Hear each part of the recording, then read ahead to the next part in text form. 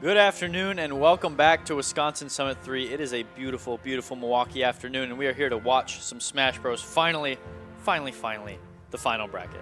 All 16 players have locked in their seeds for the rest of this bracket. 8 in winners, 8 in losers. You guys saw the gauntlet stage for it was only about an hour and a half. So we are. Yeah, it didn't take very long. We are very ahead of schedule. We might be out of here before, the sun starts rising. So let's not go too crazy. Let's not go too crazy. No. I'm Agnes. I'm Pack Smash. I'm F2. And we are your commentators for at least this first half. Every single set is going to be streamed. So either if you're here on Wisconsin Smash, all of your favorite Wisconsin players are going to be seeing some streams. I think everything's streamed. Yeah, everything will be streamed. There's no, I'm sure on StartGG it'll say if it's on mainstream or side stream, but things can change. Yeah. Some sets might be 9 minutes of a 3-0, and some might be 35 minutes of a game 5. Yup. So, that's going to be Min. Yeah, Min, Steve, Pichu, I don't know. But we got the Verminator and Gray. Notably, Verm, why do you look so scared? Yeah, he looks. I don't really know. Verm, look out! Look out, Verm! Gray's sitting right next to you. He's winking at you, bro. Oh. But notably, Gray was taken down in the gauntlet phase by none other than Gratitude Kit. Yes. But these two also played yesterday, and Gray won in a game 5. I was about to say, yeah, they played yesterday, and it was pretty close. It was pretty damn close. So I'm hoping to see Verminator put up some numbers, or Gray make an insane loser run, because I believe he's the 5th seed. Yeah, 5th seed. Oh my God. Oh. The Sour on the dare, not going to do it though. Immediately coming off this game 1. What is happening? Oh man. They're still playing like it's randoms over here. Yeah. Nothing matters. Just kill my opponent. Right now, you see, Verminator has been putting on the pressure with these shurikens. Gray is trying to find his way and to get that common, typical Luigi grab into combo death, whatever the frick you want to call it. Do it. Yeah, you literally do not have time to finish your sentence. Before it's been happening to me a lot this weekend, surprisingly. I have not been able to finish several sentences before something bad happens. Or good in the case of Gray. Have you ever noticed that Luigi in game, his L is blue, but on the character profile, yeah, I've known that. I did, at least. Much to think about. Yeah. A lot to think about. What else is to think about is Verminator taking that first stock against the Gray Luigi. I'm trying to remember exactly how I don't believe I commentated the first set of these two. Maybe I did. I think I might have actually. I'm trying to remember how it went. I know obviously Gray won game 5, but I think Verm won 1 and 4. I don't know. I've always wondered why Gray doesn't go ZSS into this. Definitely doesn't seem very fun. But Luigi will probably have a lot of an easier time getting grabs on dash attacks and then dashing back to avoid the air and the approach option such as fair.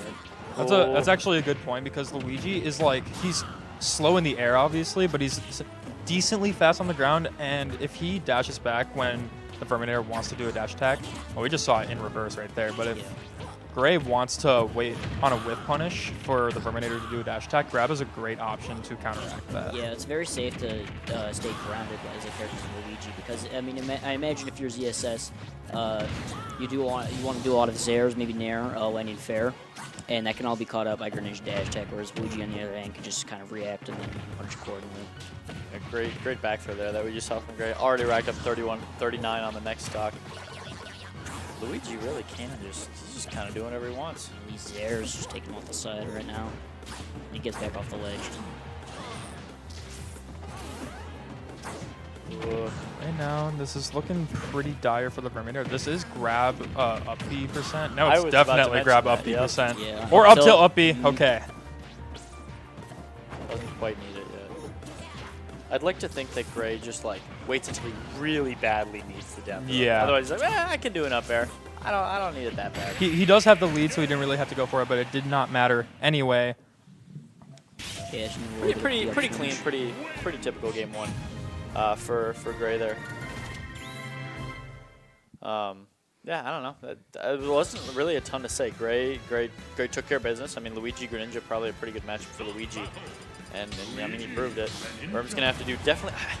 I just didn't see enough like Verm advantage state. I saw Verm neutral, and it was okay. I saw a lot of Verm disadvantage, but I want to see some more Verm advantage, especially if he starts hitting those dash attacks. I think it's definitely a case of Verminator being scared of getting hit by that frame 1 combo breaker that Luigi has. Ooh, but the up tilt, catching the landing, coming off with the hitbox, gonna get up 60%. Pretty nice in this game too. Yeah, those ladder combos definitely. I mean, I'm sure Gray was trying to mash that down B button, but Verminator getting away from that 0 to death combo. Now he has stage control. And Gray is off the stage. Not so sure why the Verminator keeps doing those side Bs. Well, we know why. We know why. He really wants the clip. There's nothing wrong. Well, he's trying to win. There's something wrong with it, but if he's gonna look damn cool doing it, I get it. I get it. Oh, very clever recovery from Gray there. Air dodging at just the right time, even with all the Verminators stalling. Hydro Pump is not gonna quite clip Gray off stage there.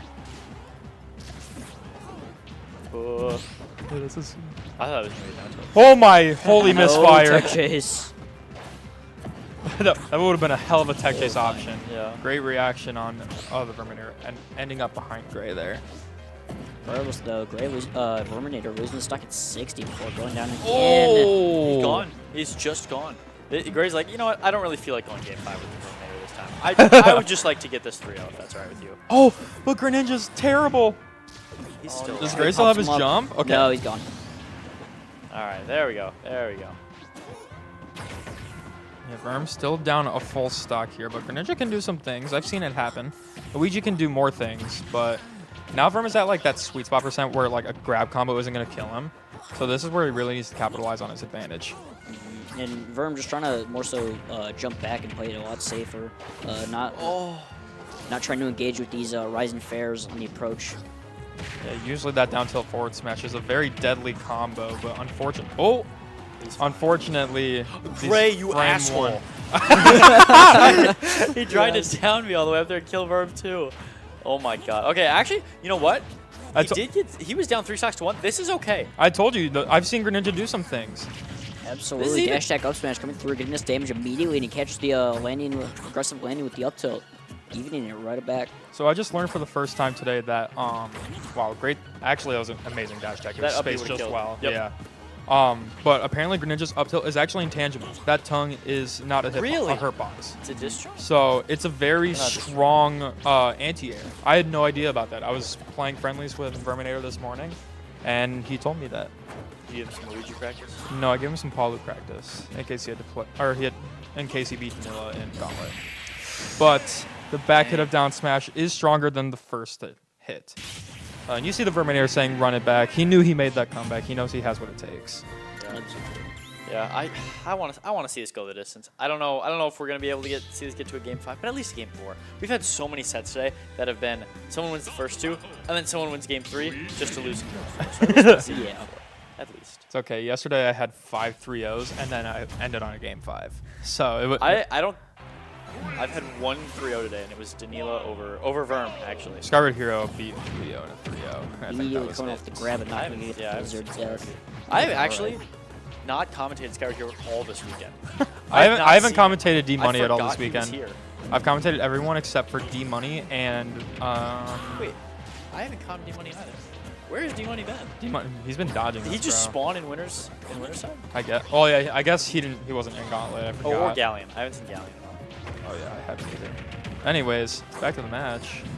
I'm kind of curious. While I know Verminator was pretty close to taking that game 2, I'm still kind of concerned why he didn't go for a stage counter pick. Whoa, lots of whiffing and swinging going on, and Verm's gonna pay the price for it. You can see Verm shaking his head. He's not very happy about that. Yeah, I don't blame him. Right now. Oh dear. Okay. Banger footstool. I don't really know how that happened. Yeah. Okay. You see, Gray is sort of just playing with more safer moves now. He's not just going to go for grab because Verm knows he's at a terrible percent for it. But I mean, Verm's sorry.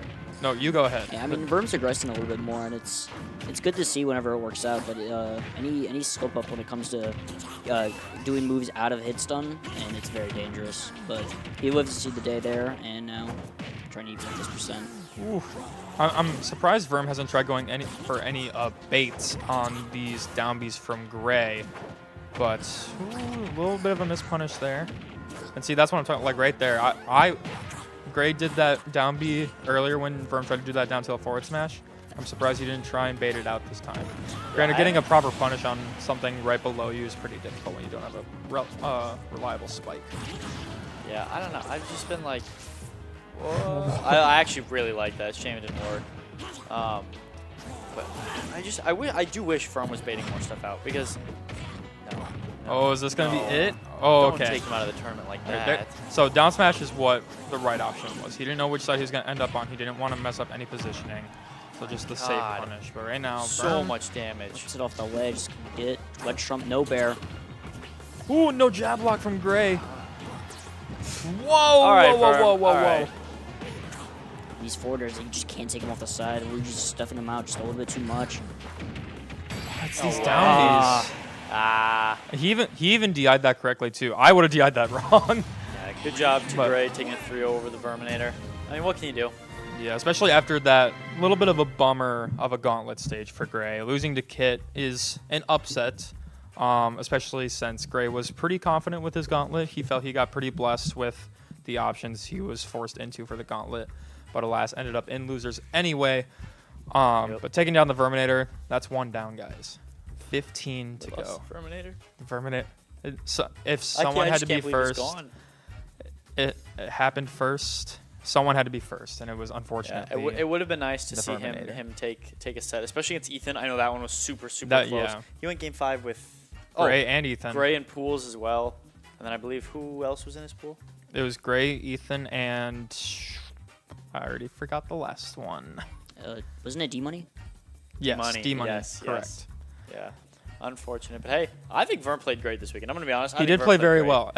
I personally think the star of the show this weekend so far has been Kit. He's the only invitee to have taken a set, let alone he's taken 3 sets this weekend so far. Yeah. Which, extremely impressive. Last year, we only saw 1 set being taken. Granted, there was no gauntlet stage last year. Yeah. But Sophus was the lone invitee soldier to take a set against Fat Sandwich's Crom. Yeah. No, Kit's been killing it. I think I only saw him versus Vedi so far, but I cannot wait to see more of him, especially. I think he's up against Eric, though, which that's actually kind of funny. Winners, a little West Town brawl. A Madison Classic, some might say. Yeah.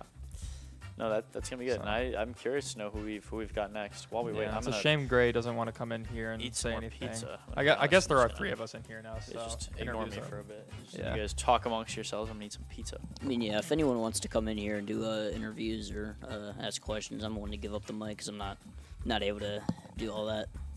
I'm glad you're here, though. I think it's great that you were given this opportunity. I've been hearing you on the mic at Thursday Throwdowns. We got Quag Cooper. Oh, my God, it's Quag Cooper. And Fuyo. Now, Fuyo had a banger set against Ethan in a reverse 3-0 fashion. The first one we've seen this weekend. I did not realize you won. And I was very happy to commentate that set with my friend Oat. That was a very strong adaptation from Fuyo. Oh my gosh, and is that Binch in the background? That's Big Pookie Binch. That's Big Pookie Binch. But, yeah, Fuyo, I've talked about before, both of these players actually are pretty region locked. Yes. Yes. So it's definitely, I don't want to say definitely, but very likely their first time playing each other. It is. Which, funny you mention invitees not taking sets yet. Actually, wait, Fuyo did too. Oh, yeah. Well, he wasn't an invitee. He qualified. Oh, my God, he wasn't. You're right. You're right. I thought he was a vote-in. But I forgot about that. Yeah. Quag has been pretty close to taking several sets this weekend, too. Yeah, so this might be his chance. He had a killer game 5 against Galaxies. I heard that it was a very, very last hit. I do know that I saw Fuyo warming up with Derek. I saw Cooper warming up with 9,000 Hippos Pichu. What happened? What just happened? Was that a footstool? Not a good start, but hey, Cooper came all this way. He's not gonna leave empty-handed. No, absolutely. Just sitting around on the lightest character in the game. Yeah, not gonna find too much trouble trying to take these stocks as long as he catches them out. Ooh, I mean, like a forward tilt, a back air, a side B for sure. Like all those moves near ledge are definitely gonna kill. But Fuyo is a combo menace. Look at that, 77. That was like 4 seconds. That was off of 3 hits, too. Yeah. Just maximizing all of his damage as he can. There we go. There's the back air I was talking about. And, I mean, like, we could say it every time Quag loses a stock. This is not a great deficit. Especially for a heavy character like Incineroar against a light character. I mean, yeah, you die here to... Revenge side be at ledge. I would imagine, like, there's so much that you could do coming off this ledge. Oh my god, right is he here. dead? No. Quag is strong. Yeah. Quag is 58%. strong. There wasn't revenge on that either, by the way. And that was like...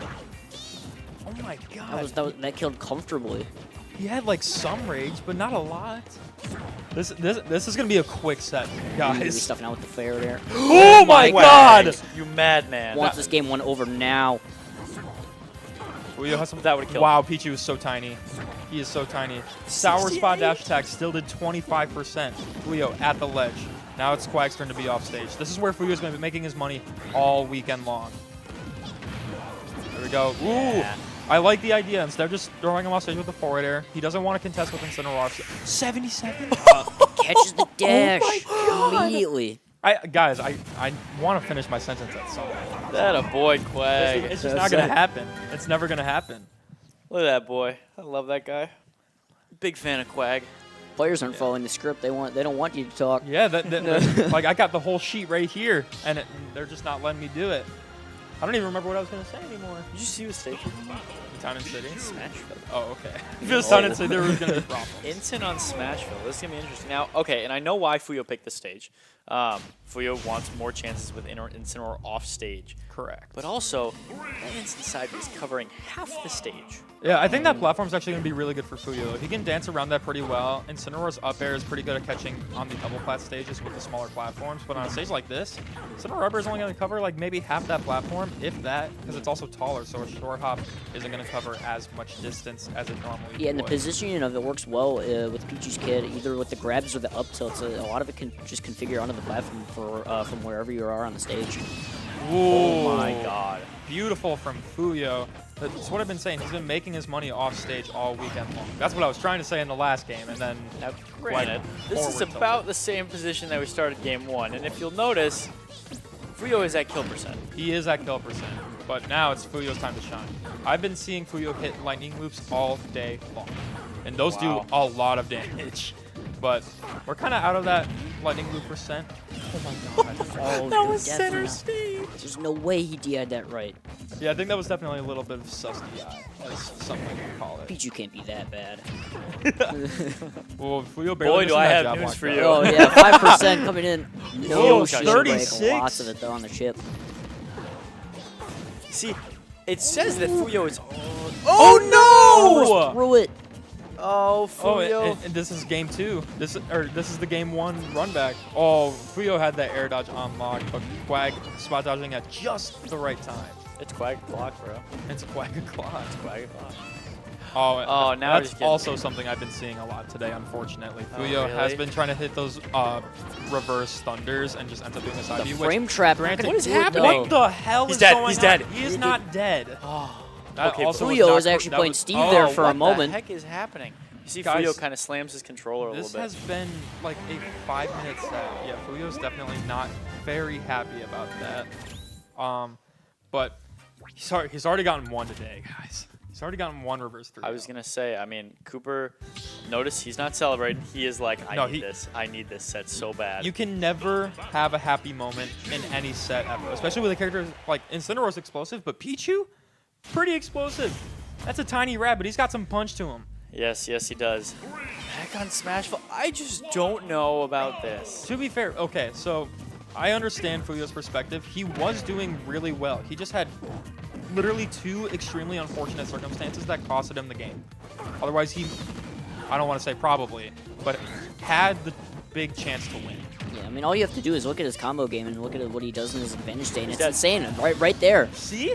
As unfortunate as things can be sometimes, he does come back and he does hit hard. Here we go. Is this? Oh, no! Oh my god. Fuyo is not happy about that one, but he still has the lead. He's been hitting these combos like crazy. I think he just needs to like chill out a little bit.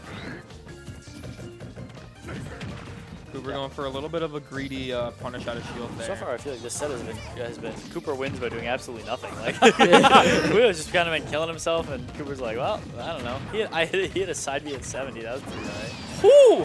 Hot combo from Fuyo, though. He is back on track as long as he doesn't die, like, right now. But using that agility to disengage, that's something else that we have not seen yet. Cooper going for a random forward smash. Immediately catch the roll in. No extension on the plat, though. Cooper able to shield. And this is really scary for Fuyo. When you're at Ledge against Incineroar in general is already scary, but now you're on a small stage like Smashville. Oh, somehow misses that. Ooh, jeez. I mean, if you're Cooper right now, you're like, yeah, I can bring this back, but like, this isn't necessary to win this game, right? All right, let's see. Can Fuyo pull out some stocks? Fuyo is closer to death. I'm not so sure about that. Now, Quag is off stage now. Oh, Quag. And this is very scary. Back throw off stage. Oh, is he just going for the Thunder? He had the air dodge read again and just didn't get rewarded for it. Quag is surviving by the skin of his teeth. 37. Ooh. Quag is a water rage. I'm glad we both saw that, Michael. Ooh, if Fuyo didn't double jump there, that might have just been the end of the game. Ooh! That would have killed. Guys, this is really scary. No. Why are you saying no? That would have killed. He has a water rage. I don't know, man. He was at like 42. He's at kill percent. Fuyo is at kill percent. They're both at kill percent. Now he is. Now he's definitely. Yeah, no, this will be. Oh! That's not gonna kill. That's extremely stale. Incineroar. He's a very heavy man, and it's very stale. Oh, this should be it. Yeah, this is it. That's definitely. No, it's what? not. Swag Cooper is strong. Oh my god. Safe jump. Down to the Thunder. This is actually 206. Oh my god. Oh, he's at 200. He needs okay, going under the stage. Oh! That's it. A Nair kill. Nair's gonna do it. Oh my god. That was absolutely terrifying. I thought for sure Cooper had it over Fuyo. Oh my god. Living to 200%. And you could see Fuyo just right now really thinking about what he needs to do in this next game. Take that deep breath, man. I mean, that was extremely stressful as a commentator. I simply can't imagine what they're feeling right now. Yeah. That was insanity. All right, back to PS2. I mean, how do you guys feel about this? I can't tell you how I feel without being the most biased commentator on this couch. I want a Cooper W so ungodly bad. I'm not even trying to. You guys might need to both back Fuyo to beat my like backing Quag. I need him to win so bad. We can do that. Everybody has a small bit of bias in them. You know, mine is not small. I can guarantee you. Well, I have huge. I was talking about now. Everyone. Not everything's about you, Pax man. It's all about Quag. I'm just kidding. It's all right about now. Quag. Pretty normal start. I think Fuyo's looking for a more defensive sort of game right now. So I think he's been running in a lot, and he's been getting hit a lot and dying for it. So I think he just kind of wants to stay outside of Quag's burst range, which is side B range, realistically. Yeah. That could have been a back air. Oh, jeez. But here we go. Quag is off stage. This is Fuyo's chance to take an early lead in this game 4. He's more so just playing out of shield, trying to stuff out a lot of his approaches with these aerials. Doesn't catch it. Ooh, we saw that Thunder trick work in game 2, but it did not work that time around. Good down tilt 2 frames from Quag right there. I'm not biased at all. I am just. I love biased commentary. Very good down tilt. No, actually, though, Fuyo is an incredible player. I wish I would have seen him reverse it. It was actually awesome. Like, genuinely. But anyways. Backs up with the Nair frame trap. Quag back off stage, but he's been having a great time just coming back to stage. These T-Jolts not able to connect all the way. Yeah, we've been seeing Fuyo starting to struggle to kill a little bit. But that rare use case of up smash coming in clutch for Fuyo right there. That up smash is not a very good move. It has a very large sour Real quick, spot. I want to talk about Incineroar side B, just 25%. That is like a third of Pichu's health bar. Yeah, basically. I don't think it'd be a struggle to just win an entire game with side B on your average O2. Oh my, if that might have just killed. No rage though, so there's a small chance. PS2 is a little bit bigger stage than Smashville. Whoa! Oh, Cooper, wow. I don't know if I like these haymakers. So I think catch the air dodge. Big combo, 75. Wow! That was a very good snipe from Fuyo. He saw the trajectory at just the right area to do that. And oh my god, 44%. The second hit on the down air doing a ton of damage. This is Fuyo's game to win if he keeps this up. But right now, Quag has to keep his composure. He's been staying pretty composed, even with all the wackiness that has been going on in this set. Here's the T-Jolts coming out. Glad Cooper didn't try to punish that. It is quite safe. Neutral, but the tech chase coming in. Is that dead? Oh, that's super dead. Oh my goodness. Okay. We're going to a game 5. We might see Fuyo's second reverse throw of the day. Again, guys, I'm hoping not. I really hope not. I need a Cooper W right now. Please, Quag Cooper, please. Regardless of who wins the set, this is a very intense set. Game 5, super high octane. Even with the slowest character in the game, these games are going fast. Yeah. I mean, Incineroar may be slow, but his playstyle certainly is not. Yeah, I'm very interested on what Quag is going to pick for stage choice, because now he has lost on both stages. Yeah. Okay, back to Smash. I think he just wants to kill earlier. Okay. I really think he just wants to kill earlier.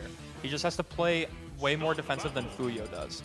But, I mean, this is very stressful. I love that. Both players taking a deep breath before this game 5. Yeah, there's round 1. There is no reason to not take your time going into this game 5. This is extremely stressful for both players.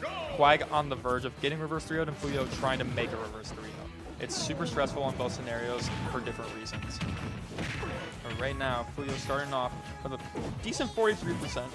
Yeah, this center play is doing a lot of work on the end of Fuyo, really extending a lot of his opportunities. As long as he plays his cards right, he can really get a lot more damage. That dash tag is going to even the percents right boosted. Yeah. Keyword is even the percents right up, because this is kill percent for goodness. Pichu. Not sweet quite spot on the flare, though. Oh my god, Fuyo, you madman going through that. Oh, Jesus.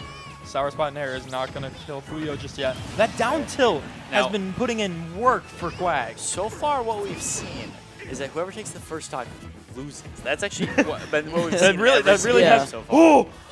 Huge I don't revenge know. there from Quag, but Very somehow fortunate gets down trade. right out of the side B. There's a lot of spaghetti going on right now. Oh, and no. I almost thought he jabbed way too early, but I think he got it at just the right time. We're playing Smash 4, fellas. Oh my goodness, he catches the aggressive landing, side B. I love going above Quag right there. Fuyo knows that Quag has been going for those down tilts because they're working, so he just wanted to skip the ledge. I like the idea from Quag, just trying to kill your opponent. In this situation, you want to avoid as much stress as possible. And what better way to do that than making this game last less than 10 minutes? And these spot dodge neutral B is really coming in, doing a lot of work on the end of the quad. Fuyo messed up the agility, but didn't get punished for it. I thought it was crit. It's agility on Pichu. I didn't know that, really? Yeah. I did not know. That's awesome. I hate to say this is an even game. Ooh! Okay. That was a very risky play from Fuyo there, but if it did hit, it would have killed. So I honestly, I respect it. But right now, Fuyo is on the back foot. Tournament stock. Quag is off stage. Ooh, barely gets by the back air. Down tilt, down air, back air. Not gonna do Quag it. is back off stage. Fuyo only taking 10% for his troubles from himself. Yeah, all those T-Jolts, they do tend to a lot of work add he has up. to put in just to get this kill, but at the end of the day, he's going to take a good amount of damage for it. One more good kill from, or one more like decent hit from Quag. And Nope, not gonna there's find the it. up throw confirmed. There it is. We are last stock, game 5. Loser is they lose the tournament run. Who is going to make it out of this? Summit.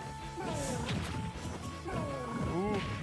That Darkest Slayer 56. is doing a lot Almost of shield a kill damage. percent. Doesn't want to shoot, Both of take these too much players damage. are doing a lot of panicking options. Here's the lightning Fuyo with loops. the combo. First time that we've seen 61%. in this set. Fuyo opting to stay on the ledge trap scenario. Ooh. Both roll back. 73, 77. This is actually super scary.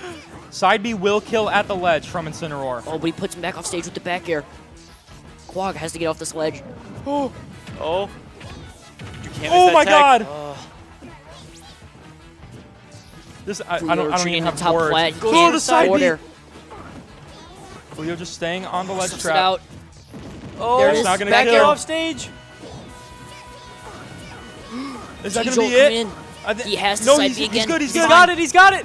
Oh my Oh, god! Quag barely catches 143% with the back on air. Quag. These T-Jolts are going insane for Fuyo right now. This is Goes it. Rudolph! Down smash. Down smash again. No! It's shield post. No! Both players Oh. having their heads back. Did that shield poke? Different reasons. It did. Oh. What an incredible showing from Fuyo. That spot dodge down smash was absolutely insane. Put it all on that down He smash, and literally it did. worked. He put it on there. I do game love kinda Fuyo's smile sucks. right now. He's like, I escaped with the skin of my teeth. Oh my god. Oh. I don't know what's louder, my heart beating or my voice. It's Last hit. Last hit. wow. I mean, wow. Damn good set though. Damn Very. good set. What the fuck, man? You lost to a shield poke. I am in That's god honest disbelief. And that like murdered too. That down it smash. did. Oh yeah. So that wasn't even like a. 100%. Yeah, both players absolutely terrified out of their minds. And I don't even know what Quag could have done. I mean, I doubt he knew he was getting shield poked. He might have been able to angle his shield, but I don't think he was just who would have thought Who's that would thinking have shield Game 5 last hit about Game angling 5 your last shield? hit, your heart's racing at 190 beats per minute. You're thinking about your out of shield option. Exactly. You'll Like, never. if that down You'll smash- never if- expect if that. that down smash whiffed, like Neutral B. neutral. was over. Yeah, neutral B, or nair. I think he was fixing the wrong way to grab. Up B, maybe. Up I is don't know risky if- when I don't both know are if he, at high percent, yeah. Definitely fall out. Wouldn't put all of the game 5 on that. Damn it, man. Regardless, Damn it did it. Again, my bias is going to be strong. Quag Cooper, one of Whitewater's finest, unfortunately does exit Summit. 13th, right? Again, getting in Summits, no small feat. Unfortunately, did go 0-5. I believe he lost to Galaxies Game 5. CRB 3-0. Eric though 3-1. Eric though 3-1. That was an amazing set. Oh my god. Did Kit you, game 5. Kit was Game 5. I'm pretty sure. I thought Kit was Game 4. I'm fairly certain. Kit was game it 4. 5. And then Fuyo Game 5, taking games in literally every single set except CRB, the seed 2 of the tournament. It was game 5 with. Wow. Oh no, it was what 3-1. a It was set. 3-1. Never mind. Oh my god. Holy. Doing some advertising. Now I know you there. guys have been liking Incineroar Pichu. But what about Olimar Min Min? Let's talk about the real what a stuff we switch up. want to see. Olimar Min Min. Also, just for a quick update, Oh. Ethan 3-0'd Galaxies on the side stream. And Wow. Danila is up 2-1 against Vedi. 2-1? Yeah. Wow. Danila, Wait, so Galaxy's out at 13th? Galaxies out at 13. Very tough. Wow. Ethan's been going on a tear this weekend. Ethan has been doing That very and well. before Huh? even with these Thursday throwdowns. But what? Oh, okay. So Min Min actually gets really messed up by Olimar. Do you guys want to know why? Yeah. Can I guess first? I think yeah. Does the arm hit the Pikmin? No, they cannot hit the Pikmin at all. Really? Oh, they can't hit the Pikmin. No, Can the the- arms cannot hit Pikmin when they're latched onto Min Min. All of her moves go around her body. Yeah, you can't. Does Nair not even work, or does No, that go Nair too does far not around? work. Ram, That's Nair, Mega that's Up airs. really tough. That was I kind 6 of. up airs. That last up air did 6% because it was so I stiff. mean, regardless though, this is still Bowser. It's not. It's still a rough match either way. But I'm sure Tasabu can really make it work. Yeah, so notably, this is the 1-3 seed playing in winner's quarters. Wow. So, That's nuts. Tasabu getting upset by, again, Wow. Yeah, threw away the Pikmin. Should be able to make it back. I think I taught him that in randoms. but Tasabu does have a secondary Bowser. This is a real thing. Yeah, I don't this know is how not a- often he plays Bowser, but it is real. I know it is real. I've seen it before. So I can honestly, like, even though Min Min is a bad matchup, I can't imagine this being, like, super bad for Bowser. Like, he's going to kill Olimar super early when he gets the chance. It's just a matter of can you get that chance. Like, side B on the stuffed out a platform lot. might just kill right about now. Forward tilt at ledge. Back air, for sure. Any smash attack, really. But Candle, number 71 in the world, guys. I mean, we see this three stock to 1 lead. And they're just going off stage. They I want will nothing say- to do. Is Candle the best in the Midwest? Like all of it as well? Apollo Kage. Oh, I forgot about AK. So, but so right now, yeah. See, There we there's that side B on the platform. 6 That's frames. what I was looking for. Be a saving grace in this matchup because Olimar can play very defensively. Maybe not so in this matchup actually, because you don't need to worry too much. Side Bs are going to do it for you in the down air. Rough. I'm going to be honest. JV3. That's looking rough. I think maybe we might see them in. We might. It is a pretty tough matchup, but Ace Tasabu is quite a talented player. Candle beat Rimu at Watch the Throne, or was it Twice. Oh, Candle Wow. beat Rimu twice. Candle beat Reboot twice. I forgot about Okay, his maybe run we're at Watch staying the with the Throne. He Bowser. went crazy at Watch the Throne. Yeah, What he did. what did he make after top 8? Fifth place. Lost to Spargo for 5th. Yeah. That happens. Yeah. It happens. Lost to Spargo for 17th at Supernova. Anyways, we're not here to talk about past tournaments. There's the Min. Yeah, I figured it's worth a try, right? It's worth Yeah, a try. Tosabu is very talented. I'm sure they know how to make this work. It's just a matter of if you're gonna try a counter pick, you gotta do a game, right? Yes. Especially in this scenario. It is winner's side after all, so there's no true worry on whether or not you're losing that much. And obviously, you don't want your tournament run to end, but you're still going to play it out, try your hardest. And at the end of the day, you just got to hope that Candle doesn't join you in the loser's run later on. Absolutely. So right now, very quick stock from Candle. Only 25 seconds into this match, Yeah, but the purple bear. I mean, you see, this is what I'm talking about. Nair, that white Pikmin just Wow. did 26% by itself, and there it is again. Like you can shield, but then Olimar approaches you. It's a very tough match. I took one bite of pizza and the game's already halfway over. Yeah, it's Wow. It's a little rough for a minute here, but I'm sure we can see things happen. Obviously, Candle's an extremely talented player. And these We all purples know hitting that. him off the ledge. But right now, Tosabu just gotta find a way to get this kill. I love that so much. What Pikmin?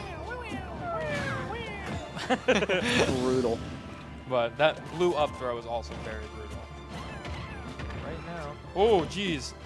The way that Candle knew that was going to send that far off stage and try to get a follow-up for it is like already extreme knowledge of this character. Such a talented player. Right now, Tosabu's trying to find this first stop. Oh, Nair up tilt a coming no in Solar. Pikmin combo. Sure, man. Sure. You put both Pikmin on the plat before doing a down smash? This dude's just trying to tech showcase. Look what I could do. And oh, this is Ledge just trump so down air. tough. Make for it back, he has the Min. jump. Do you guys think we're gonna see the Tosabu Byleth? No. You don't think so? I don't know. It's looking This is- rough yeah, on, this on is- both accounts for the Bowser and the Min. I apologize for the very lackluster commentary, but this is quite. I think he did say state. I think. tried reading their. I'm trying. Is it, wait, tried Snake? reading lips. Someone has taught me how to maybe try and read lips to figure out, hey, I'm able to identify the syllables in small battlefields, so I know when they ban small battlefield, okay? See, Yeah, it is. See? Hey.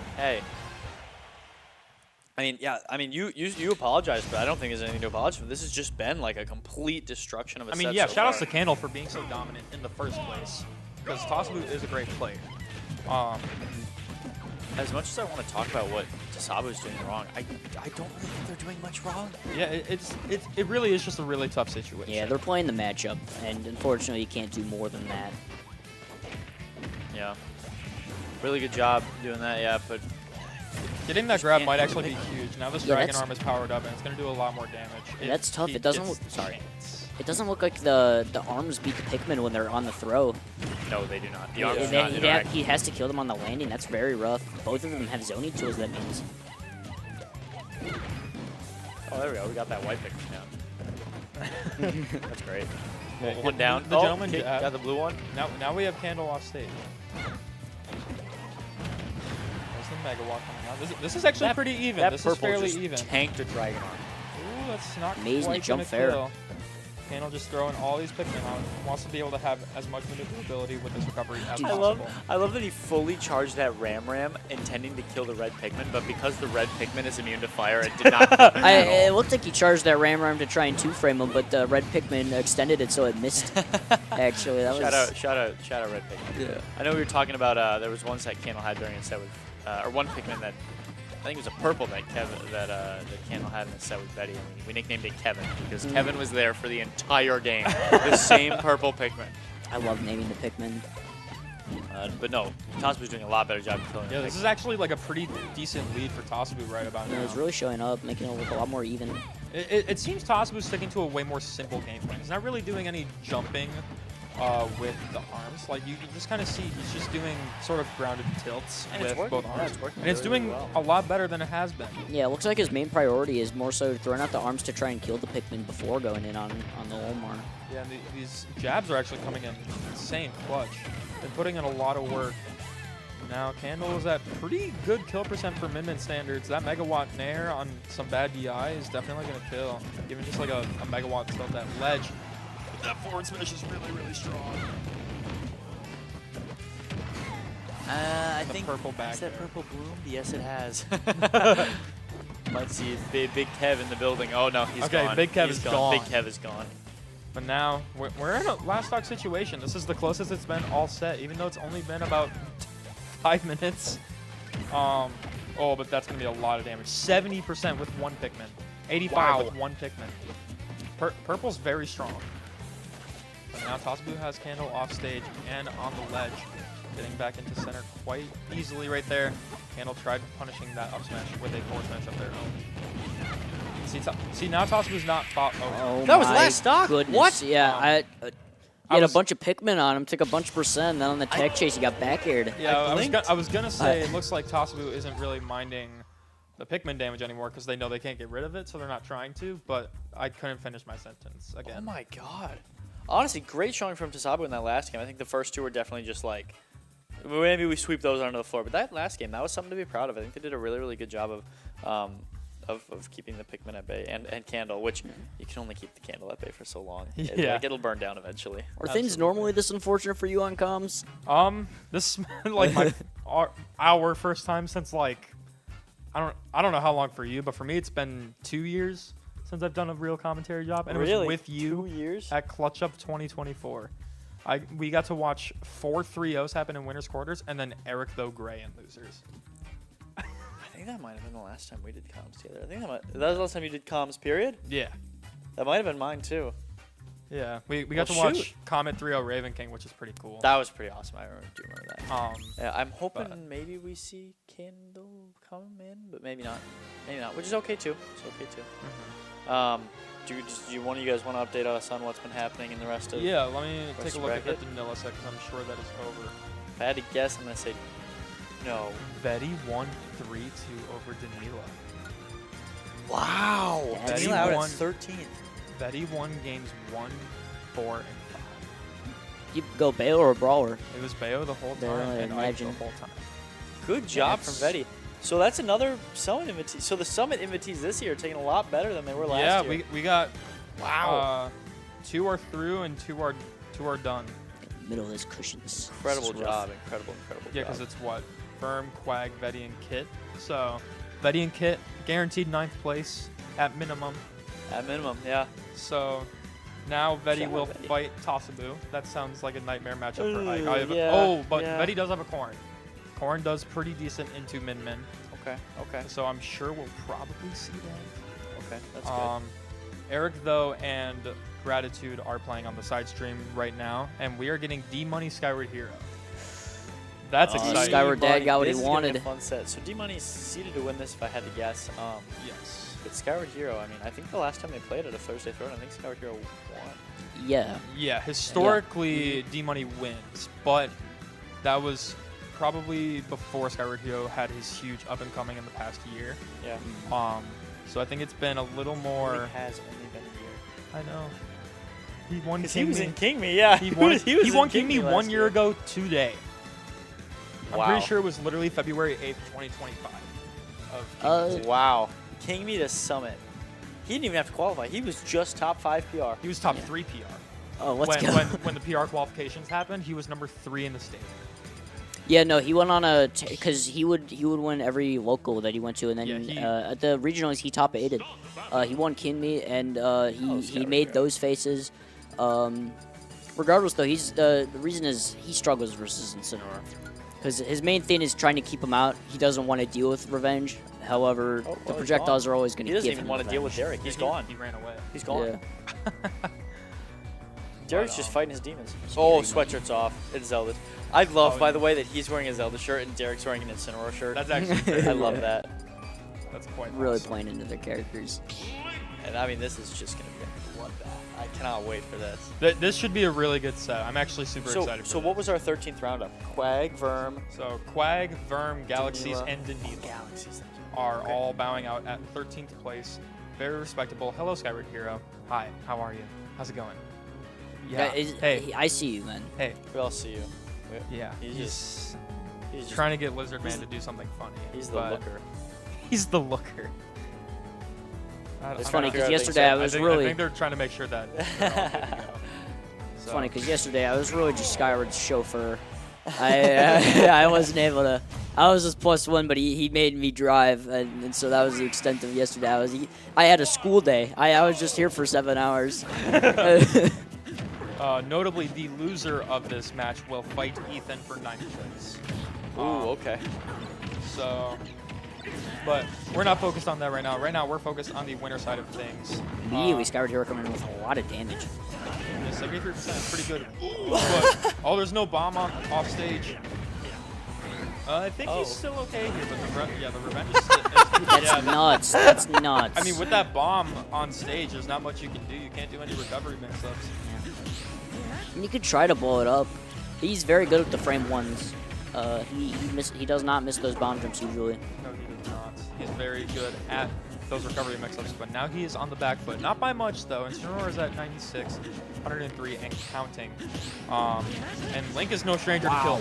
Yeah, Derek, I was laughing. He's parried like 3 moves in a row and then just got F-smashed for it. Did you know the beam on the F-smash does about 13%?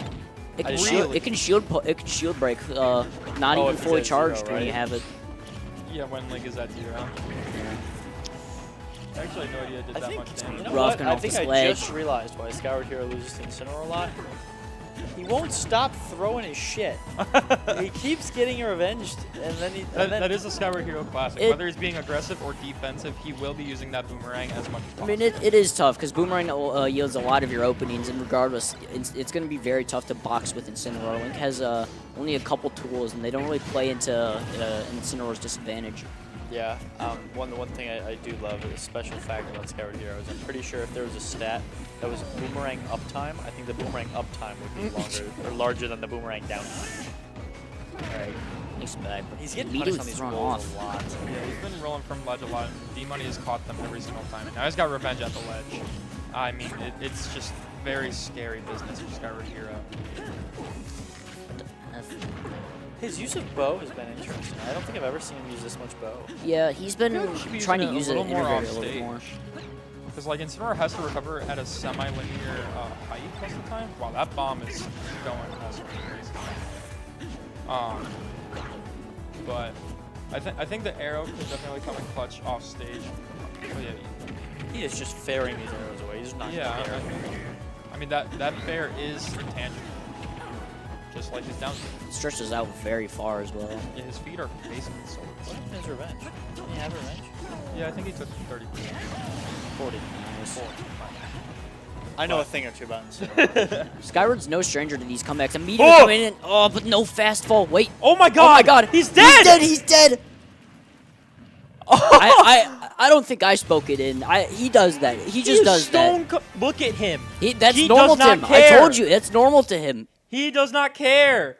He robbed a man of his life. He's the only Link I've seen who actually goes off stage, and he has the tools. He has Nair. That stuffs out everything at that.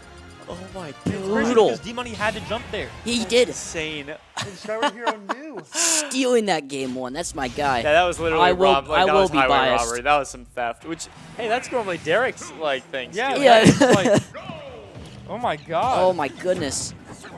But going into this game too, no stage switch. Don't really expect it that much unless there's a wash in one of these games. Oh, absolutely not. And Skyward Hero doesn't really switch. He's always been a believer in his character. And D-Money, you know, his Bowser Jr. is good, but Link, I feel like, as a character, would win. Yeah, I'm not so sure if D-Money's ever tried Bowser Jr. against Skyward Hero. I'm not sure if this is the tournament to try it. So, right now, I mean, 3 boomerangs, incredible stuff. And there's the return boomerang into the corner. That's like the Skyward Hero classic. But the double revenge up air, doing about like, what, 40? I couldn't tell. A lot of damage, that's all I know. Punching that neutral B with the up B. Yes, very good. Get him off. Great ledge trapping, but the dash attack not going to do it. Very scary on the side of... I don't think down smash was the right punish there. I think up B might have barely clipped him, but he just wanted to be sure, and he got punished for it. It happens to the best people. Right now, D-Money keeping this first stock alive. And Skyward Hero taking 54. 54.8. And now that lead is diminished. Immediately coming off with that forward, so reading the jump get up. Doing good, but gets stuffed out. D-Money is so good at getting those jump reads out of the corner. He knows people are scared of getting side B.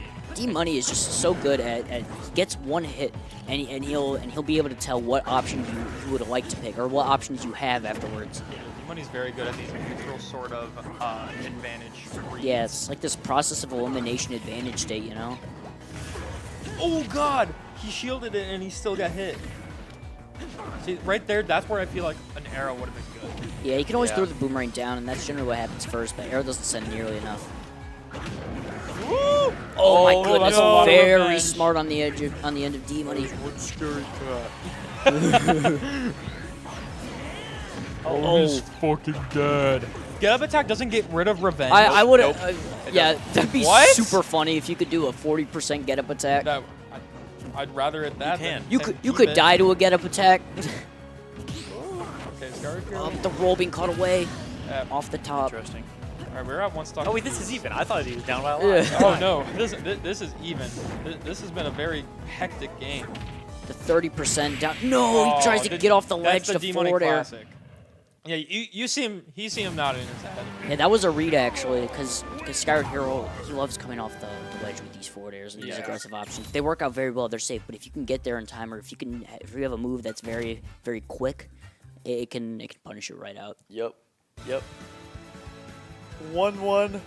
I mean, really, should be 2-0 Derek's favor, but if we're being honest, I'm still baffled about that game one. I don't was know, awesome. man. He Crazy. I feel like he earned that. That was nuts. The awareness. no to one, go no for one's that down. saying he didn't Yeah. earn it. That was a really, really funny combo. Oh yeah, It's looking like We're Scar go- Hero's we're taking going a little to- bit of time. going to Yoshi's Island, I'm not so sure. Scar Hero's definitely thinking. the bucket stage. The stage don't is just a bucket. I don't know if Skyward Hero's thinking or if D-Money is debating a switch or stage bans or what's going on. D-Money, by the way, D-Money does take forever on stage bans, I learned. Oh, I know. Sometimes, if he wins a game, I just put like my headphones down, I just take a walk. I'm like, he's gonna take a bit. So Look how D Money had the music counter pick as well on the stage, but then he just has headphones, listening to his own music. You could see him with his phone.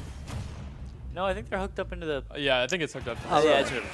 Skyward Hero playing with absolutely nothing. He's playing with the crowd behind him. I actually don't know if there's a crowd. There is no crowd behind him. But It's Link. Everyone. no, just kidding. Skyward, unfortunately, no Skyward Dad here today. anyways, yeah, I'm curious to see what sort of adaptations we're gonna see here. D-Money was kind of just covering all of his neutral options in the past game. Even the first game, D-Money was kind of putting the pressure on. Again, he just kind of got caught on that. Catching the roll.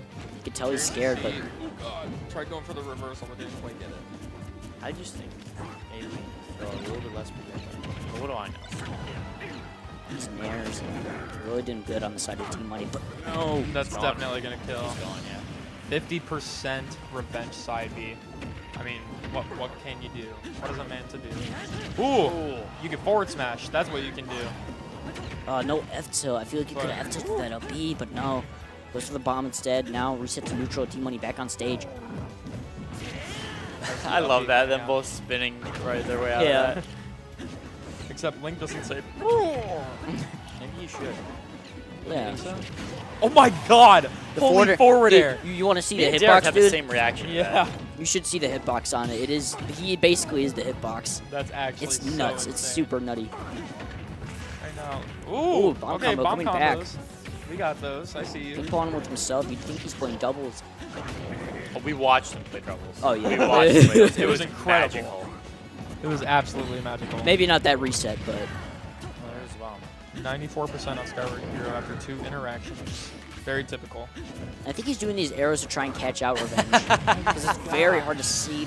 But, D-Money, I think D-Money's hit like almost every side B in this set. This is actually like pretty impressive. yeah, you have to unshield there. He has Revenge. Yeah. You know, all of the hits stack with Revenge on that move. Yeah, very, very. So silly much shield things. damage. Oh, man. Catches the jump. Ooh, okay. Regards- I think that must have been like the last frame that Skyward Hero could have punished that Every revenge. time Derek revenges bomb, it looks so cool because the revenge immediately explodes the bomb. And so Yeah. it just looks like he's exploding. Centerer is just cool. Well, I don't know about that. Well, You know what? You're new to the scene, so I'll no, let you have it. no. I don't like it, Center. I'm saying his animations. You know? Oh, yeah. Yeah, it's like Sephiroth. Yeah. Sephiroth looks cool, but I'm a he- big Ridley guy. Just because I wish I actually do really like watching Samus for that reason too. But That's just B1 Oh, is that Metroid, gonna go though. center Oh stage? my Link's pretty goodness, heavy. yeah. Oh no. yeah, I was gonna say Link is pretty heavy. See if you can make another one of these comebacks, please. Off the Oh my ledge, and God. that's- Wow. D-Money He's used. playing hacky sack. Yeah. Both players shaking their head. D-Money. Thought that shouldn't have been that close, but Yeah, this has been so strange because it looks like Scoured Hero's getting his ass beat the entire time, and then I look at the stocks and I'm like, oh wait, it's Yeah, no. even. I'm like, wait, huh? So I don't know what's exactly happening in the in-between. I'm not too sure either, honestly. I'll look away or I'll get lost in my own train of thoughts, and Scared Hero just brings it back somehow. It's always with the forward air. Your fucking Pikachu. He's my goat. He's my buddy. I didn't realize you were moving the ears. That's actually kind of ventriloquist. I didn't know that until he actually told me yesterday. I thought You it guys just thought that his ears just moved? I kind of did. You know how robotic they look? You do that consistently. I'm a wizard. I'm a wizard. Me and goat. We are just going back to PS2. Scared Oh, Hero he's got laughing it headphones off. in now. Oh, he's locked in. And so is Pikachu. Pikachu's locked in as well. Not quite as locked in as Scoured Hero, but about the same. All right. I believe in him. I need this one. Oh wait, he's not using the Skyward Sword skin. I'm gonna be honest. Someone asked me the other day what alt Scoured Hero uses. I have no idea. It's the the white white one. one, white and blue. I did not even know he had a white. It's not really that white. It's just a shirt. It's like but- it's more like tan. I feel like. Or like yeah, beige. it's like a weird like cream color almost. Like Cream City. Cream City Convergence 2026. Oh, August, man, by the want- way. I gotta go. Thank you. You're welcome. Very cool. I'm sure Lizardman really appreciates that. But anyways, I do. onward. He said I do. Okay, perfect. You're welcome, Lizardman. But yeah, right now, I mean, I really haven't seen much of a game plan change from either of these players. It's just been kind of like good Smash Wow. Bros. You know, like that sounds very silly to say. But yeah, the extension. He went for the boomerang forward air, Oh, trying okay. to knock out the damage with the 30%. Wow. but he Go for a didn't bomb take the recovery. grab. He Oh, could. it's right there. He could. That's why. Oh Oh, no. very Oh, unfortunate. And that was Come on. that was at 0%. That's a fat revenge stack. 33 on an up air. Nair Yep. trying to close that out. Doesn't want to get up aired anymore, but no, not himself. That's a By the way, fat cat, man. Skyward Hero was right in the middle of the Pokeball, by the way. Like, that looks cinematic as fuck. This armor on character the is upbeat broken. The armor through it all. This might actually be up throw kill percent. Pretty close. Yeah, so Link needs a lot of rage for it to really kill, but 180, Incineroar is really heavy too. That was definitely. Yeah, it's got to be it, Okay, right? but that Yeah, was a there- very there we weird go. upbeat from D-Money there. Now He does s- love doing those high recovery mix-ups, but that one was pretty, like, in a position where Skyward Hero can easily punish, as he. Right, this, Oh, the the grab Link didn't work. I grab thought it was range, going to be the down grab tilt range. upbeat. There, down tilt upbeat is a true combo. Wow. Sure, man. It looks so funny when not Link is using it. Yeah, yeah. Because they can't detonate it. They just don't- throw it at you they to don't- be annoying. they don't know that what to didn't- do. That must have been like an ultra sour. Yo, what a catch. This bomb has been played for quite a while. He's Oh my living god! Amazing DI. Scared Hero smiling to himself for a second before realizing that he's still at 200%. Smash's mouth is just like sitting. Ah, He doesn't the really- forward air, I'm it's just having so a good at time, poking. Dude. I'm watching this. Although, this is the first time where I've looked at it like, okay, he's getting his ass kicked, and it's not. Yeah, but I mean, his revenge could be gone in like 1 or 2 more hits. Yeah, you got to You do mean the one or two more 30%. boomerangs, right? But if he gets one more, then it Yeah, now- resets yeah, back. and He's got to now get a it grab it resets. almost. Just any big hit that'll send him off stage.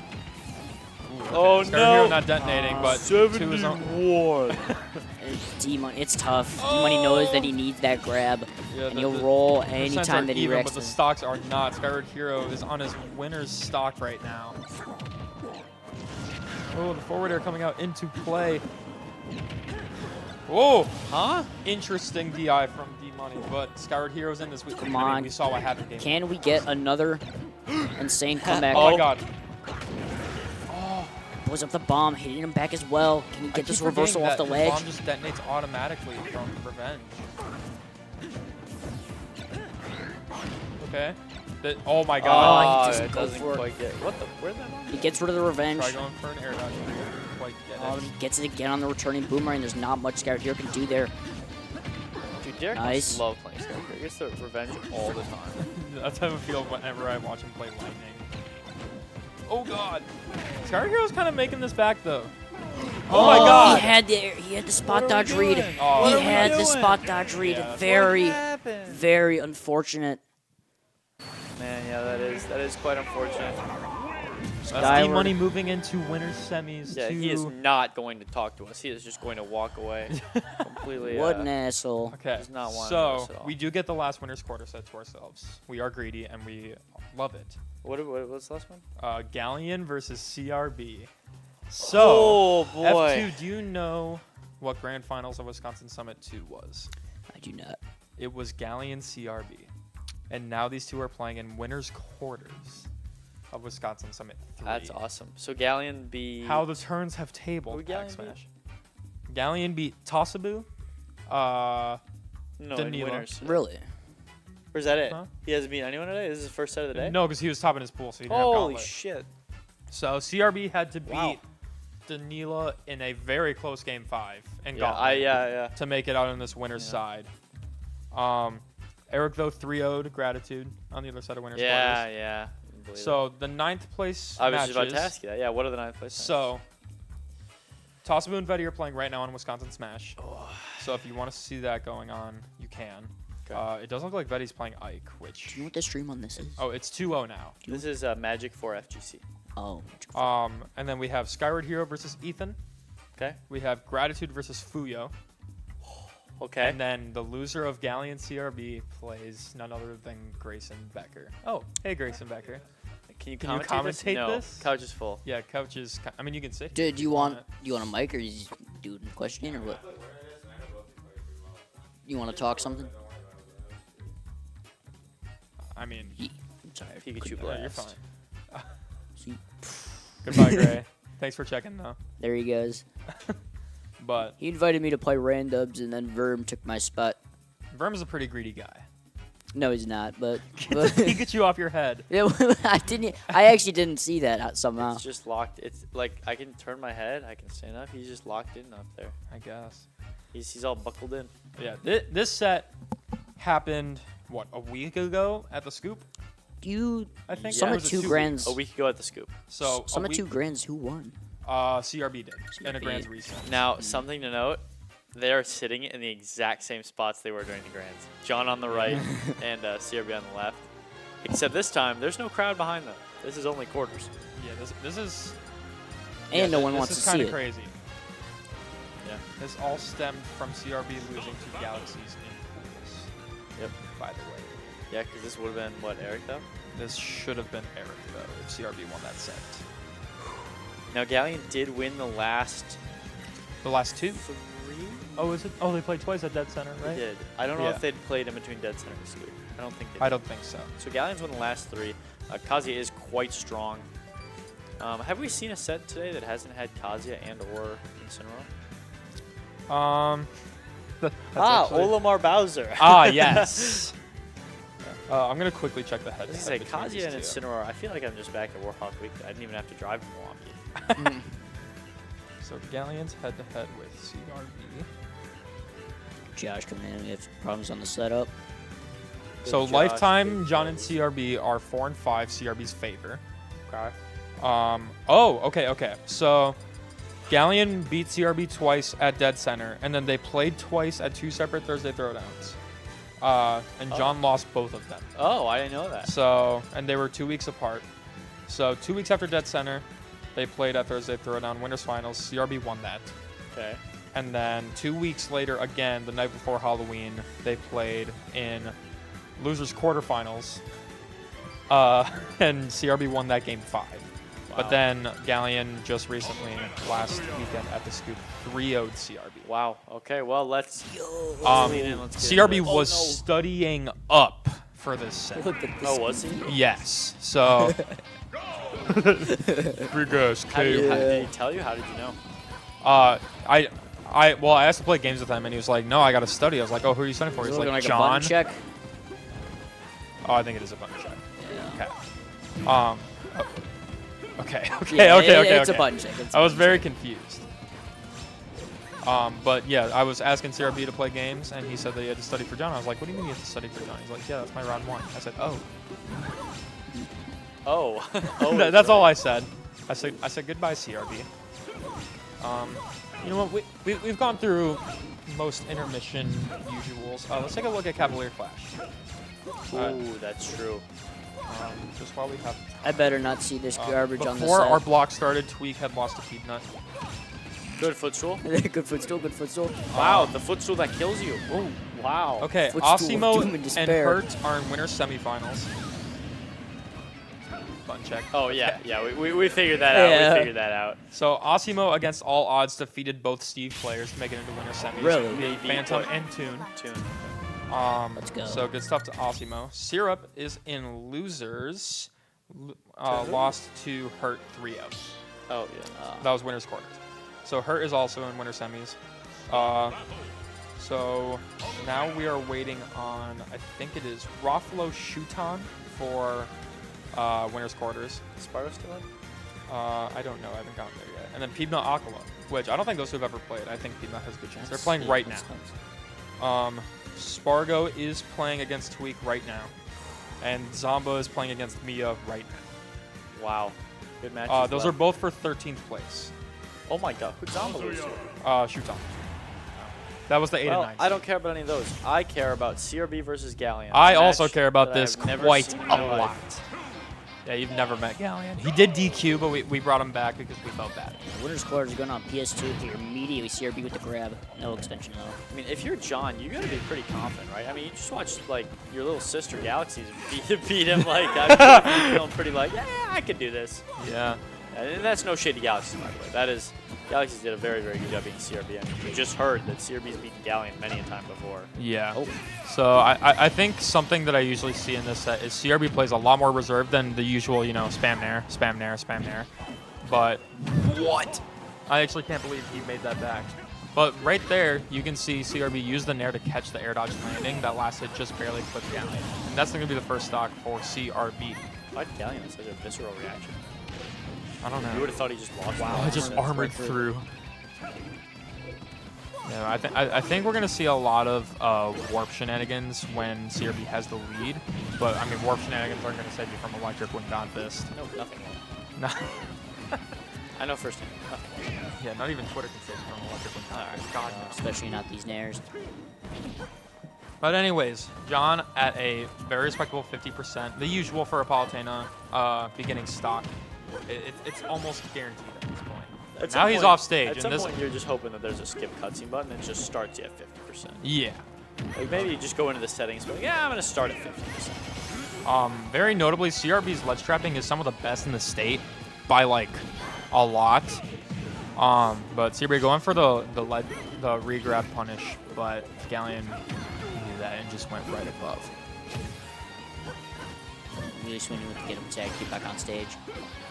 No, this isn't too bad for Galleon. If he gets back on stage, I mean, yeah, that's the percent where this will kill him. Not the command Never mind, input. yeah. The jab grab grab. is a real combo at certain percents, but it did not kill. And see, that's what I'm talking about with the warp shenanigans, aka disengaging. Because why would you ever interact with Kazuya if you don't have to? Just barely missed the back air there. Probably wanted an up air instead. Galleon not going to get the landing down air on CRB. Most likely would have killed. But incredible back air from Galleon there. Very good recognition to catch CRB jump in neutral right there. Immediately tries to go a lot more forward to catch the landing on the side of CRB, but he doesn't get it. Up here off the top. Here we go. Now we have... I mean, and there's that empty hop. That's something else I forgot to mention. CRB loves just empty hopping in your face, and then he'll do it. Because they are multi-hit, trying to catch you doing something out of shield. Ooh! Dragon uppercuts. Wow.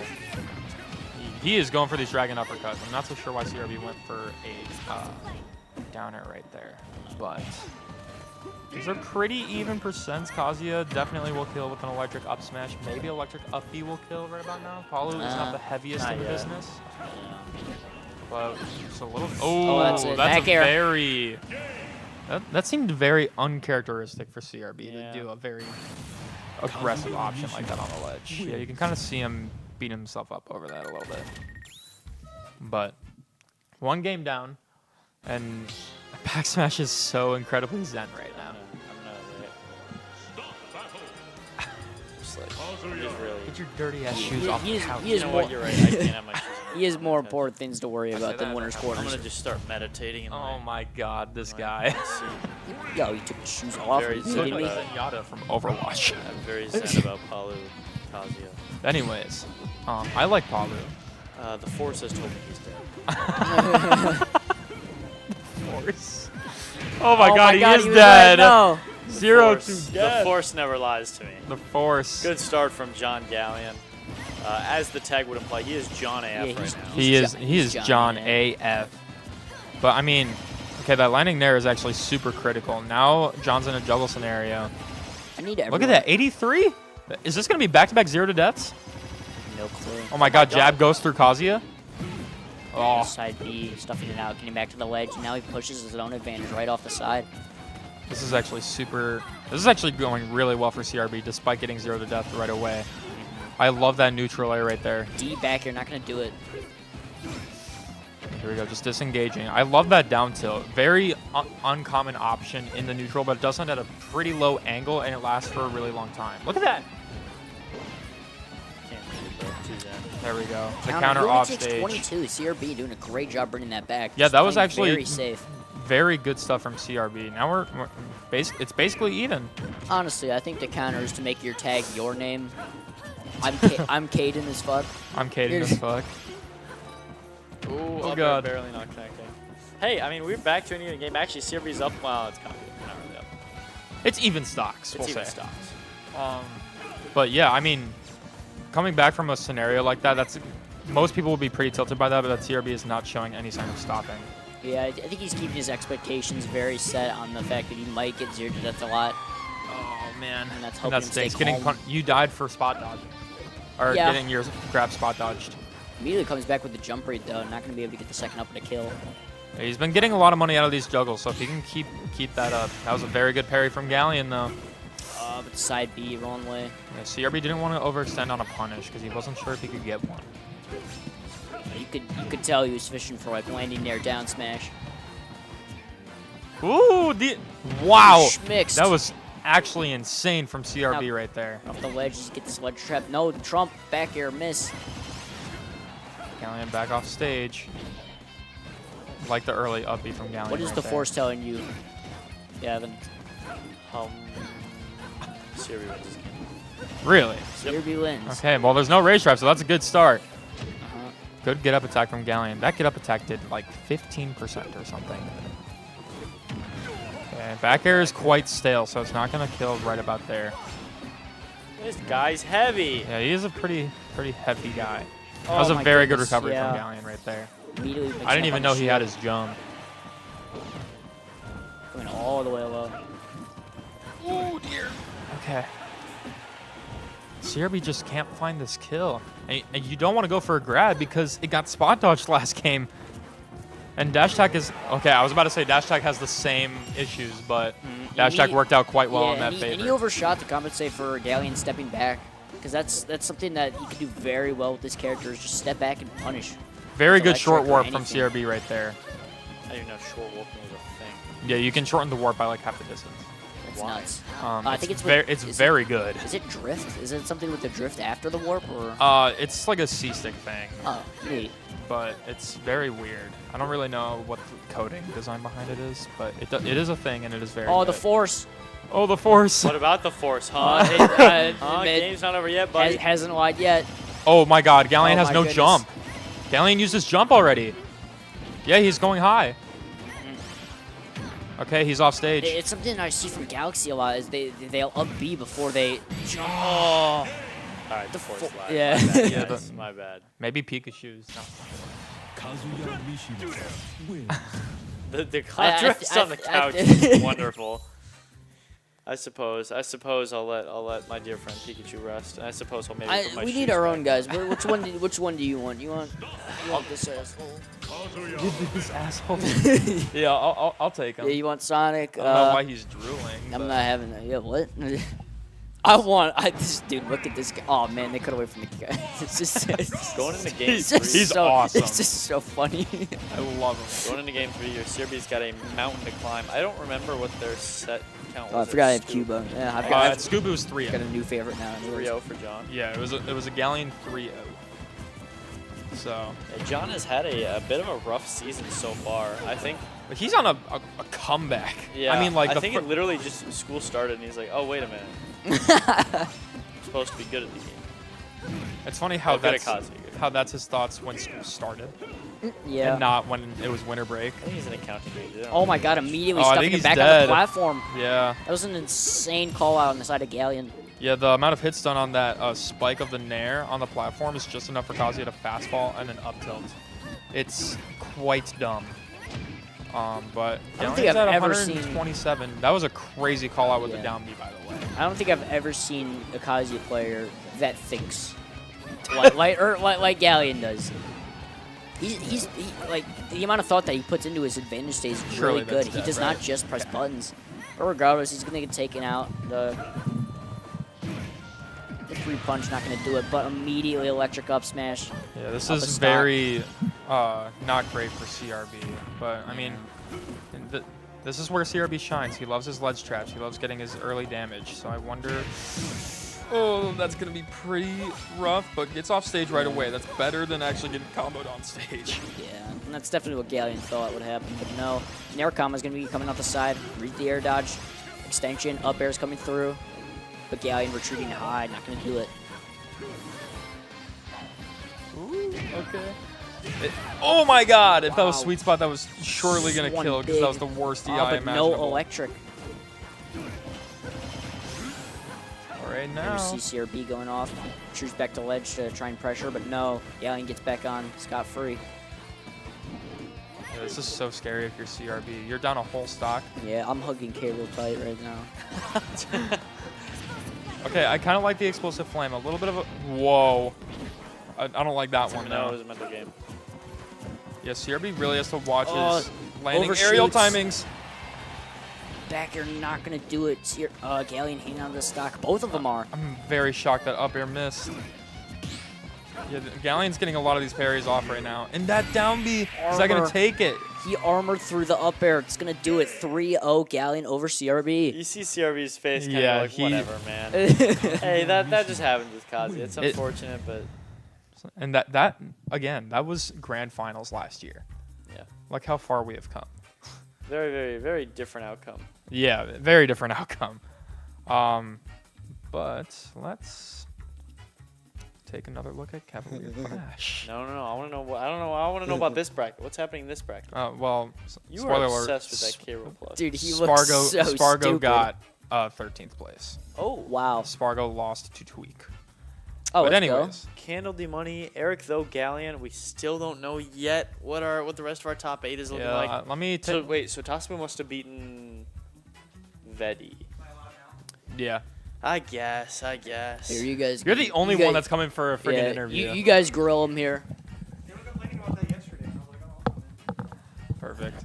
So we were just talking about how last year that was literally grand finals of this same event in winners quarters. It's fucked up how this bracket turned out. So, I guess like my main question is how did, because CRB lost to Galaxies and Pools yesterday. Do you think it's more so like a Palutena problem, a CRB problem? Because he was studying before this. He was studying, yeah, but yesterday he immediately sat down after he lost to Jaden and he's like, I played that so bad. Okay. Like, she just makes different decisions than I do, Yeah. and he was not ready for that in the slightest. And against Kazuya, if you're not ready for a certain decision, you just die. Yeah, absolutely. Like I saw, I think it was game 2, you spot dodged his grab and killed him at 20%. Yep, that's the matchup. So, I mean, I don't really know what else to ask. It was really quick. It was a very quick 3-0, and it was the same way at the scoop. I noticed, and we were kind of looking at that head-to-head. Now it is even 5-5 lifetime. Yeah. After that set, so, I mean, I don't really know. Like, has CRB even like considered going like Lucina or something? No, don't. Just don't. You just don't. Pala does fine. It's just harder for Pala than it is Kazuya, which is a lot of characters. Yeah. And if you're not playing on point, you just lose. Yeah, I mean, and at minimum, it was winners. He does have a hill to climb to get back to you. Oh, he'll which make it at minimum, it at would be minimum. 4th place if he were to make it to 4th and you were to lose right now. Yeah. But yeah, he does play Gray right now for 9th place. Already? Yeah. I forgot Grays and losers. This is a bracket, dude. It is a bracket. Absolutely. But yeah, I think that was all of the winners' quarters matches. So you play Eric though next. Have you played as Mario recently? He doesn't go Mario to me. It's just Bowser Jr. Even when he was like maining Mario, it's always been Bowser Jr. Yeah. I know he 3-0'd Galaxies with Mario yesterday. So, yeah. I mean, I'm no Eric though, so I don't have. Was it with Mario? I thought it was Bowser. It was Mario. It was 3-0 Mario. I'm pretty sure. Maybe Start GG lied to me. Yeah, they played in pools. Mm-hmm. Was that on the side stream? I didn't know. It was on main stream. I didn't see it at all. I just knew it happened. You commentated that, Gavin. Gavin, Galaxies. you have a long day. Eric though. Yeah. Yes. Because you got all Eric though matches. Are we sure they played? They Yes. played. Galaxy's pool was. Because Jaden was talking to me about it. You're stupid. CRB. Sorry. Seems like you guys are having a great time. Random. No, it was Bowser Jr. It was Junior. Okay, then Star GG is lying because it says 03 Mario. I was gonna say I cannot think of watching Mario Kaze at all, but I remember Bowser Jr. Kaze. Okay, maybe it was no, Bowser Jr. it was yeah, it was Bowser Jr. Kaze. It was the first set of the day because I remember we were talking about how Eric's never beaten Jaden before, and then he like kicked swept. some ass. Yeah. Yeah. I got no questions for you. I've seen enough of your sets. I know Anything you'll say to me is not nice. I know that's bullshit. I got nothing. He nice was to say. becoming Zen with Pikachu on his head during most of the I set. saw. Me and Kaden were laughing our ass off at it. he said When that. Did you see the? Yeah, we can Yeah, see. the We can see TV's the right stream. above Oh, them. really? The TV has the stream, not the actual gameplay. I didn't know that. That's funny. So Yeah, I don't know. Good shit. yeah, That's all I got. You probably have a That's little all I while to got. wait. I'm assuming they're gonna run through losers Yeah. before starting top 8. Probably gonna grab more pizza. You probably should. I really should. Definitely get something to eat, drink some Go fetch water, me some pizza. What do you want? study I want up. a cheese pizza or sausage, and I want it in the microwave for 30 seconds. Pepperoni it is. That's insane. awesome. That's insane. Thank you, Galleon. I'm biased towards Eric though for your next set. It won't matter, but good luck, John. Okay. I hope he gets me a pizza. F2 is also. I going to love get making pizza. PR players give me pizza or like do things for me. You might not want to drag that mic on the couch. It's gonna sound awful. Oh, is K? You're out. He's going to get pizza. I'll take one. I'm not a fat ass. I'm I'm kidding. I'll take. Oh yeah. Thank you. Just the one. Okay, so Tosabu beat Veti 3-0. It Yep. was all Ike, and then Fuyo beat Kit 3-1. So, So Fuyo Fuyo is top in eight. top 8. Fuyo Yeah. top 8. So Good that's shit. great for him. Oh, so I Um, guess even if Quag did beat Fuyo, he would have just had to fight Kid again. That would have been Yeah. unfortunate. Okay, what else you got for me? It looks like next we're getting Skyward Hero and Ethan Cheese 1107. Okay. And then I don't. Oh, sorry, know. Lizard Man, say that one more time. Okay, sounds good. So Ethan Cheese Scoured here, and then what was the other 9th place match? CRB Gray. CRB. Oh, Um, Jesus Christ. So by the way, CRB Gray, that is a very rough lifetime head-to-head between the two. Yes, it is. I watched it the is- CRB Gray set. It is 1-11. I was there for that one. I was there. Yeah, for it was that at the scoop when he downed him at 0. Yep. But that is the only time Gray has taken a set against CRB, and Wow. yeah, it's pretty rough. Oh, But yeah. Gray has already beaten Thank you, my D-Money chudling. this weekend, which is Thank you, John. Thank you. I needed my pizza. You guys don't understand. you been a guys long- don't understand. It's been a long. What time? It feels like it's like 6 p.m. What time is it? It's probably like 4:30. I'm actually so smart. It's literally Skyward 4:30 on Hero my and Ethan Cheese. Well, bed. pardon Ethan me. Cheese. I'm gonna eat some I'm pizza. actually super interested to see this. I don't think these two have ever played, to my knowledge. Hold on. That's actually not true. They played in the cash box on Wednesday. Oh, that's online. I forgot. Yes. They did do that, and it was Yes. game 3, was it, It not? was game 3. So I'm actually very, very excited. to see this. I've played Skyward Hero in a coin box before too, for 49th place. Yeah, no, I'm very, very, very excited to see this. This might be our last set of the day. So we gotta. Yeah. We gotta lock in, me and you. So maybe I don't eat this pizza while they're playing. We'll see. We'll see. We'll see. All right, game 1 on a classic, typical PS2. Yeah, and I know Skyward here. I mean, he's no stranger to Steve. Probably fights a billion Steves on the regular. Yeah. I don't know how he breaks blocks. Oh, he doesn't. He just throws the boomerang through them. Why did I expect anything different? My bad.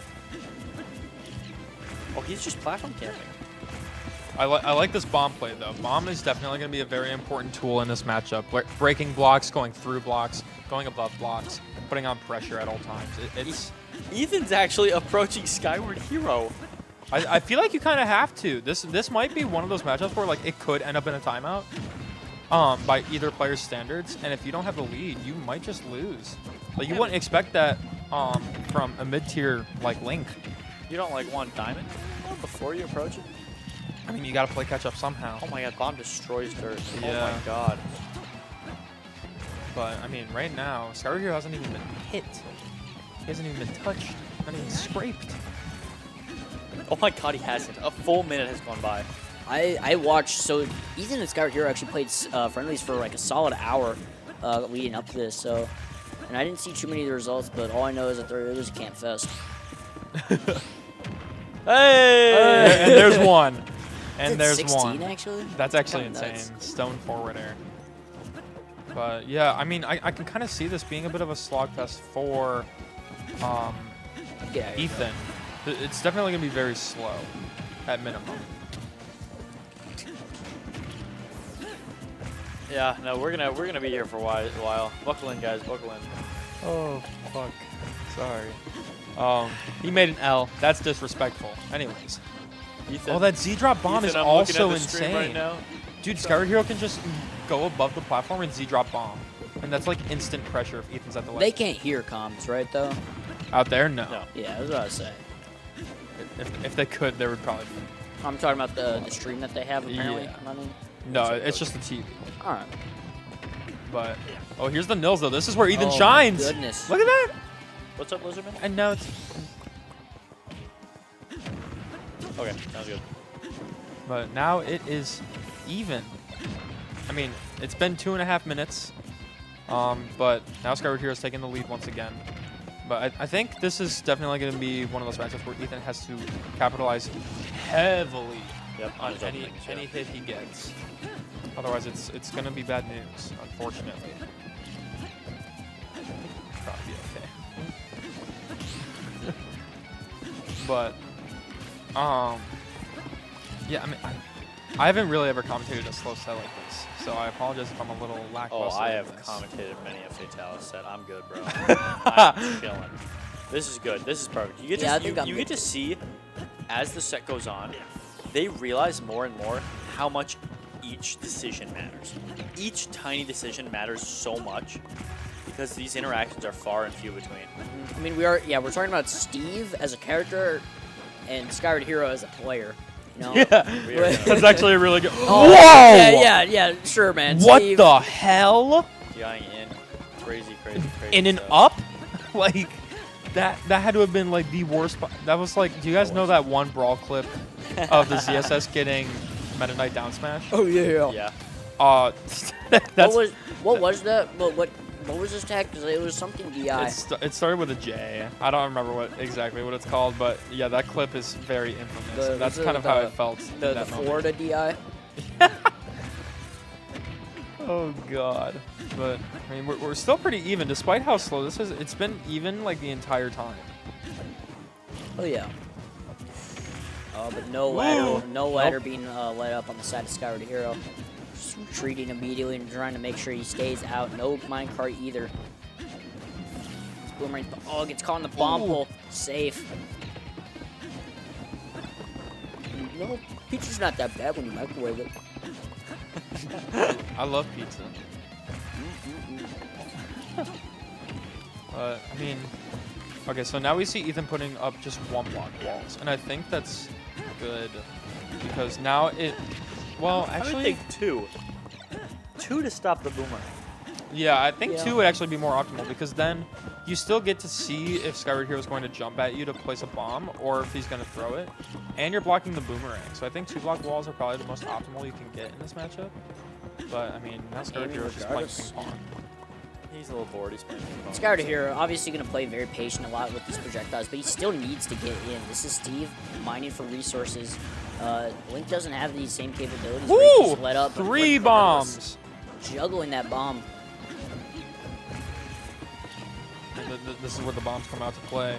We got 2 minutes left on the clock. I don't think 2 we're going to minutes. see a timeout in this match. Oh my goodness, that Oh boy.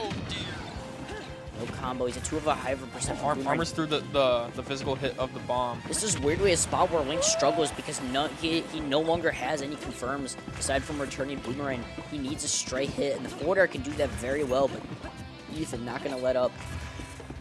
Oh, Ethan's in like just the golden sweet spot of a wall right now. That platform created a roof for his house. Yep.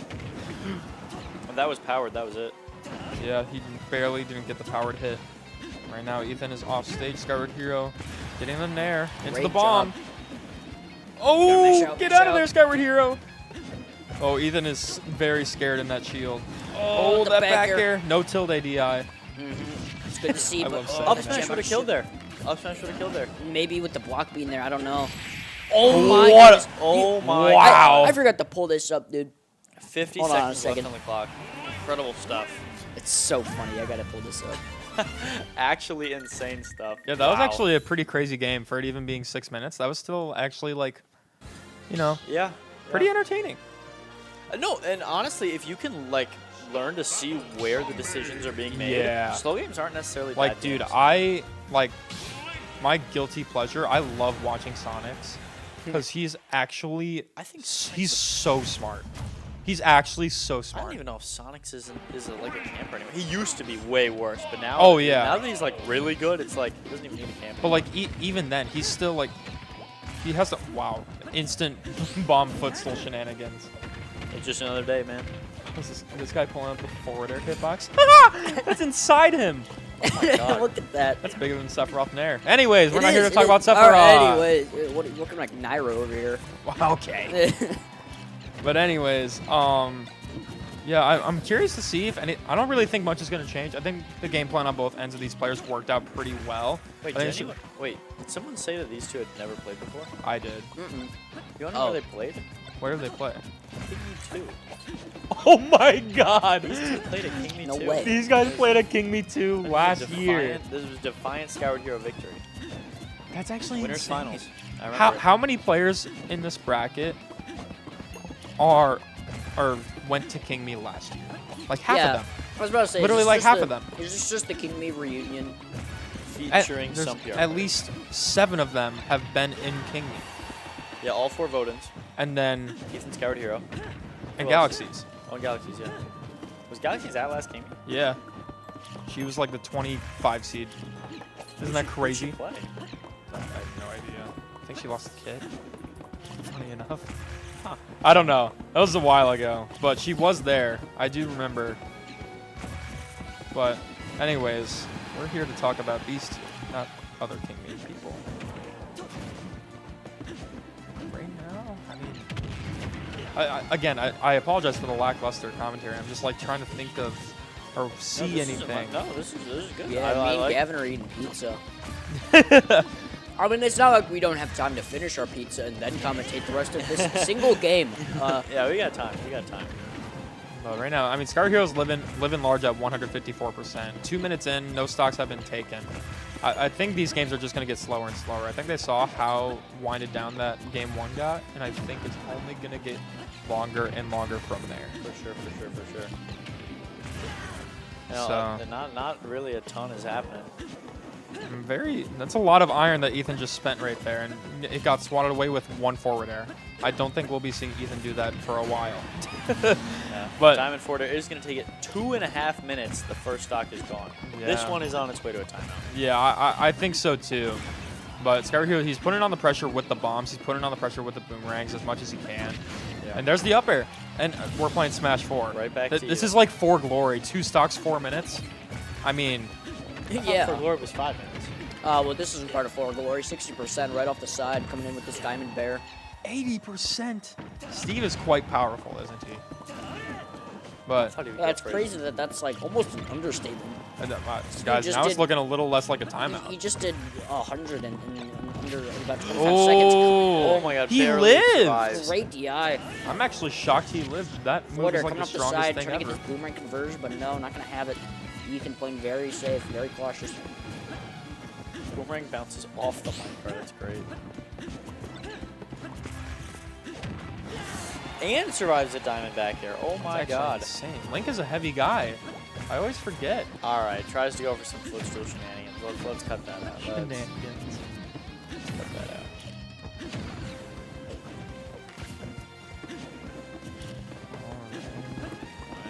I mean, Ethan, he's running low on mats. He can't really afford to keep building these houses for the platforms. Yeah. Skyward Hero's just going to keep He's got throwing his these diamond bombs. back again. And you know what doesn't take resources?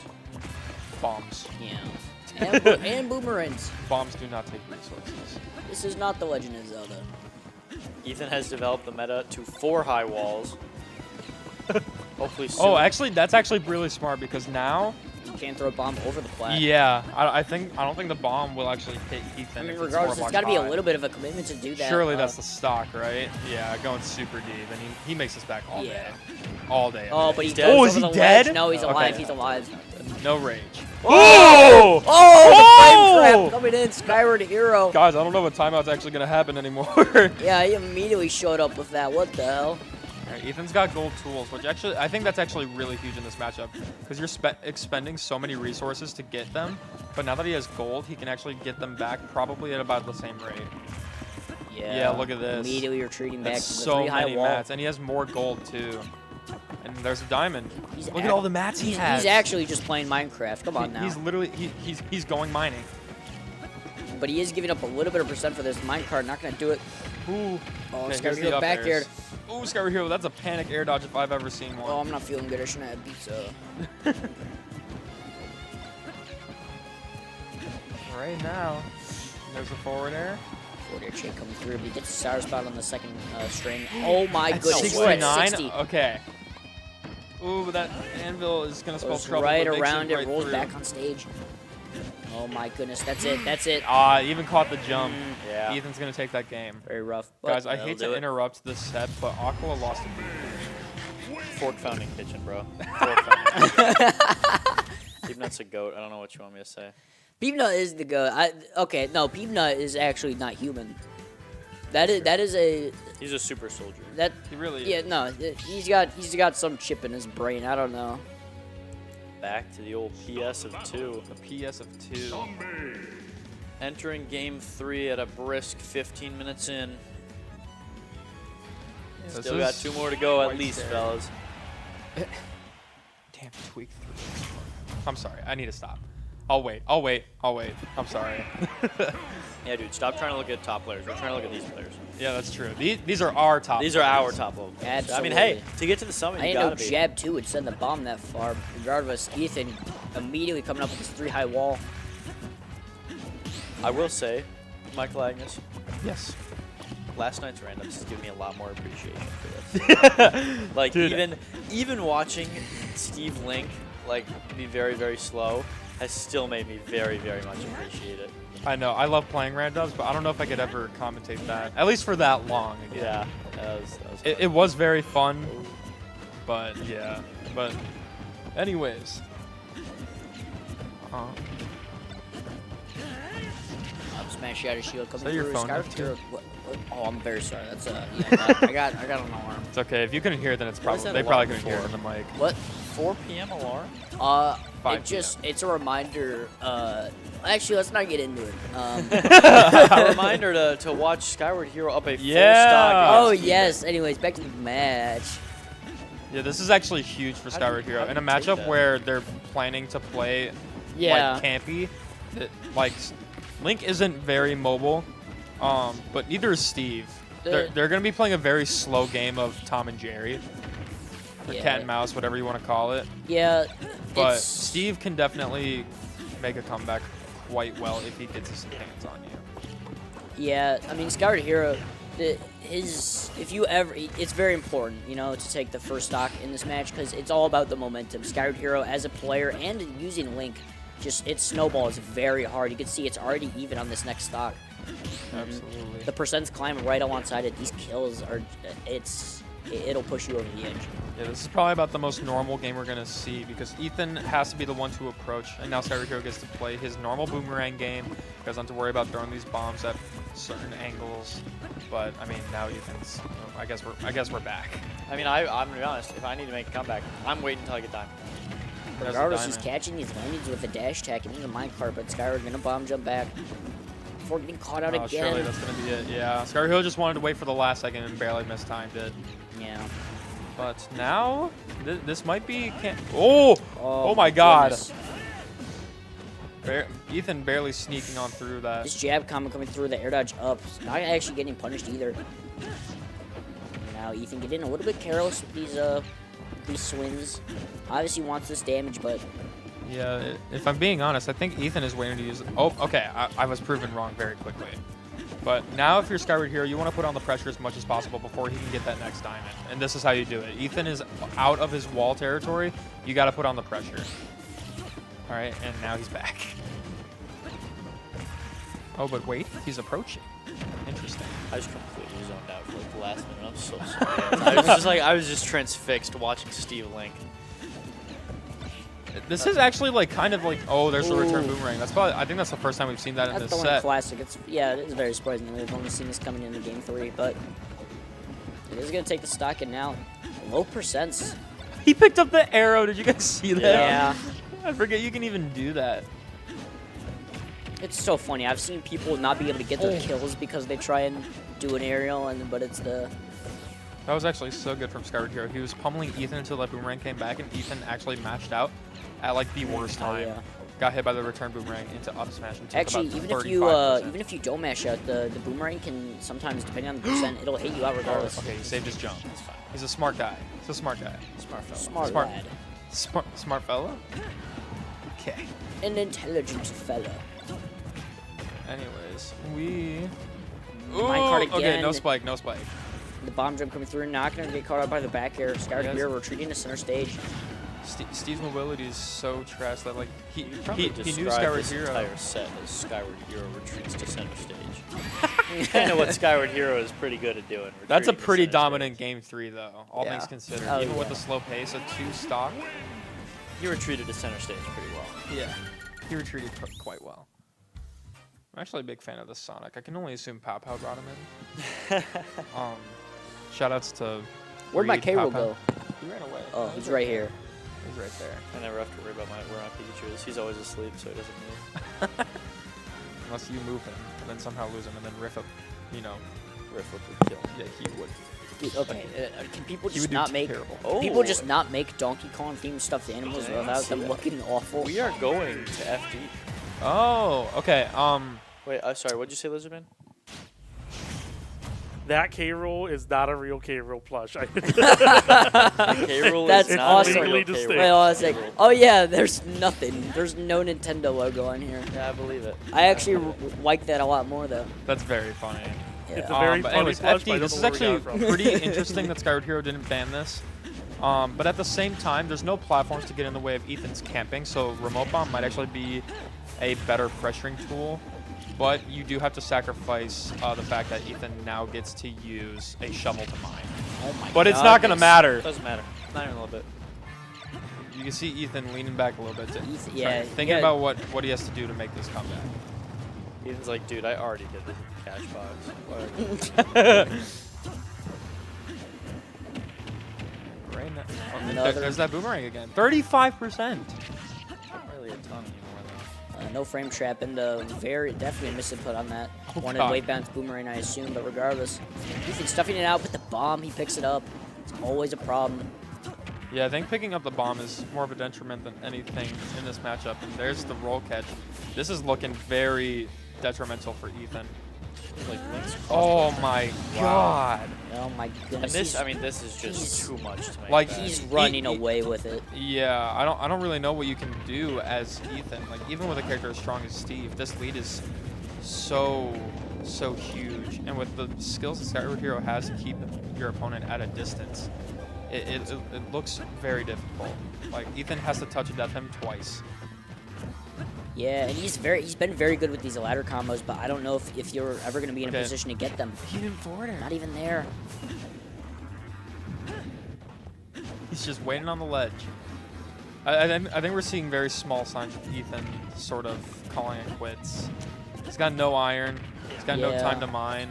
He's just kind of going in, hoping it works. I mean, low-key, I mean, it's kind of working. It's working so far. Yeah, he hasn't taken any percent past this. He made 80% back with only 16 on the zone end.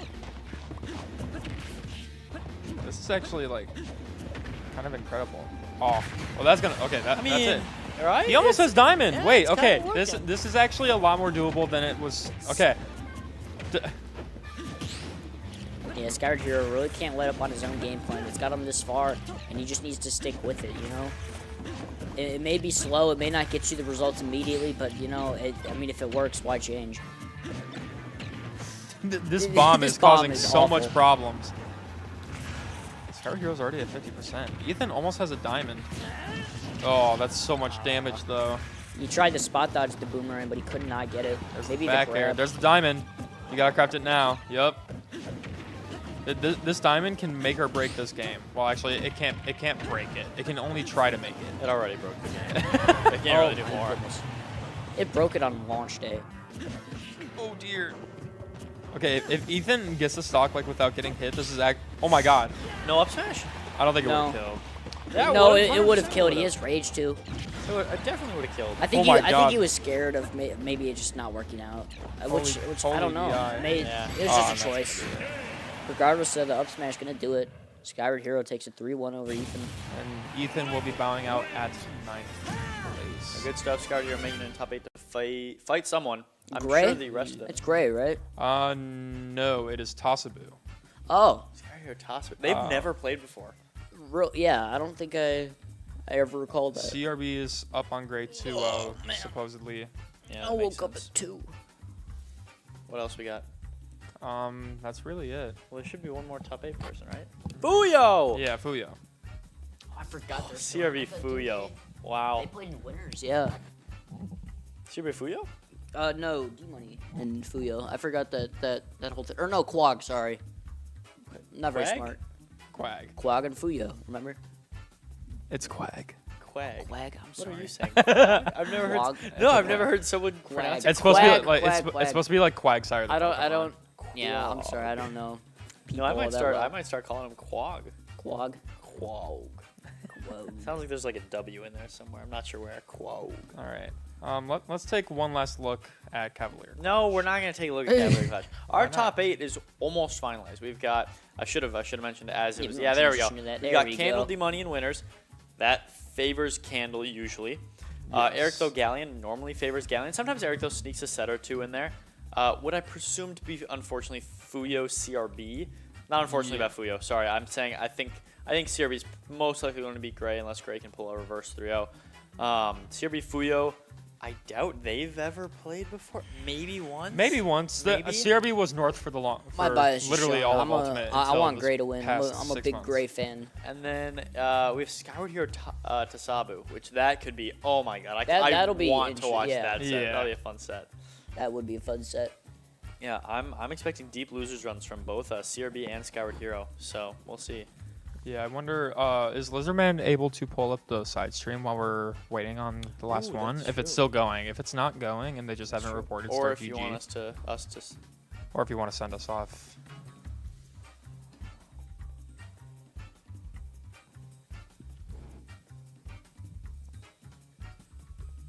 Sounds good. All right. Well, I think that's gonna be it for us. Our top 8 is basically finalized, right? We've brought you all the way. We can't take you over the finish line. You're gonna have some other Yeah. commentators take you over that. But I think we did a pretty dang good job. Yeah, did as well. We've come a long pretty way happy. since 3.5 hours of randoms last. Yeah, that was, yeah. Yeah. So I've been Pack Smash, I've been Agnes. I am F2. and we will see you next time. Don't leave. Top 8 coming up soon. Very soon. Don't Take leave. care.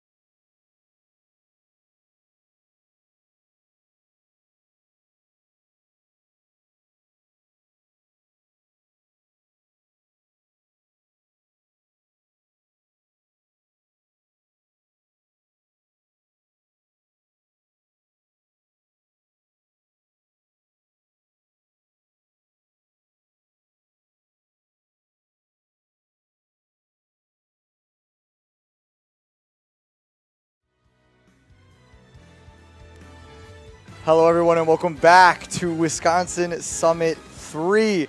I am Mochi, joined by the incomparable Pow Pow. We are here for top 8 of the greatest Smash Invitational in the state of Wisconsin. How are you doing today? I'm doing great. I'm so impressed at how smoothly it has ran. Outside of Star GG deciding that Gauntlet doesn't work. But as far as, the event itself, been running really well, been a lot of fun. I think it's been the most chill out of the summits I've been to for Wisconsin. Everyone's just, the energy's been really good. I 100% agree. It was something that honestly shocked me coming into this. Being a bit of a perfectionist has led me to think that things might not go as perfectly, but when I was met with nothing but incredible vibes and just people being happy to be here, people playing games, and overall like positivity, so many anxieties wash away, and we get to just sit down and play this game and watch this game that we love so much. And there's no better way to do that than I'm kind of at a loss for words. It's just been an incredible experience. I think too, just this new wave that we're currently in of Wisconsin Smash, like it's competitive, but I feel like the vibe is a lot more positive. Not that it has been positive in the past, but like, sometimes there's the salt that can come through. I feel like the salt is less prevalent. People are more so just like upset but want to get better.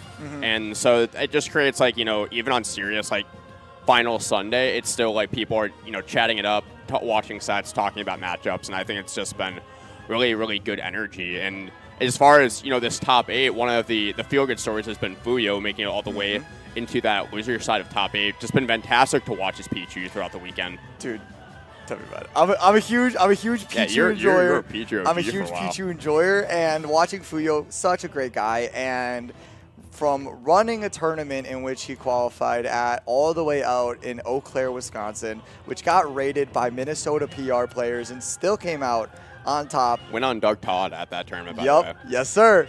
And managing to get a spot at Wisconsin Summit 3 and now in top 8 is just awesome, awesome work. But the first match we have up for top 8 is Candle versus D-Money. Candle, if you don't know, you should. Where have you been if you don't? Read a book. Open your phone. There they are, the Olimar extraordinaire. And if you live in this state and you don't know who that other competitor is, you are not a competitor, because that is none other than D-Dollars. D-Money, the Incineroar pilot himself. Cannot wait for this set. And these two have both been making some good noise out of state. Obviously, Candle's been doing it big for a long time, multiple top 10 wins in the world, but D-Money recently had a really good tournament at Dash Dance, beating Anarchy. That's a top 100 win, which is fantastic to see. So these two are definitely on the up and up, and just immediately getting into this, Wisconsin Smash Summit, sponsored by Up Esports. Yes, sir. Going to be kicking it off here on Battlefield to start this winter semi set. And we're going to start off with Olimar pulling out those Pikmin and getting as many. Ooh, quick grab, incredible grab from the platform. Not even caring about the height difference with the platform, but the revenge is going to give a little fear into Olimar, but with that purple and white, there is no fear to be had. Big purple swinging off stage is D-Money. No recovery, no vertical recovery enough to get back to the stage. And nobody gets those purples out faster than Candle. Already double purple lineup on the first stock in the first 30 seconds is unbelievable. At that point, you're maybe just hoping you have one purple already, but still has that second purple on hand. Already has a flower on the top of that purple, so it's going to be a little faster, do a little more knockback. So it's up to D-Money just to try to get rid of that. And so one way to get rid of it is just to get rid of Alf's entire stock. Just a massive haymaker from the back hitbox as well. So a ton of damage and the stock, and now got that double revenge, going for the Alolan Whip. Why not at that point? And then gets a quick toss off stage, catching that where the vulnerability comes out is Candle. And another big purple back air, and that might be enough to do it, and it surely is. Candle with a commanding lead in this first game. Even though D-Money's been absolutely hanging tight in this set, it feels, as it often is with Candle, the damage racks up so fast that it almost feels like it hasn't happened. Where the Pikmin are on you, the residual damage continues to rack up, and then all of a sudden they have their double purples in hand, and you might just be dead from a shield break, which they were absolutely looking for there. Yep, and going for the shield pop and obvious quick and strong is the purple up smash. Candle convincing in that first game. And especially when, as good as Wisconsin Smash is, Candle has been feeling like they've been on just an upper tier. And just, you can see it there. D-Money is absolutely one of the best in Wisconsin. That was a 1.5-minute game, I believe. And it was just done. It definitely felt like it. Capitalizing on the recovery, the not bad recovery, but exploitable recovery. Yeah. And being able to just know the arc, especially on the downward of the cross shot, to be able just to have a big purple swing out there to interrupt the recovery and to kill Incineroar, especially at 100. Incineroar, you're wanting to live to about 150, get those revenges, get those Alolan whips, but there was really no opportunity to utilize that rage for D-Money in game 1. Yeah, every time that D-Money got revenge, it was just a grab from Candle or anything to interrupt it and wait it out. But a big side B from D-Money to start this game 2 on Kalos.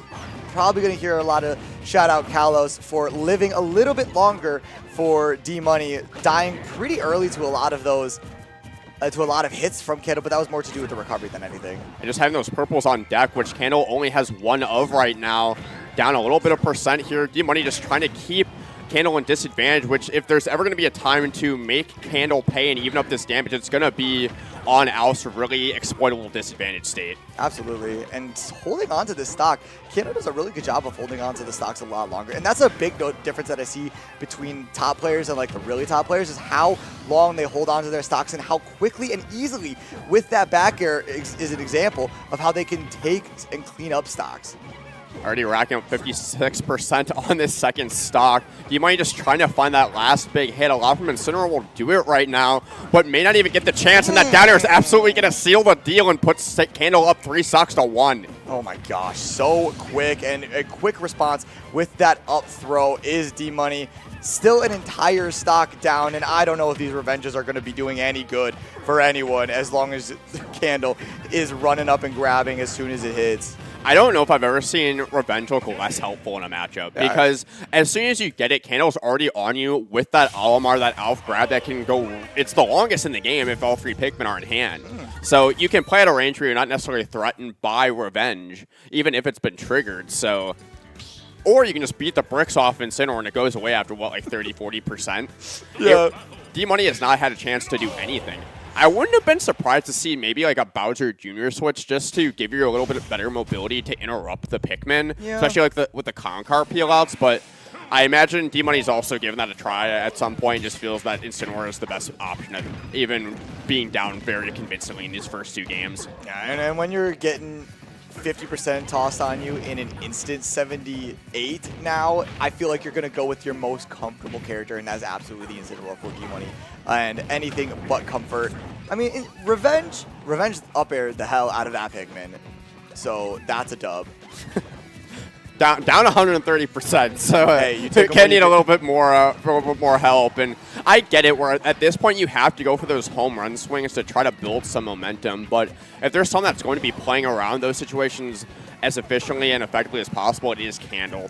We were playing friendlies earlier in the day, and they utilized that weakness of Alf having such an exploitable recovery and just getting out of harm's way. And you see it there, just covering the edge guard scenario and getting that cheeky up air just to take the stock. What should have been a negative was a positive there for Candle. Oh my gosh, yeah. And we've been seeing Candle exploit Incineroar's recovery in now 2 or 3 different ways. Hitting it in different spots right there, right before it starts up, and then this time baiting out the side B, but still D-Money able to get back to the stage easily, but now got that white, blue, and purple as Candle. Yeah, there's always a purple Pikmin with Candle around. You could feel the Alolan whip coming there, and Candle absolutely privy to it. Up a full stock, and we are talking about this as well before the set. The lingering purple downer might be the best ledge coverage tool in the game, especially for those 2 frames. It lingers for so long, and Candle is the best in the business at using it. Are you dead? Oh, no! 15%! But he lingered off stage just a little bit too long, missed his initial attack, trying to cover Candle's recovery, and then gets mad punished for it in the response of a down air yet again. And I see you touching those trophies. We got some, last year we had Crochet Whale trophies sponsored. Shout out to Ruby D, who did a fantastic job on those. And now we got Octopi with the corresponding crown colors and a ribbon. Yeah, so players are going to be competing for that first place spot for just a beautiful plushie trophy, as well as a good chunk of change with the pot. I don't know what the pot is at this event. Do you know? I do know. You should. You're the TO. Yeah, it is a good chunk of change. So it is a $1,000 pot total, and that is split amongst all of our top 8 players. Speaking of our top 8 players, we got Candle coming in. Gonna grab the handheld mic after just an absolute dominating. Yep, Yeah, just absolutely dominating. Basically be kissing that mic, what you're going to want to do. Yeah, I feel pretty good. You should. That was pretty sick. Yeah, I felt like I played that. I had really good situational awareness in that set because that's kind of what you need in that matchup. Of just when can you challenge Incineroar, and when can't you? Those are definitely the most important aspects of it. And just kind of like playing neutral as much as you can, because you don't want to give Incin an opening at all. It felt like any time that Revenge was triggered, you were already ready to grab. Yeah. There was really no momentum that D-Money could generate, because any time you basically left an opening, it really wasn't. Yeah. Figuring out when you can grab Incineroar is also really important, because Revenge is a huge part of the matchup. Like, you can kind of just stack on stack on stack Revenge, and if I don't have really a consistent way to deal with that besides, like, because I don't want to engage with it, obviously, because if I guess wrong, I explode. So I just have to kind of grab him or just fly away. Or I can get him to hit one of my Pikmin. That's the funniest counterplay. They try to get him to swing at you, but instead swing at the Pikmin. He did hit the hell out of one of your Pikmin with like a triple revenge up air. Yeah. And that was pretty much the only thing that happened as far as Revenge. It seemed like you took that a little personal and then beat the brakes off of his recovery. Anyway, is there another recovery that we can beat the brakes off of in this one? Probably not, because both of these characters are very, very strong. And so we'll see way more of Candle as the tournament progresses, having their spot set in Winners Finals. The other spot in Winners Finals is going to be between Galleon and Eric, though. Galleon looking to come back to another Winners Finals appearance in Wisconsin Summit, taking second place last year. And Eric, though, currently in his furthest placement in any of those summits, Eric being the one of the only 2 players to have been to all 3 now. A little off to a bit of a shaky start, but that's kind of Kazuya for you. And did not think he was going to get back to that stage. Going to be a quick stock taken immediately from Galleon. Just continues to build that momentum, hot off a 3-0 on CRB in winners quarters. But Eric, though, also having an incredibly hot weekend, played fantastic in pools to win a very competitive pool 3. Actually, no, was it? It was pool 2. Pool 4. A very competitive. But either way, also very competitive pool. Eric's been playing with a lot of confidence, but Galleon also playing with a ton of it himself, and just continues to make it so Eric, though, cannot get any space to reset. No, absolutely no space, except off stage seems to be pretty good for Eric and Bowser Jr. with that clown card, getting that ejection bomb and a good combo for 42%. Good put. Sorry, I'm John AF, and I'm like, I want to call him John. He is John Galleon. He is John AF, but this is John Galleon, and he has a great head start on getting Eric to that final stock, avoiding the Mecha Koopa. Nope, never mind. I thought he grabbed it, jumped around it, but ends up getting hit by it twice now. And no ledge guard immediately, but still holding down the good. That Mecha Koopa has been working wonders for Eric on this second stock. Has basically interrupted any opportunity Galleon has had to generate some offense. Has been playing a very different game plan than what we saw in Galaxies. Eric was very much focusing on getting those combo starters. In Galaxies was giving a lot of free openings, whereas Galleon's defense has been a lot more consistent, but because of that, he hasn't really been able to get openings now that Eric's playing so defensive and actually taking a lead here this game 1. Yeah, and it wasn't looking great at the start, and it's very even now. But still, Eric brought this back, and it's mostly because Galleon is just not grabbing the Mecha Koopa, kind of choosing to either avoid it or just get hit by it, unfortunately. But big combo, avoiding the Mecha Koopa either way, and now on a platform, Eric, the other platform, not getting comboed anymore, and now getting clown cart, couple up airs maybe. Nah, Kazuya, hard to combo guy. Yeah, definitely if you can get the right up air strings can do a lot of damage, but Galleon's DI mixing it up well just to try to mitigate that damage. Especially as Kazuya being a big body, you got to make those mix-ups. But here we go, going to get that electric wind out fist, but is not going to get the finisher. This one's going to go down to the wire here. Rage drive on deck. Bowser Jr. going up for that forward smash, just barely misses. My goodness, yep, and missing the grab on the Mecha Koopa, huge for John Galleon. He is going to hold down the middle of the stage with that Rage drive, very, very threatening. And Eric is going to do everything in his power to not get hit, but going down for the Mecha Koopa was the wrong choice as he got met by that up B of Kazuya, sending us to a game 2 with Galleon up 1-0. It felt like Galleon was learning Mecha Koopa as that game went on. That second stock was getting hit by pretty much everything as he was trying to figure out what the counterplay was, and then he realized that it's a little bit of fake pressure in terms of like you can just shield it and then respond as he did there with that up B out of shield, and it's not going to explode on contact. It's just kind of going to flop on the floor. So that's where getting that little bit of matchup experience as the game goes on can go a long way. And this is a best of 5s. You get plenty of time to learn those things about these niche matchups like Bowser Jr. And I don't think any one of these guys want to like lose. Probably, maybe. I don't but think this so. is also winners. So even if they do manage to lose 3 games in this set, they do have another shot. But Galleon with a big shot with his combo leading to a back air. Stylish stuff, but not taking that stock. Eric coming back with a response. No forward air connection, but managing to get that down air into this big triple up air misses, but still a big combo, getting a good amount of that percent back. Just using the Mecha Koopa to give him a little bit of breathing room. He is able to get back on stage here, but that down B is going to get through shield, no problem, and that's going to be a quick first stock for Galleon, only at 66%. And climbing more percent on Galleon. Mecha Koopa just misses, but a forward tilt going to keep him off stage. And misses with that F smash. Great F smash from Bowser Jr., but a better combo from Galleon. Misses that combo conversion, but that Gates of Hell, big damage, big knockback, not taking that stock. Eric is threatened on this side of the stage, trying to force himself back in.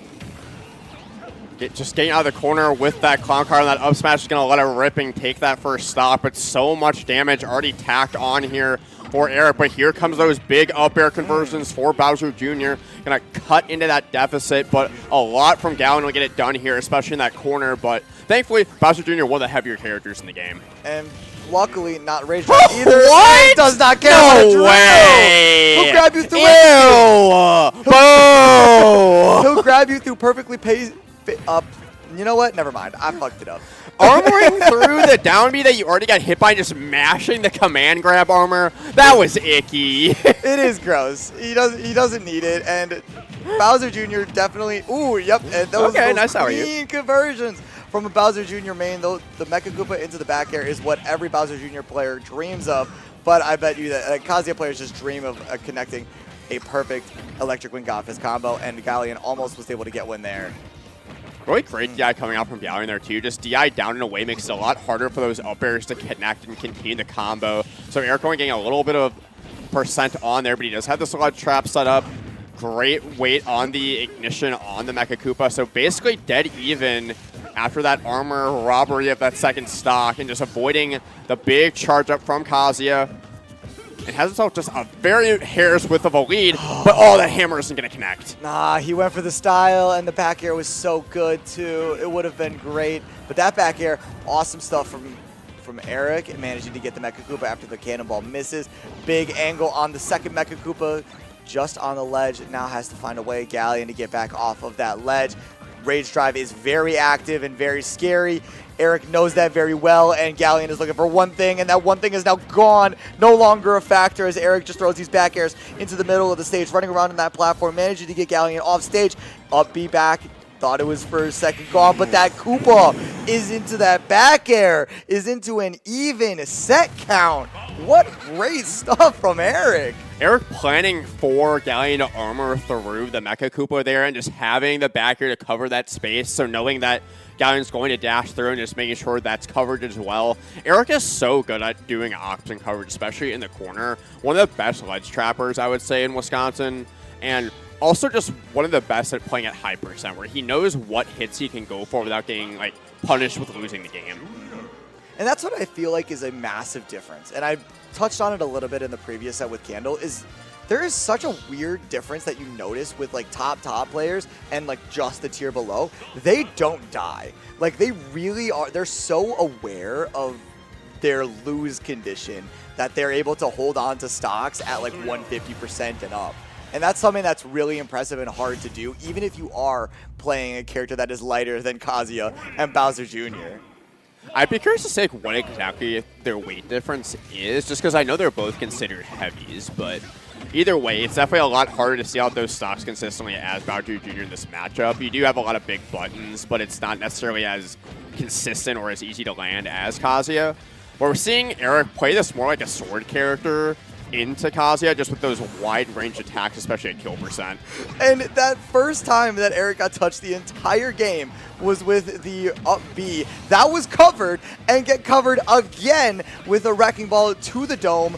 And Eric with a huge lead on Kalos with more of these up airs into the Nair. Eric schmoving. That clown car has got to have $1 million rims on it because it is moving in style. Hot Wheels for sure that Bowser Jr. has, thanks to Bowser. But Galleon finally taking some steam off of this freight train that is Eric right now. Going to even things back up from a stop count perspective.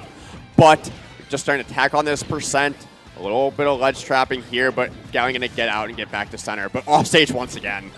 And that's the second time that second bounce of the Mecha Koopa does not fall off stage, but that forward smash is there finally to connect in the Nair. After the forward air, bend to the back air. You got no options, Kazuya. That's a surprise. I didn't think I'd say that to Kazuya off stage. You don't have options? Sorry. Bummer, buddy. Move on. There's certain matches where he just looks like he does struggle off stage because there's a lot of stalling that he has to do in certain situations. But getting stalled in the air right now is Galleon. Eric just continues to bob and weave and be everywhere all at once, and just make it really difficult for Galleon to get his feet under him, and he will not again in this game 3. What? Eric! Eric's playing so well this weekend. What kind of power-up do you get on Kalos Pokemon Stadium? That was crazy. I couldn't even get any sentence going before Eric's like, hold on, let me cook. I get the thought process of going there because it's basically FD variant, but with how good Eric's been in advantage state, it doesn't give you the opportunities to reset either. And it gives Bowser Jr. more room to escort you from one ledge to the other, and that's more damage stacked on. So I like this switch over to PS2. This is where Galleon got that first game 1 win. So you want to try to get back to what was working, but in the meantime, Eric's just built up a freight train of momentum. Yeah, and he saw how dripped out Bowser Jr. had his clown cart, and he decided to put on the gold jacket and the gold hair for Kazuya and try to get some momentum back, because it is all in Eric's corner at the moment with these up air strings connected with another double up tilt forward air 81. Eric though is cancel. Spaghetti. And, okay, and now it's Galleon's turn. Okay, using the tough guy on Kazuya to get through the jab there. Really unfortunate for Eric, but you got to use that gentleman, which I don't even know if does Bowser Jr. even have a gentleman? I don't think he does. I don't think so. It is always the rapid jab, but it is one hell of a rapid jab and one hell of a down B from the ledge. It's such a good option. It's so hard to cover. It's like doing the drop down side B, but just so much better. Also, just having that armor from Get Up to combo into the Get Up from the Hell's Gate, but Eric can respond there, even things back up immediately. Galleon needs to get some sort of momentum here. It seems like every time he does get something going, it's immediately stymied by Eric. Yeah, he seems to have so clear confidence and a game plan against what Galleon wants to get going, and these up airs have just been able to rack up so much damage so quickly. And the Mecha Koopas have been way more of a factor. Ooh, there we go. Trip, okay, keep it going. Nah, okay. And then Eric just always has an answer to interrupt in those situations as well. So a lot of these finishers that we saw earlier in this set from Galleon have just not been able to find their mark as the set goes on. Especially as these Mecha Koopas continue to interrupt Galleon on the ledge. It's made it so difficult for Galleon at these higher percents. Yeah, and Galleon might be very or pretty unfamiliar with the Bowser Jr. matchup, and so that ledge is kind of that safe haven to just think for maybe another second, but then Eric drops a Mecha Koopa on it and then interrupts that piece, and now keeps going with these massive combos. 59% and a Mecha Koopa out again. Jab one, that was a nasty setup that we were about to see. And then another Mecha Koopa, the single bounce catches that neutral get up, and that if it misses, it's going to run back, and then Eric can grab it again. But now he's going to eject, get back to that stage, and he's going to have this incredible lead. A full stock up, yeah, he's at 147%, but Galleon feels like he can't even approach because the Mecha Koopa's approaching from behind, and then Eric is sitting there in front. Man, now the ejector seat, and finally a breath of fresh air, but still has to keep his breath and stay poised because he's got 120% on him, and he might just lose his stock at any moment. And then has that rage drive. He really needs to make the most of this to try to stay alive and force this game 5. But Eric playing so careful around it. And once again, those trusty ledge trap snares with the Mecha Koopa. Galleon is going to escape. And here we go. Gets that follow, gets that drag down. And now this is a dead even game, Mochi. Now, yep, right back to 95%. And that rage drive all the way to a game 5. Galleon brought that back so quickly. If you think that Eric is racking up damage quickly as Bowser Jr., boy, Kazuya Mishima. I was a little jealous. Galleon had really been struggling to get those big combos, those big finishers as the set was going on. Finally getting back to what we know so well from him. I was looking for these guys' head-to-head count. It's 14-11 in favor of Galleon. So there's no way that the Bowser Jr. hasn't come through at some point, especially with how much Eric plays this character. So you guys gotta imagine this is just classic top level in Wisconsin, just momentum shift, adaptation back and forth. These guys are doing a great job of answering the bell whenever it feels like one of them is down and out. And he's hovering. He's not picking a character yet, but we all know it's going to be that Kazuya. But he's gonna take the coat off for this one, maybe get a little serious, maybe a different climate in the Pokemon Stadium 2 compared to Pokemon Stadium 2 where they were in the previous game. But vibe shift, still the same stuff. Eric is going to rack up this damage convincingly, and Galleon is going to stay on that ledge for a long time. Galleon very comfortable just hanging tight on the ledge whenever he needs to, which is so important against a player as good at ledge trapping as Eric. But he is going to find his way back on stage and just immediately with a barrage of aerials from Bowser Jr.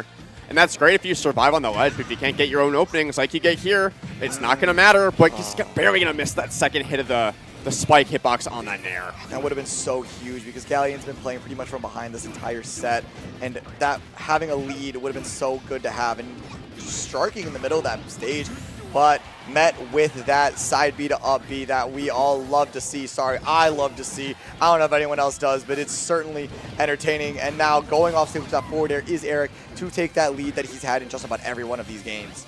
First blood going to be going to Eric. And as he continues to get this momentum going, these up airs, he's so good at finding the clown car up airs to start the stop. But Galleon just going to reversal it back down, get his feet under him, plant, and then get that up smash to keep it within the same stock. But again, stuck at the ledge. He's been there so much throughout this set. Yeah, and Eric is getting pretty much free damage. And the difference is in the games where Galleon's won is he's able to get back off the stage and get these combos going as quickly as possible. Met with the tech in place on that platform, but still the last weak hit of that up smash is not going to take the stock like Galleon wanted. And now Eric has got that ledge trap situation like he loves to do. This is starting to become a nail-biter here at the end, Mochi. The winner of this gets to take on Candle in Winners Finals as dead even as he could get in a Game 5 here, but that rage drive is on deck. Galleon has to make the most of this. Just barely misses that forward smash is Eric. He manages to F-smash his own Mecha Koopa to keep himself safe, and now with that back air gets another lead, 130%, not much at all. It is a fingernail that separates these two in terms of an actual lead. Galleon able to get the stock with anything and does with that down air. Now we got ourselves a last stock situation, the stock of champions, if you will. That Mecha Koopa hunting down Galleon in the middle of the stage as he looks for any opening, but there's Eric with that opening first. 2 up airs, that platform is safe for Galleon, and we reset with that Mecha Koopa. Galleon hunting for an electric wind god fist, but Eric is not giving it to him as he continues to have these Mecha Koopas out in front of him, but finally gets the opening and does not have a platform, but great downward angle shield as he lands for Eric. That's going to be so big. Yep, and gets him with that clown card ejected into that hammer. Super strong, and a drop with the Mecha Koopa gives himself a offstage situation, but gives Galleon rage drive. That Koopa coming back. Back air is going to connect 121% onto Galleon with the winner's semi set in the balance. Mecha Koopa dropped the ledge. You are no invincibility anymore. But the roll onto the stage with the rage drive. Big 50%. Damage, not taking the stock. Oh my gosh, and now poking at Eric as he tries to get back to the stage safely, but met with the down air of Galleon and takes it over Eric. The trademark down air coming through from Galleon. So impressive. What's up? The box one? The Fox. Oh, the Fox is like way back here. It's like in the graveyard behind the couch. Here you go. Let's go. Oh, okay. Yeah, take care, dude. What a set. What a finale that was. What I was getting to is Galleon's so good at saving that down air to cover, jump, and cover neutral, get up at the ledge until he needs it the most at that kill percent, and had been holding on to that, only used it a couple times throughout the set. And in those high pressure situations, you're going to want to be picking an action at the ledge. So going in, just saving it for when he absolutely needed it. Okay, I come take a seat here, John. Dude, yeah, take a breath. Holy shit. Yeah, just hold it. Just put it close to your mouth. Hold it right up to the face. How you feeling? Congrats. I hate fighting Eric so much. He's so good, right? He's so good. It's such a patience test. He's so good at the matchup too. Like he beat Mistral at Cross last year too. Oh, I didn't realize that. Also and then beat Galaxies earlier this weekend. Yeah, Bowser Jr. is good in the matchup, obviously, but Eric's just so scary, dude. He can just Eric's just so scary. It's just it's so stressful, dude. I can die at any time. Yeah. And you're Kazuya. His edge guards are on point. His disadvantage was on point. Usually I can get at least one high up B because he always likes going clown carding high. He didn't give me that once. Nope. No, he uses Mecha Koopa so well. That ledge trap's so good. I have to hard commit to or just hold ledge and pray. One thing I want to ask about, I was talking about it right before you came in. You save that down air to cover the ledge options so specifically for certain situations. What is your approach for when you're actually going to let it rip? So if I know they're really tense to get off ledge, I will usually rip it. And if I know they won't roll, those are the big things because it beats everything else. Especially in those high-pressure situations, right, where it's a last hit and you don't want to be stuck on ledge for too long. Yep. I was expecting you to either go for, the up-angle, strong forward tilt to catch a jump or go for that, and the down air just covers both more conveniently. Yeah, the down air is just so reliable. Hitting ledge is just so huge for ledge trapping in general. Does it hit ledge as well? It hits every ledge hang. Wow, that's crazy. Yeah. And once I started ledge trumping, people don't want to stay on ledge anymore. Yeah, I noticed that yesterday. We were watching, I'm not used to seeing Kazuya go for ledge trump, and you were doing it just to apply pressure at the ledge and make people so act many faster. People will give panic options. I don't get anything true off ledge trump. It's just a scare Yeah, factor. that's what I was noticing. There's no way you get ledge trump. It's a Kazuya ledge trumping you though, but you're gonna be scared. And that's smart. So it adds more stress to your opponent's mental stack, and that frees up getting those down airs to steal out stocks. But how you feeling? How much have you and Candle played? Against their Olimar, it's only been 3 sets. Their last time was Scoop last weekend, and I've only taken 1 game ever. But no one's taking a game off of Avery this past weekend. This weekend, this last weekend, I should have won 2 of those games. Is that real? Okay. No one's taking a game off Candle this weekend. I don't believe I'm not so. surprised. And I didn't want to say until the set was over. If you asked me who was most likely to have a competitive set with Candle this weekend, I was going to say you. Yeah, the matchup's in my favor. So. Yeah, and I know for a while Candle really struggled against Kazuya, really grinded out that matchup for a while. But it's also just, again, like you said, the matchup, and you've had some experience against Candle. So I was hoping that this was going to be our winners final, just because I thought it was going to be the most competitive. I wanted this so bad. Last weekend, I'm like, I should have won 2 of those games. Damn it. And I know I can do it. Well, and now you're back in winners finals again. Yeah, just like last year. Let's just hope it doesn't go the same way. Hey, yeah. Well, the guy that happened to, he is still there. He's still looming. That was such an exciting winners finals and grands last year. I don't know if I've ever seen a Wisconsin Smash Summit that was more exciting finisher. So hoping to get more of that this weekend, but maybe it'll be a different result for you this time. I hope so. Yeah, and so we can do either we could send you right back and do Candles. I need a minute. But we are the so losers quarterfinals, D-Money versus CRB is playing right now. So in that case, the other losers quarterfinals match is Eric though versus Skyward Hero. They haven't played in a long time or ever. I had the set counts up on my phone. I want to take a look. Those two have I'd definitely like played. to see that. Although I don't know if I'm staying here that long or if I'm allowed to. No, if you want to sit and chill with us, you're welcome to. Okay, it's 2-1 Skyward Hero as far as Eric. Yeah, I think they played at a West Town Brawl. I think it was, I want to say the Summit one. I just imagine that out of Eric's character pool, none of them particularly like Link. I feel like Mario does fine. Yeah. But it kind of still, stays it's with still the awkward. openings, Yeah, though. it's still awkward. Because the way that Skyward plays is at that like roll distance that's very shifty. He loves playing at the distance. Like that micro space where it's going to be difficult for Mario to get the openings. And you can't, up air jugglers are not as reliable on Link because of the Nair. So I just imagine that a lot of the openings that Eric is used to getting, someone like Skyward is not going to give him. Especially like retreating fair, just Waveland, Boomerang. He's so good at the defense. Like, yeah, his defense is incredible. and he has incredible advantage too. Dude, like that's something that a lot of people like. I feel like You the defensive see the part, grinder in him, dude. The He's- defensive part of Skyward Hero is the part that's I feel more underrated because of how explosive his combos and his advantage state is. Because acknowledging a good defense, that's real ball knowledge. That's for the real ball knowers, and seeing those splashy combos, as cool as they are and as fun as they are to watch, that's the stuff that people like tend to focus on first. I think it's also what's impressive about Skyward is that he's aware of his weaknesses too. He knows that he loves jumping, especially in the corner. Yep. That's really all Link That's can do. all I'd abuse against him. Yeah. And so if you're Eric, you're maybe looking to preemptively put out some back airs just to stuff out those He's already jumps. really good at that. Yeah. Yeah, so that's really like what you got to do is force Skyward off stage with those Mario back airs before you can preemptively get a full hop Nair in to try to get his way out the corner. Yeah. And the So- way Eric's been playing has just been. Awesome to watch. Every set that because I've had the pleasure of commentating a lot of his sets this weekend, and every single one of them has been an absolute banger. Yeah. I'm glad that I'm glad I've kept myself off the mic as much as possible, so I could just like sit back and watch some of these matches. Most of them have been streamed anyway, so I could have been adding some fun Oh, we are little- getting it. Hell yeah.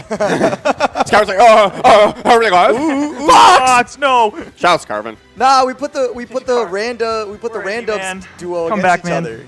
Random steam kill. Tragic. Unfortunate. These guys got second place in our awesome randoms tournament, which our players so graciously vetoed every single team until no one had anything left. I heard that there was supposed to be a rule where people already like selected for a team couldn't veto anymore. That was something that I should have implemented. I thought but that was didn't. Dude, obvious. I was so ready to team with Kaden. Kaden was ready to team with me, and then You guys had aerials running cardio during that. he was having fun. at Dude, it least. was so funny. I don't know.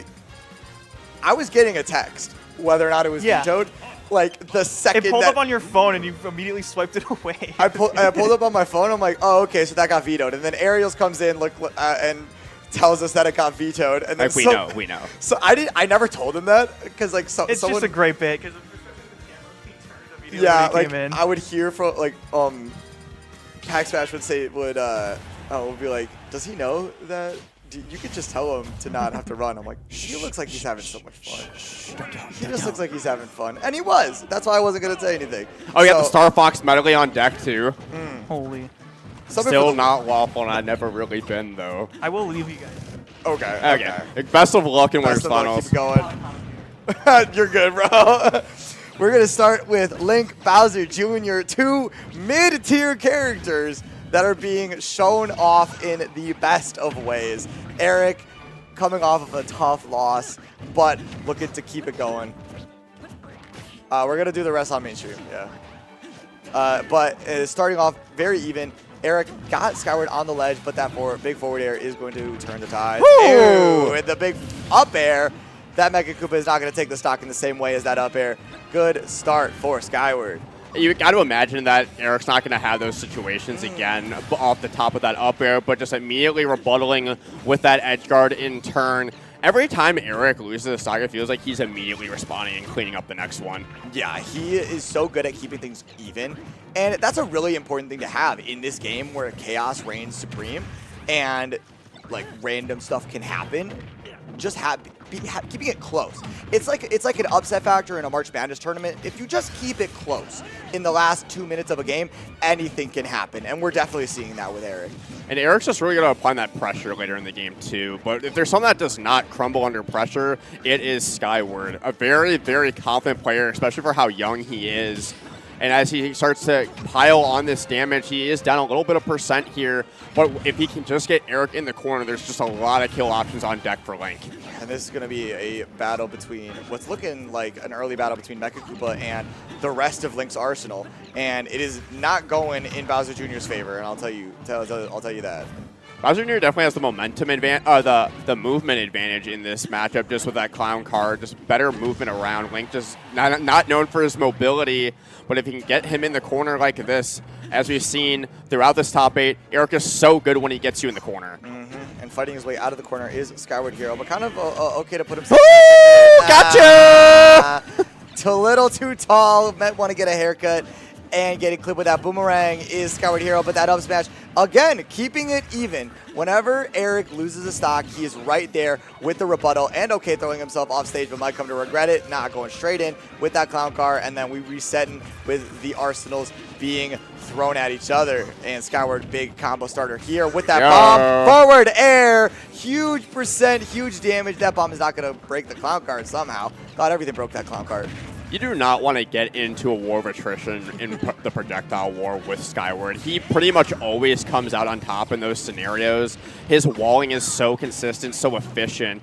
And you're seeing Eric try to remedy that situation by getting with that clown car, but he's taking percent after percent, cannot reset, but finally getting to that platform. Oh my gosh, yeah, and doing all of this, taking such reckless damage on the last stock, and now it's sitting at 140 with Link very easily able to take a stock with any aerial, and the up air is going to be the one to finish it up. And Eric going down at 1-0 in this loser's quarters. You're so used to Link finishing out those stocks with a forward air out of all of his aerials, but the way that Eric was recovering like above ledge, it was prime real estate for those up airs to come through. They're so strong, they linger for a while, and especially if you can whiff punish the Mecha Koopa pull, but we're immediately pulling out Bowser Jr. going to substitute in Mario just to try to get a little more up close and personal with this Link. That's why I love Eric. Plays all my favorite characters. Link is one of your favorite, Bowser Jr. is one of your favorite characters? Yeah. Huh? I'm a weird guy. I like the funny little characters. That's why I like Pichu so much. That's why I like Bowser Jr. so much. And I just rock with Mario because he's a crime. I love Bowser Jr. as a video game character, but they put him in that clown car with the Koopalings, and I'm just like, that ain't the man I know and love, or the kid I know and love, I guess. Could have been a sick character. He could have been a sick sword character with a disc joint with that. Yeah, with the paintbrush, awesome character design, would have been so good. Yeah. Inkling with a sword. Yeah, and then you could have given us, and then you could have put an Eggman in this game with an actual Robo Kart, and Yeah, it would have been sick. But this I like this switch a lot already. It gives Eric a lot more consistent pressure up close. He was not going to win that projectile war as we saw in that game 1. So just having that fireball to interrupt some of the spacing, some of the pacing has already been paying dividends, and he has Skyward off stage here, but great recovery coming in from Skyward. And another thing to look out for is Skyward is very keen to do those up B reversals. He's really good at baiting someone to come off stage just a little bit, so he gets those big reversals with the up B. And Eric getting Skyward off stage, running away from that boomerang. Perfect pacing for Mario. He might have a little bit of a gut, but he's got great pace with those legs. Yeah, Jumpman knows how to get from point A to point B real quick. I like the way he's trying to keep the boomerang just to interrupt the zoning from Skyward. So far, it has not worked out. But I think that's one of those that, with more opportunities, is going to pay off. And right now, he does have a slight lead on this first stock, but getting the stock here is going to be a lot harder for Mario than it is for Link. Yeah, back throw, not quite. Just a little bit too much weight. That bomb probably puts him over that weight limit for the back throw to connect with the end of a stock. But that bomb, no dice, but that with the air dodge coming through for Eric, going middle of the stage. No up smash, but back air for sure. 1-2-3% on Eric, holding on to that 3 stocks. Big combo potential here, but that rage is going to make any connections not happen. Skyward at just a bit of a deficit here, but has this corner pressure. And if nobody got him, Rang got him. Shout out to Ice to Hell. And that's been really the big MVP for Skyward throughout this day 2 of Summit. Anytime his opponents think that he's at a disadvantage, that Rang comes right back to set up for that up smash. And I could have been convinced that Eric would have enough of a shield to get through it, but poking just the very... Oh no, what are you doing, Skyward? You got a little bit too greedy. He loves those uppy reversals. I was saying so, but Eric there to know that, seek it out, and get that F smash to give himself a 2-stock to 1 lead. But Skyward is looking to even that up real quickly. Reverse with that boomerang. So no longer his, but a single hit of that F smash going to put Eric in a disadvantageous situation. And good stuff to get away from that bomb. And having that flood just to push Skyward out of position a little bit, it's very helpful. It seems like these small rhythm changes have been very helpful for Eric just to establish some more momentum in this game too. Is up just a little bit of percent, but it feels so much more manageable in that game 1. Yeah, and he's managing the projectiles a lot better too. The less mobility of Mario, you'd think would be harder to navigate the projectiles, but Mario able to jump around. He's a little stubby, so he's not getting hit by all that much. But that bomb, unfortunate. Collateral damage is always gonna happen with when you're throwing bombs around. And Skyward Hero desperate to take this last stock as Eric is just slowly ticking up to 50% now on Skyward Hero's last stock, but that forward smash will be easy pickings for a stock taking. It's really difficult for Skyward to seal out the stock there. As we were talking about before, the smaller stature of Mario makes it harder for Link to find these openings. So Eric really is making Skyward work for these kills. But Eric's starting to get a little bit overzealous here, and the lead that he had is all but evaporated, Mochi. It sucks to see when you got, like, Mario can rack up damage so easily, but we were talking about the defense of Skyward Hero, and it is coming out in spades in this game too. Looking to take this game away from Eric when the Switch was looking so good just 2 minutes ago. All the openings that Eric was finding in the first 2 stocks have not been here, but finally getting some back airs, calling out that jump. He needs to make the most of this, and that cable did it done. Yep, and just when we thought we were starting to count him out. And then 3 back airs and a penalty flag will tell you that this is an even game. Super Bowl Sunday is here, and Eric is here to try to punch his ticket into losers semis. With this switch to Mario, has been paying off so far. Someone please, just play Route 209 for me. Romeo City? Nope. Cynthia? Okay. All right, that's fine. I'm going to keep going with my weird Smash takes. I think Route 209 is one of the better Pokemon songs in this game. I couldn't tell you what it is so low-key and so not hype at all. No one would ever really pick it. Why would we want that for top 8 then? For me. Literally just to appease one person and maybe others who might be watching, but it's probably just me, an audience of 1. I feel like that's a better like pools matchup. Like it's a top seed that's probably gonna steamroll versus the lower seed. But no, this is as close as it gets right now. Eric getting the rebuttal in. We are gonna make it back to PS2. Makes sense for both sides here. Link loves having that space to wall out Mario, and Mario loves that platform hype to get those up air extensions. I have been noticing that the fireballs tend to go away. Yeah, no, why did you deny that out? Skyward was not ready for that spike. I wasn't ready for that spike. No one, only Eric was ready for that spike, and he's going to keep it going with these up airs, but that forward tilt. He almost got foul play on himself with that nasty. Are you? Okay, great air dodge from Skyward to keep him alive there, but already 86% in the second stock. Whenever Eric gets those up airs, it's pretty much curtains for Skyward. Skyward. Up air, up B, gonna barely make it out alive once again. I could have sworn he was gonna go for the double jump down air, which might have taken the stock. Forcing that jump from Eric, though, will take the stock. No pun intended. And that's just how it happens sometimes. You're just so nice with it. But big combo, he's nice with it. Skyward here not gonna connect with that full combo. A reset to neutral here, just grind the pace on a little bit, but Eric immediately getting back into the fray with that grab. Looking for an up smash, I'm sure. Doesn't quite get it, but still has Skyward in the corner. Another backer to force him back off stage. As we were talking about before the set, it just is really making it difficult for Skyward to reset. Yep, grabbing that nair with the, grabbing the bomb with the nair, and then getting back-to-back up airs is Skyward. Grab, awesome. Continuing the pressure. Great grab from Eric to keep himself from that bomb. Barely whiffing that grab. Could have been a back throw. but finally gonna miss an Orang up smash for the first time, I think, in history for Skyward. Certainly in his lifetime, however short Absolutely, it may be. but an up smash gonna get it done for Eric. And Eric, as we've seen, when he gets these leads, it's really difficult to get that stock deficit cut down. Yeah, and I don't know how I feel about. I don't like him grabbing the bombs. I would say I don't know how I feel, but I do. I don't like when he grabs the bombs because Skyward is just quickly able to grab it back, and it hasn't been giving any benefit to Eric. As we've seen, he just seems a little too focused on it, and not focused on that up B taking his stock away. Eric also just really struggling in these up-close boxing scenarios now. When he gets these combos, he's taking a mile, but to get those openings, he's not finding the grabs. The up smashes aren't coming through very often. As the set goes on, Skyward's doing a lot better at adapting in those up-close situations.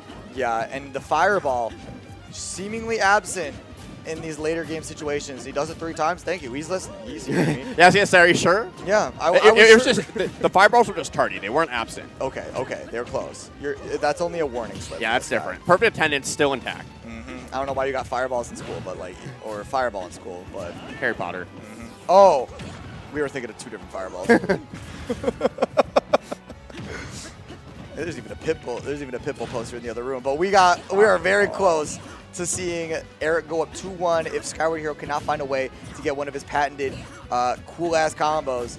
Coming in soon. Buck gets that back throw. That boomerang not able to clip any damage. No continuation. No bomb out either. It's weird for Skyward to not have one of those out in a situation like this. And it is coming out to show that it is not in his best effort. Oh, he wants to get that bomb out, please. Someone. And that's going to be forward air, just attack on a little bit more percent, but that back air will not quite get it done. It is rather stale now.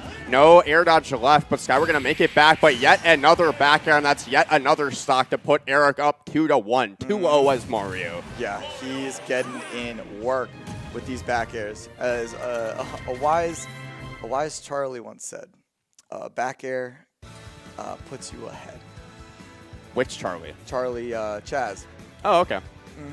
Without a That's certain Charlie. back air, a certain Mario player would not be winning tournaments. But that's neither here nor there. That's a deep cut. So now it's up to Skyward to figure out what to do here in this matchup. I feel like having the bigger stage wasn't really helping. Mario having just that better ground and aerial speed made it a lot easier for him to bob and weave around Link's pressure. So being able to shrink that stage and still have those platforms to set up shop above or under, I think is a good call.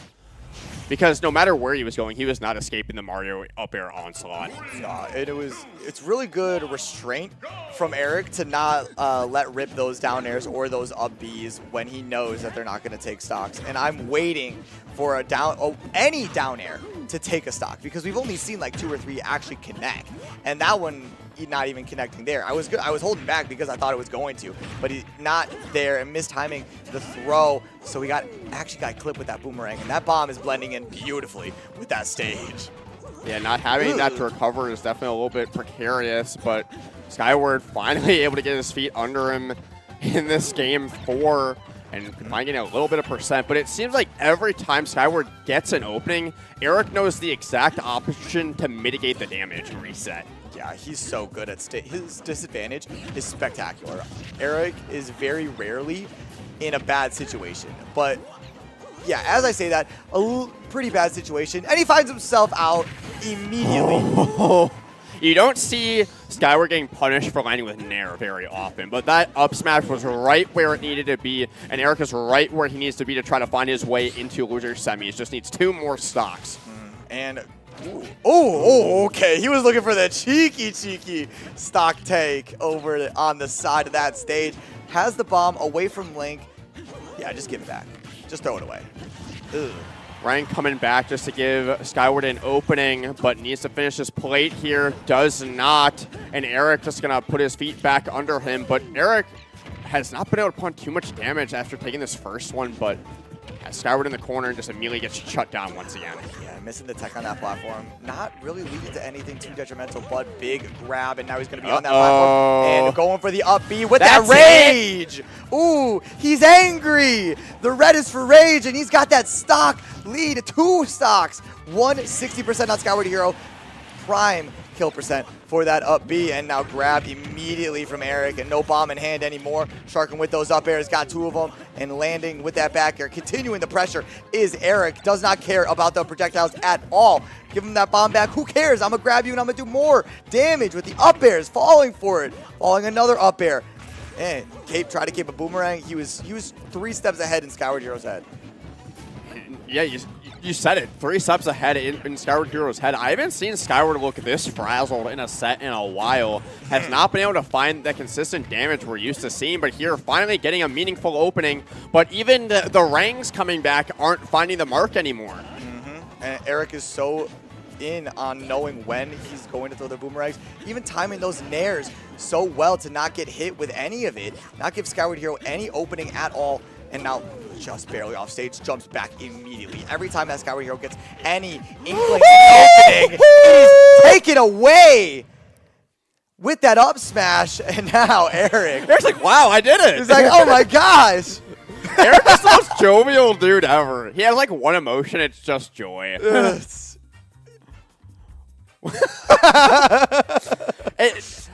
Skyward getting a bit of a taste of his own medicine there. Ending that set with nair into the up smash finisher. You're used to seeing Link get that drop down nair into like an up B or a down smash.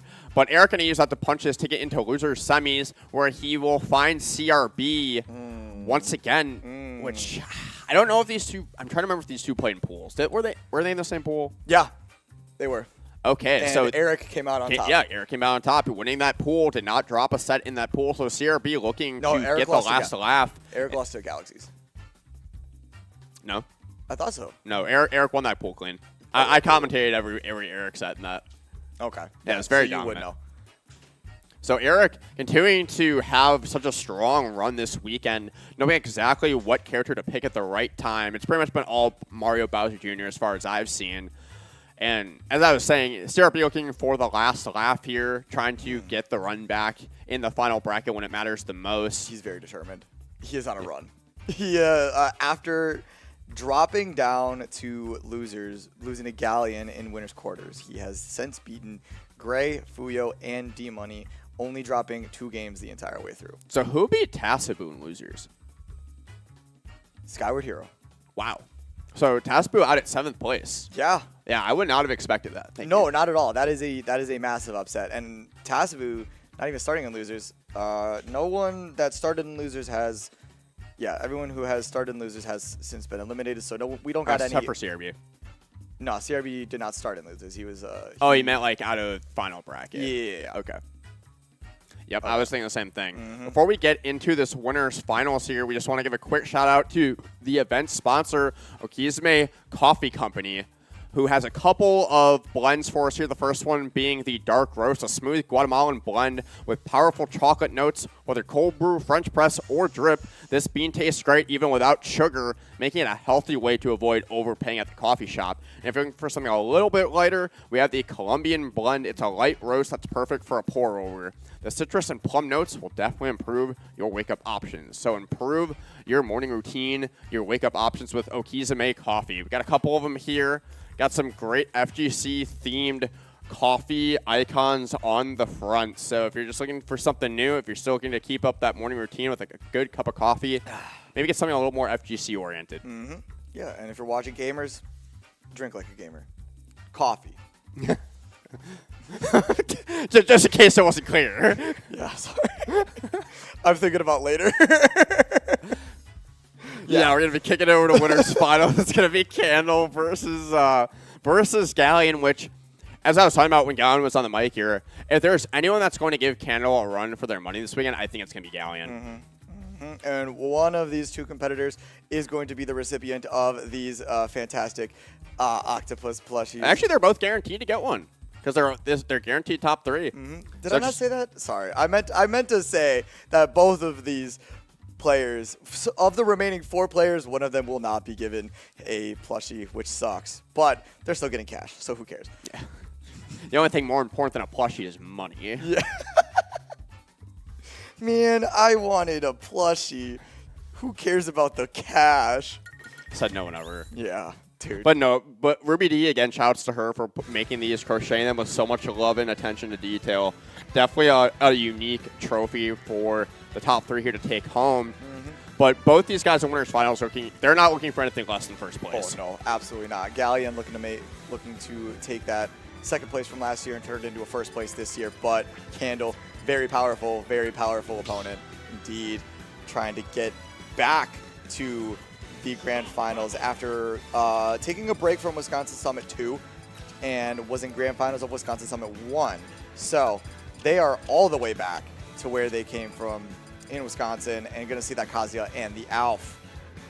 Couldn't ask for a better representation of your scene than Candle. So young, but so mature. Especially, it holds themselves really well. They're very focused on just seeing more of the world and being the best player they can be. Not necessarily worried about what rank they are, but just about having really great experiences. And even coming, to Wisconsin Summit to share the experience and the gameplay that they've developed throughout the world as these guys continue to level up in the scene. And this is, these are the young guns. 2 very, very young players, early 20s, not even, I don't think Galleon's even 20 yet. I think Galleon is 20. Okay, but still, just impressive at how good these guys are at their age. They're going to be kicking it off here in winners finals at Wisconsin Smash Summit 3. Yeah, and the damage, as always, racks up so quickly against Olimar onto this Kazuya, and 36% from that down B seems like a little bit of a panic option, but I'd be panicking too if this was if these flower beings were being tossed at me as well. But Galleon just going to get that big opening that he needs, and that is going to be the first stock. Olimar may have strong defense, but he's also extremely light. That up, going to take the stock at 80%. Yeah, that spacesuit is not as strong as a spacesuit of our time, or a real spacesuit. Who knows what that fictional spacesuit is? Did you know, canonically, Alf and Olimar are the size of a pea? Oh, or like a grape or a strawberry. Wow, my gosh, that does so much damage. I've been around this game for quite some time. Still surprising that Kazuya Rage Drive does that much damage. Especially, you do get 1 Rage Drive per stock, but you're going to be getting a lot of purple down airs per stock if you're playing against Candle. So that's going to even things back up stock count-wise, but a little bit of work left to here for Candle as far as percent's concerned. But if there's anyone's going to wrap up percent in a blink of an eye, it's absolutely Candle. Yeah, now I got that double purple. When you see the double purple, you think a shield break, but it certainly isn't being done to Candle. Kazuya, Galleon, taking that second stock, commanding with that forward smash after the shield pop, and Candle does have something to say about it. 92, 110, Rage Drive is back, but your stock is gone. Candle bringing this to a 1-stock game. What an explosive game 1 we've had so far. Candle has not really been pushed like this throughout the bracket so far, on the cusp of, I believe, losing their first game in the bracket. Galleon just needs to find 1 more confirm. He's hunting for, but Candle just trying to keep this Kazuya at bay. Yeah, and I see a little bit of panic when Galleon can't get that Pikmin off with a Nair, so just tries to go for an up smash, but Candle sniffs that out and is now hunting this ledge. Galleon has that Rage Drive, but that F-tilt is not going to take the stock. We're still in a first game situation. Goes for that down air. That's been so good to him the entire weekend, but that back air, really great in the moment. Taking that first game for Galleon. Takes the headphones off, puts the headphones back on. Give me that water. I am tired after just 1 game. He's John as fuck. He's hydrated. I need a drink after this. I thought that going off and committing to that down air off stage was going to be the end of the game in favor of Candle. But Galleon making it back on, just immediately jumping and responding with that back air. Again, I believe that is the first game taking on a Candle at all this weekend. So curious to see how Candle makes the adjustments. I imagine the defense is going to really tighten up. Oh, yeah, absolutely. And those panic options from Galleon might disappear as the confidence starts to come back, because I feel like Galleon going up against an opponent as strong as Candle might be very nervous, and you might see some panic options in that first game, but taking that first game is super, super good for the mental, and these combos not starting with those crouch cancels, and Candle is going to continue to keep that defense up, as you were saying. I think Candle's going to really prioritize getting that purple lineup that they're so known for. The wacky little edge guard there. I don't think Galleon was looking to use the side B there. But regardless, having those purples in hand makes it so much harder for Galleon to approach. And we finally see that double purple lineup that wasn't around too much in that game 1. And you're seeing how much that matters for Candle's offense. Yeah, the last time Candle had 2 purple Pikmin out, they got their shield broken. And now this time, the Lakers are here and they are looking to take lives. Luka on deck, LeBron off stage. He's kind of playing half the games at this point. But as long as you got Luka, you got a chance, and at least you got a chance with that back air. So Candle, again, tightening things up in this game too, and up 3 stocks to 1. Yeah, and now that Pikmin is on to Kazuya. Now, well, I mean, gone now. Little nair for that blue did not get attached. So with that up smash, not quite taking the stock. The big hit did not connect, but still Galleon trying to get back to the stage and take the stock from Candle. Unable to do so. The defensive Candle is so strong. Has a kind of a weird lineup here. Had the white, yellow, and the purple, but just down to 2 here. Double purple back once again. Well, that up smash going to come through from Galleon just to reset that lineup, but still down 2 stocks to 1 here. Candle immediately getting back to work and getting that grab and just putting Galleon at the ledge. Yeah, that SD really puts you at a terrible spot. Now 30, now 95, over 100% onto Galleon. Has not touched Candle's second stock. And that defense has really come into play. Like where we were saying Lakers, but this feels more like Timberwolves. This is tough to get through. Double purple back again, and that back air going to clean up that game 2 for Candle. So clean. Again, the double purple lineup made all the difference in terms of Galleon just being unable to get those combo starters. Yeah, and Candle feeling about as chill as Josh was chilling in that chair back there in that shot. Shout outs to Josh, Magic 4 FGC. Shout outs to both Joshes. Lizardman in our ears and Josh holding down the venue. Magic 4 FGC, no one does it better. Yeah, big thanks to them also just for allowing us to use the Magic 4 FGC Gaming Hub here in downtown Milwaukee throughout the weekend for Summit.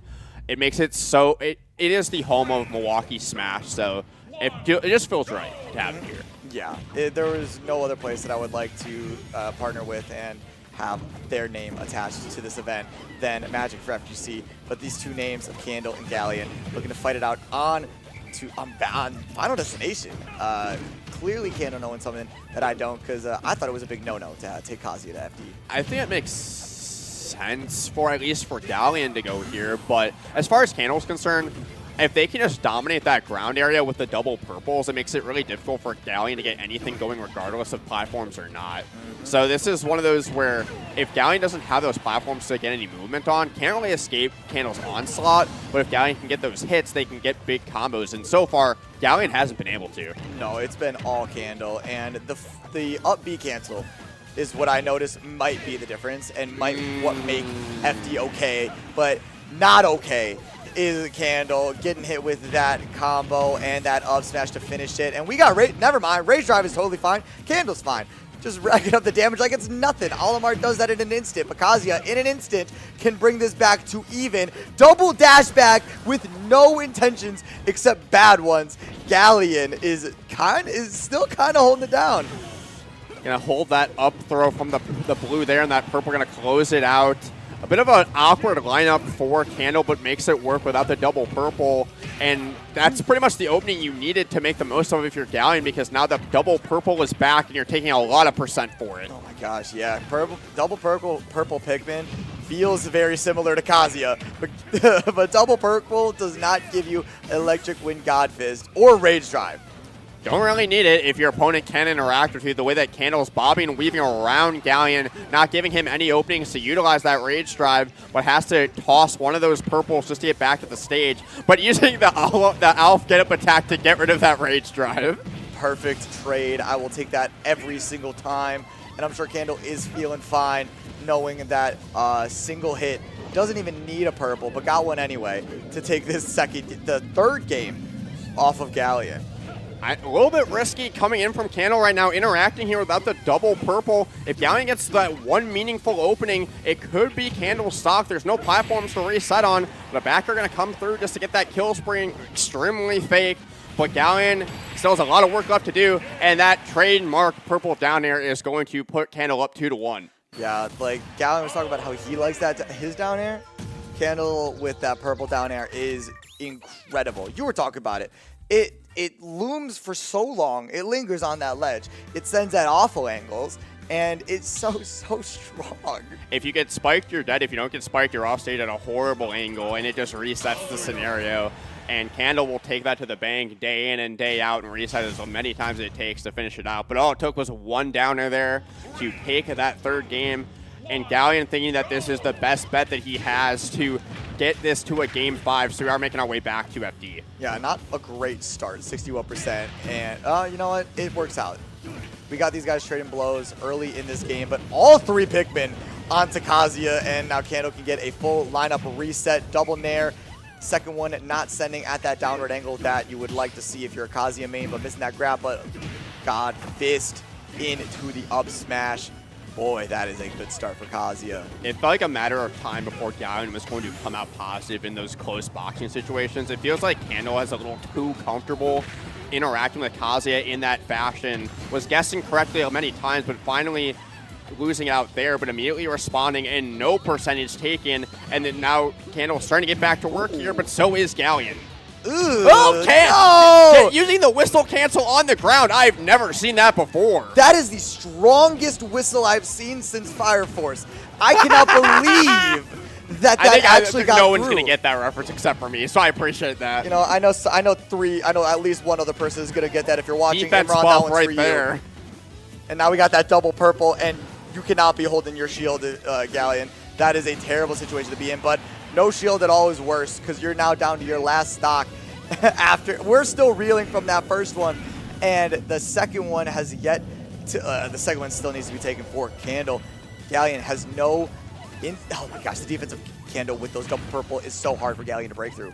And double purple and a blue is everything you can want from Candle, and that's a jab lock forward smash. Thankfully, it was not a purple, so Galleon will live a little bit longer, but not very long at all, as another purple down here is going to clean up winners finals for Candle.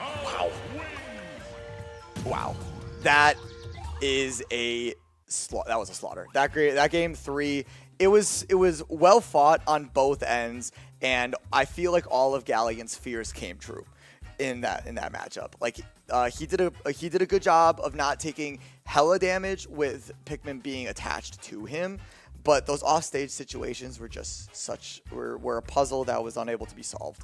I think if Galleon is going to have a chance to take a set off of Candle, he needs to figure out how to eliminate Pikmin as they're thrown. Candle makes it extremely difficult to get rid of those purples once they have the lineup they're looking for, but you've got to have an answer as Kazuya to maybe like a landing fair to try to get rid of those purples as they come out, because right now, Galleon is not managing the lineup. So every time that Candle gets the lineup they're looking for, they get to keep it as long as they keep that stock. So it's going to be up to Galleon to try to figure out some counterplay to that lineup management. I wonder, does laser do anything? It can do a lot, but like as Kazuya, you don't want to really be stationed where laser is, or like you don't want laser to station you wherever you are, because like at a wrong range, I can just run up and like up smash or fair, or even grab you. You basically have to be across the whole stage and like down angle it, which like you're not going to leave your Pikmin vulnerable in that position. Like it can be a tool for like kind of disrupting me, but like it's not a tool you want to really rely on in neutral. What would you? I was suggesting like landing fair if you put your Pikmin out to try to get rid of them, because it felt like Galleon was not disrupting your lineup at all. It's kind of like hard to disrupt Olimar's direct lineup, because like when he's like actually in the lineup, it's like the Pikmin are invulnerable, so it's really hard to like disrupt that period. I meant like once they've been thrown out. Oh, once they've been thrown, he can like up air. He can like he can do down tilt. Okay. Like the one where I don't know what's where like, he like kind of rolls. Yeah, he like rolls. I think he can do that.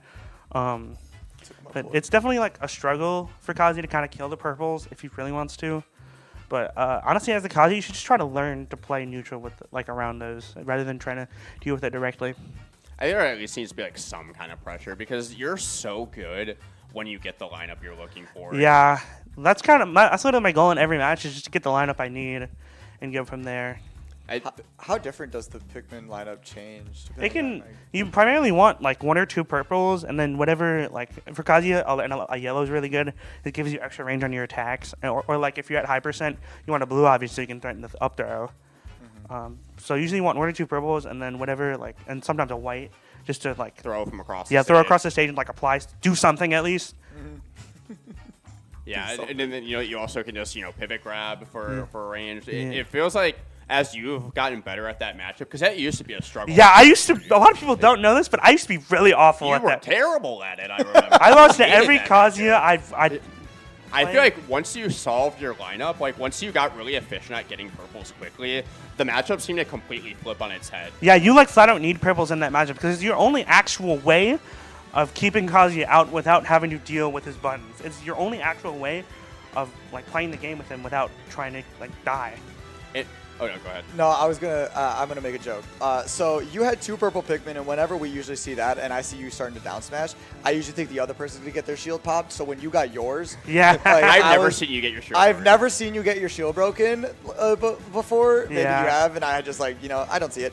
But when you did, it was so shocking to me. No, I didn't get even it. think that it was you. Yeah, it's like against Kazuya something like because you don't want to drop your shield against Kazuya. Obviously, you either want to take the grab or like take whatever is about to happen to you. But I wasn't really.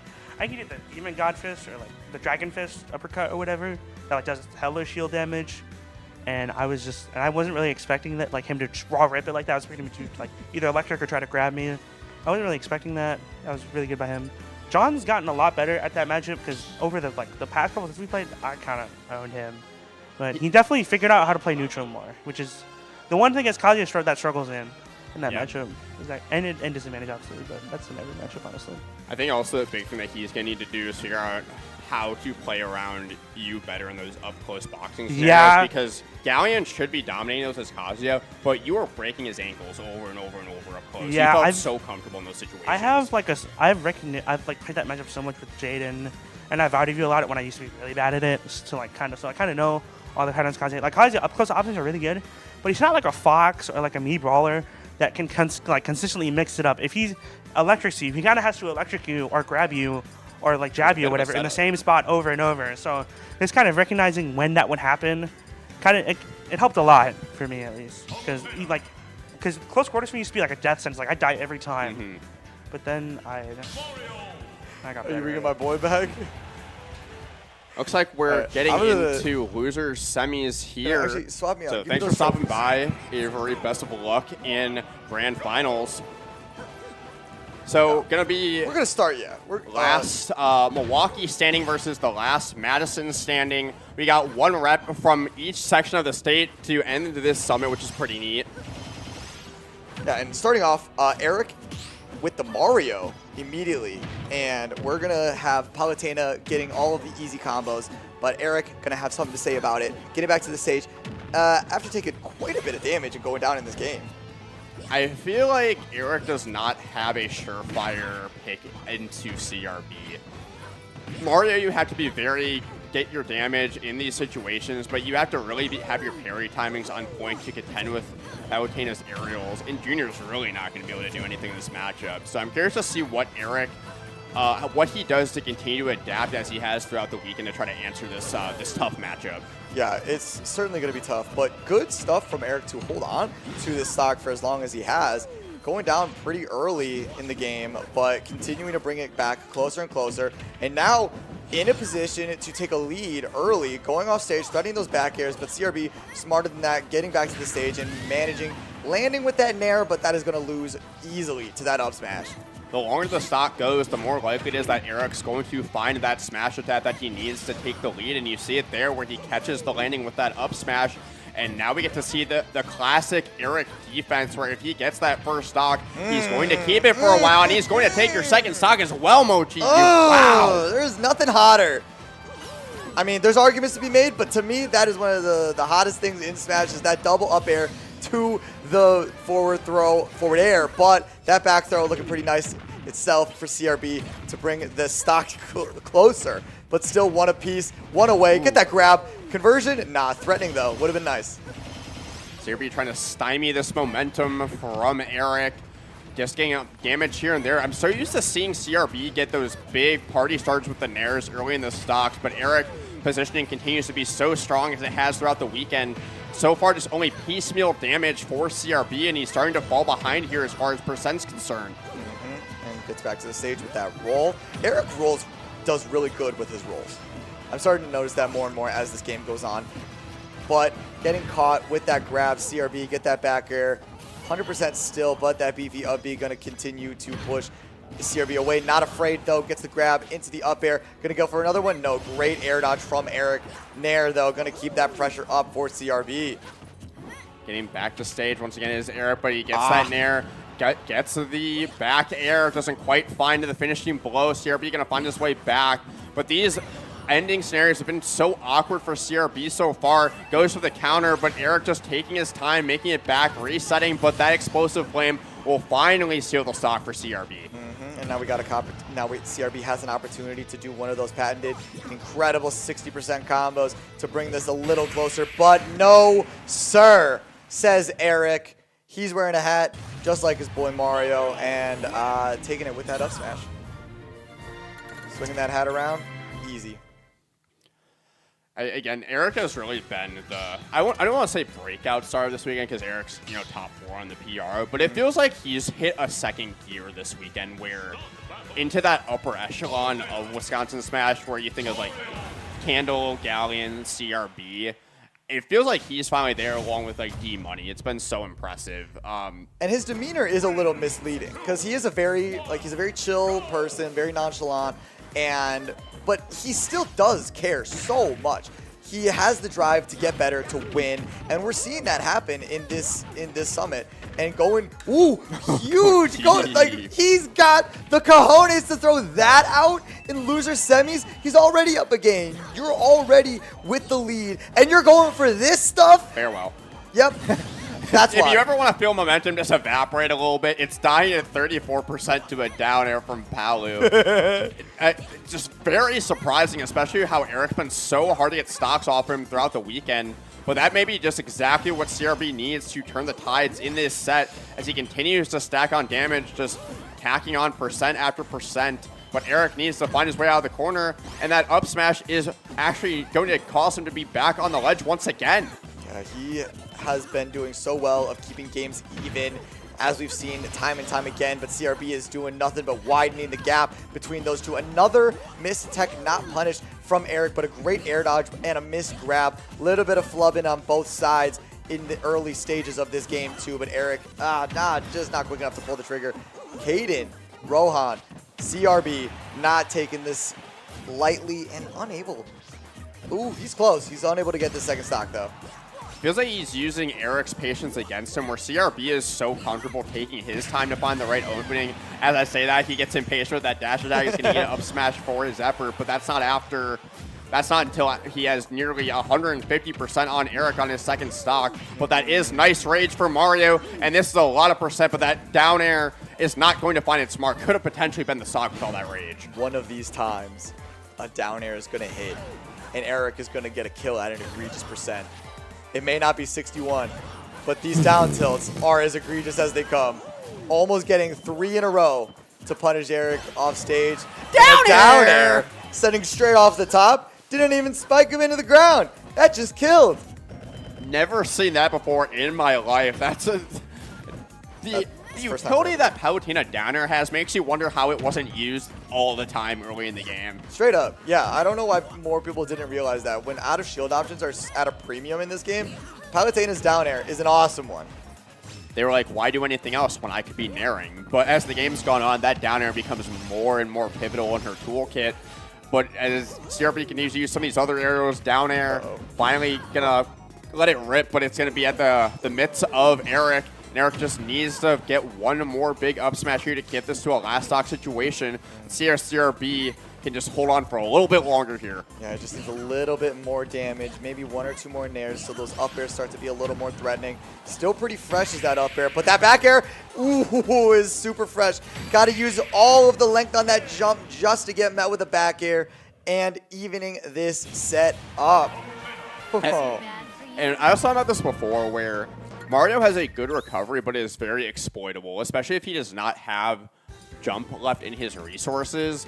It doesn't go that far, and especially as Palutena that has one of the best back airs in the game with the invincibility on it, you can just immediately block that super jump punch back to the stage. So clinical edge guard in there coming out from CRB to even up this set. Yeah, absolutely. And Eric kind of maybe playing a little bit too big for his britches in that second game, because he threw himself off stage and threw his first stock away, and that kind of just snowballed a little bit. Didn't get as massive as an avalanche snowball would, but still losing that second game, bringing us to Hollow Bastion for the third. And the benefit of Hollow for Eric is going to be having that middle platform to rack up a lot of up airs, but it's also going to put more focus on CRB's ledge trapping. One of the best ledge trappers in Wisconsin, maybe the best one, as you see there. He loves to let those smash attacks rip when you're getting a little bit too comfortable on the ledge, but letting a footstool rip there, and Eric going to lose another early stock. Dude, that's what you got to do, and that's what CRB has been capitalizing on, is taking Eric's stocks, which you said are very difficult to take, and taking them early, and so forcing Eric to make these comebacks. And in the midst of one, missing the tech, waiting for the get-up attack, Eric knows and is waiting for this ledge option, kind of giving it away for free. Backing his way back into center, but gonna knock CRB off again. But this is what that middle platform is for, Mochi. Getting that down here, taking a stock at 100. So Eric stopping the bleeding there, and just one more grab is gonna probably even things back up here. Damn near. I mean, 20%, that's nothing in this game. And especially when you have characters like Mario and Palutena. Not gonna rip the up air, but the Nair instead, throwing off stage. Ooh, okay, Flood brings this a little bit closer. These single stray hits from Eric are so threatening. I do not know how he got out of that forward air, but these up airs you're not getting out of. There's 5, another up air for Eric. Missing with that F smash. I love the idea. I like where your brain's at, but you got to connect those moves if you're really going to swing them. That back air is not going to take a stock, but 100% now onto CRB. 83, not too far behind for Eric. Completely mitigating that lead that CRB had after that early footstool stock. But CRB still in this, finally has his own ledge trap scenario. Gonna use that lingering down tilt, but Eric, he continues to just sneak his way through in these disadvantage states with those air dodges. Yeah, you can't help but think that might have been a little bit of snapback on that grab. CRB definitely had it. Gets that one there, and that back throw is gonna secure a lead for CRB. Running away to that ledge, making sure that those back airs are not going to lead to anything nefarious for Mario. The Nair, maybe just a little poke, but it puts CRB on the ledge, and he's still getting sharked down with these aerials going coast to coast. Try to teleport? Nah, you don't got anywhere else to go. Put that bottom blast zone as Eric brings this to 1 stock apiece in game 3. No jump, nowhere left to go for CRB. There means Eric's going to bring this back once again. But CRB, as this set goes on, seems like he's been finding more consistency with getting this early damage than Eric is. Seems to have found the rhythm for how Eric wants to conduct his offense, and CRB continues to slowly but surely pile on this damage.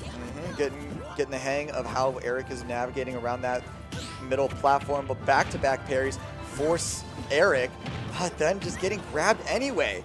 Not threatened by the parries at all. Now threatening off stage. This down tilt, that back air, still missing, but that one's going to connect and give CRB the corner pressure he needs. Eric is also going coast to coast with these ledges and has not found any stable footing. It seems like Eric has... That's exactly what I was going to ask for, is sharking under CRB is what he needs, but it's not quite going to be the stock. He needs to find more of those versus trying to air-to-air CRB up front, because those backers are always going to win. He needs to find more of those sharking opportunities, but it's going to have to wait until game 4 because CRB has taken yet another game. Yup, and that back air, just when you hate to see it, Eric is going to get it straight to the schnoz, escorting Mario likely to the plastic surgeons, but us to a game 4. I think of, have you seen the latest trailer for the Mario movie, for the next movie? Chris Pratt going, "Let's go." And I just died a little bit inside. And I was thinking, like, let's go to the blast zone, right? What she said with the schnoz. Every time I'm like, for every good Wahoo we get from Chris Pratt, we get a let's go. There is nothing that is going to save Chris Pratt after he made a pro AI movie. I didn't know that happened. Oh yeah, it was a pro AI movie if you were worried about it. Awkward. Yeah. You think that movie was a anti-AI movie about judges that about AI judges that are allowed to kill us? Nah.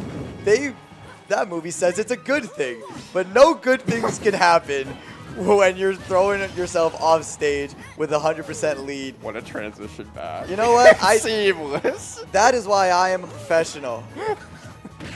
Hey, ripping those up smashes at low percent, ripping these hearts out of CRB. No dice that time, but these up airs, they're getting scarier and scarier. One more could lead to a down air, which lead to a stock, and this lead has disappeared for CRB.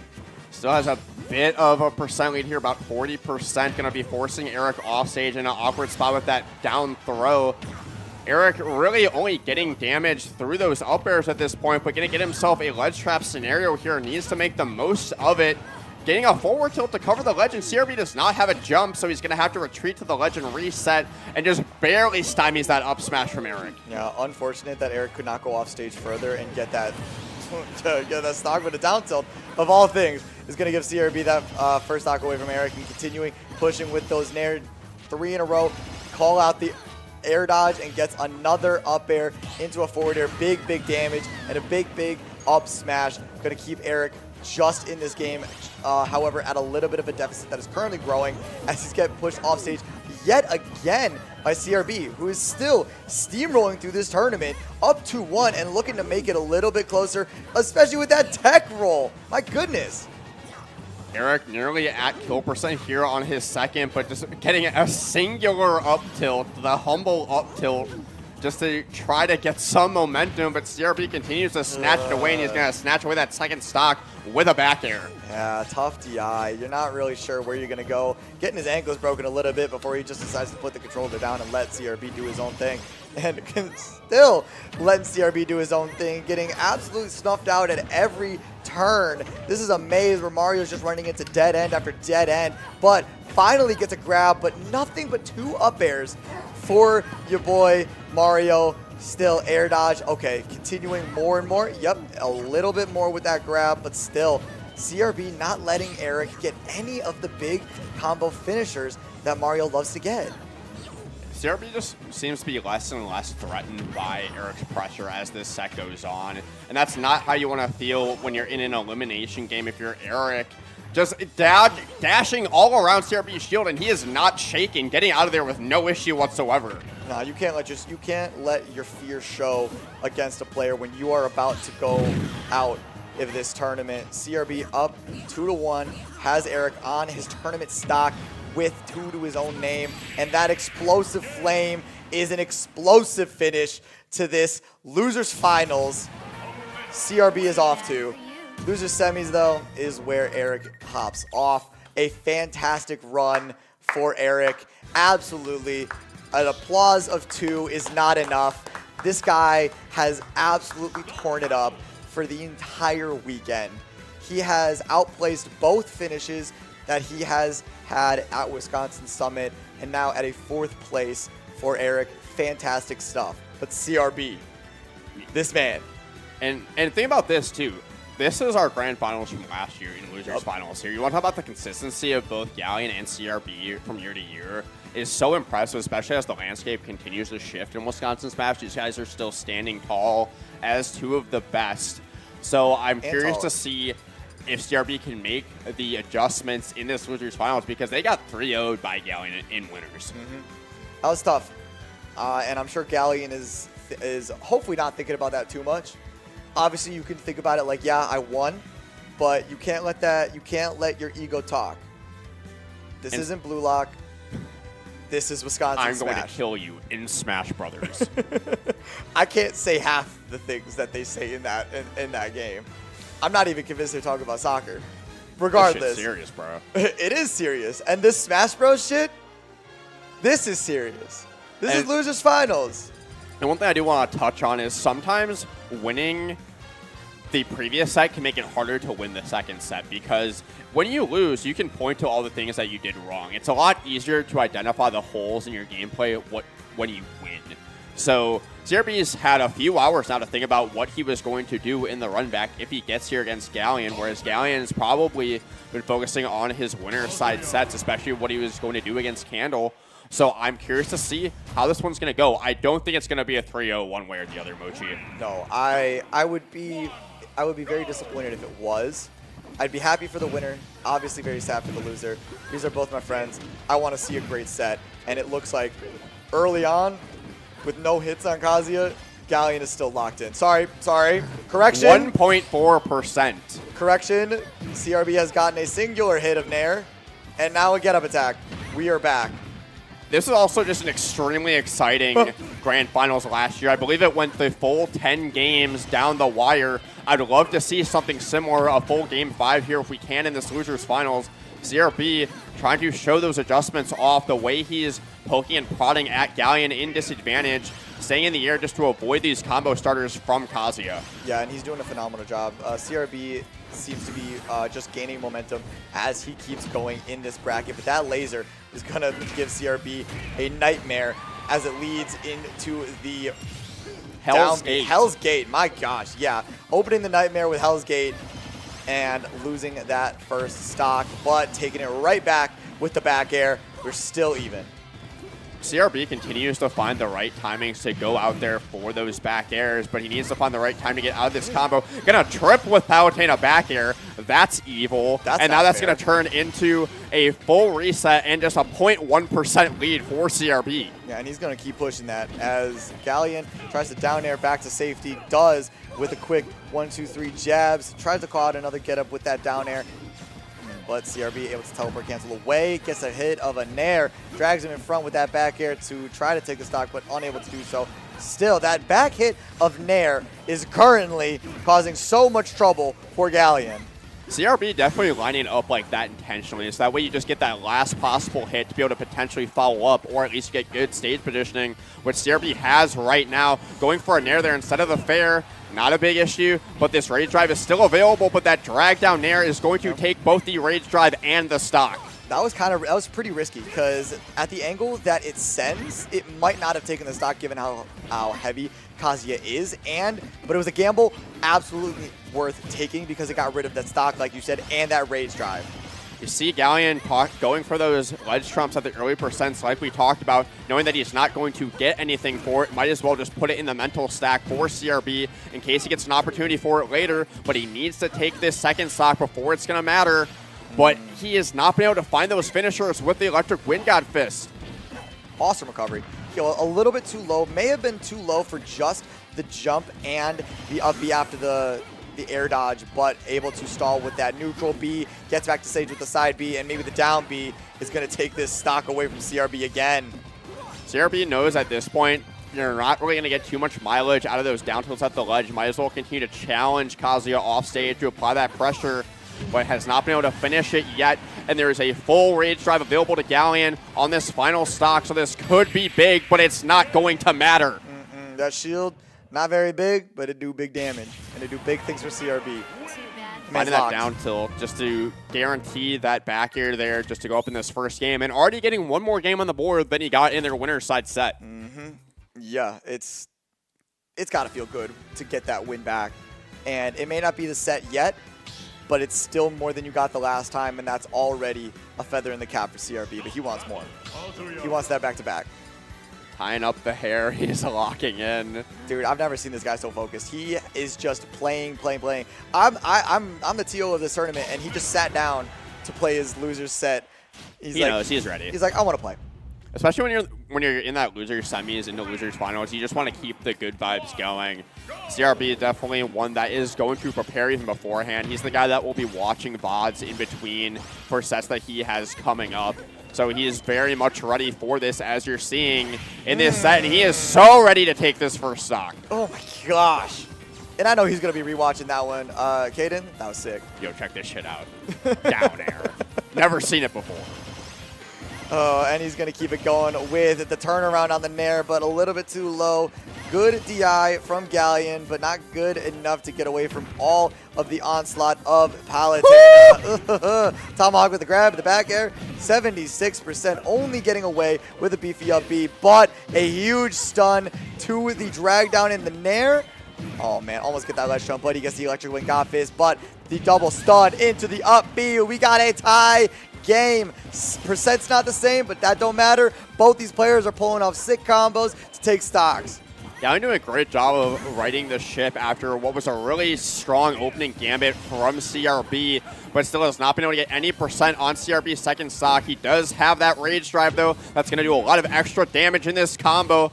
Already racking up 47% and has not been able to, doesn't have to use that Hell's Gate just yet. Nope, not necessary. 88% might be necessary, but he might have been expecting a teleport cancel there. Called out the first one that CRB showed, but that rising up air, foregoing the ledge, and catching Galleon sleeping. And you're definitely going to be fast asleep on an option like that, because that has not come out at all in the sets that I've seen from CRB, but in perfect position to catch you off guard. So one more stock here to get up on a 2-0 lead for CRB if he can find it, but Galleon just needs one more good confirm to even up the stocks. Gonna use that command grab just to put on a little bit more percent. I wonder if those down airs are gonna be coming through sooner than later, and there it is. There you go, called it out. You're in his head, just like CRB is. It seems like he can't, it seems like Galleon can't get any real footing in this game, in the second one. Swinging for the fences, but they're too far away, man. It's a 500-foot park, but bringing those fences in just a little bit as we bring this to a last stock situation. CRB just bobbing and weaving around Galleon right now. So content to take the openings as they come. But Galleon just going to get a little bit of percent there. These two just continue to trade back and forth, but nothing too big happening so far. No, but a little bit of chip damage here and there. CRB does have a solid... Oh my gosh, trying to rip an opening wide with that F smash was Galleon, but calling it out. When CRB is throwing out the smash attacks, it's because he knows what you're going to do. And he knew that that neutral getup was going to get caught by that down smash, and we got ourselves a 2-0 lead for CRB. Nobody uses Palutena smash attacks better than CRB. Not even Louis Money, I would say. The way that he knows when to keep those for the moments that it absolutely needs them, whether it's an up smash, whether it's a down smash, he knows the right times to use it and saves it for when he needs it the most. And it's going to put him up 2-0 in this Losers Finals. Galleon potentially looking down the barrel of a complete 180 from that winner's side, where he had a 3-0 on CRB. Yeah, and this...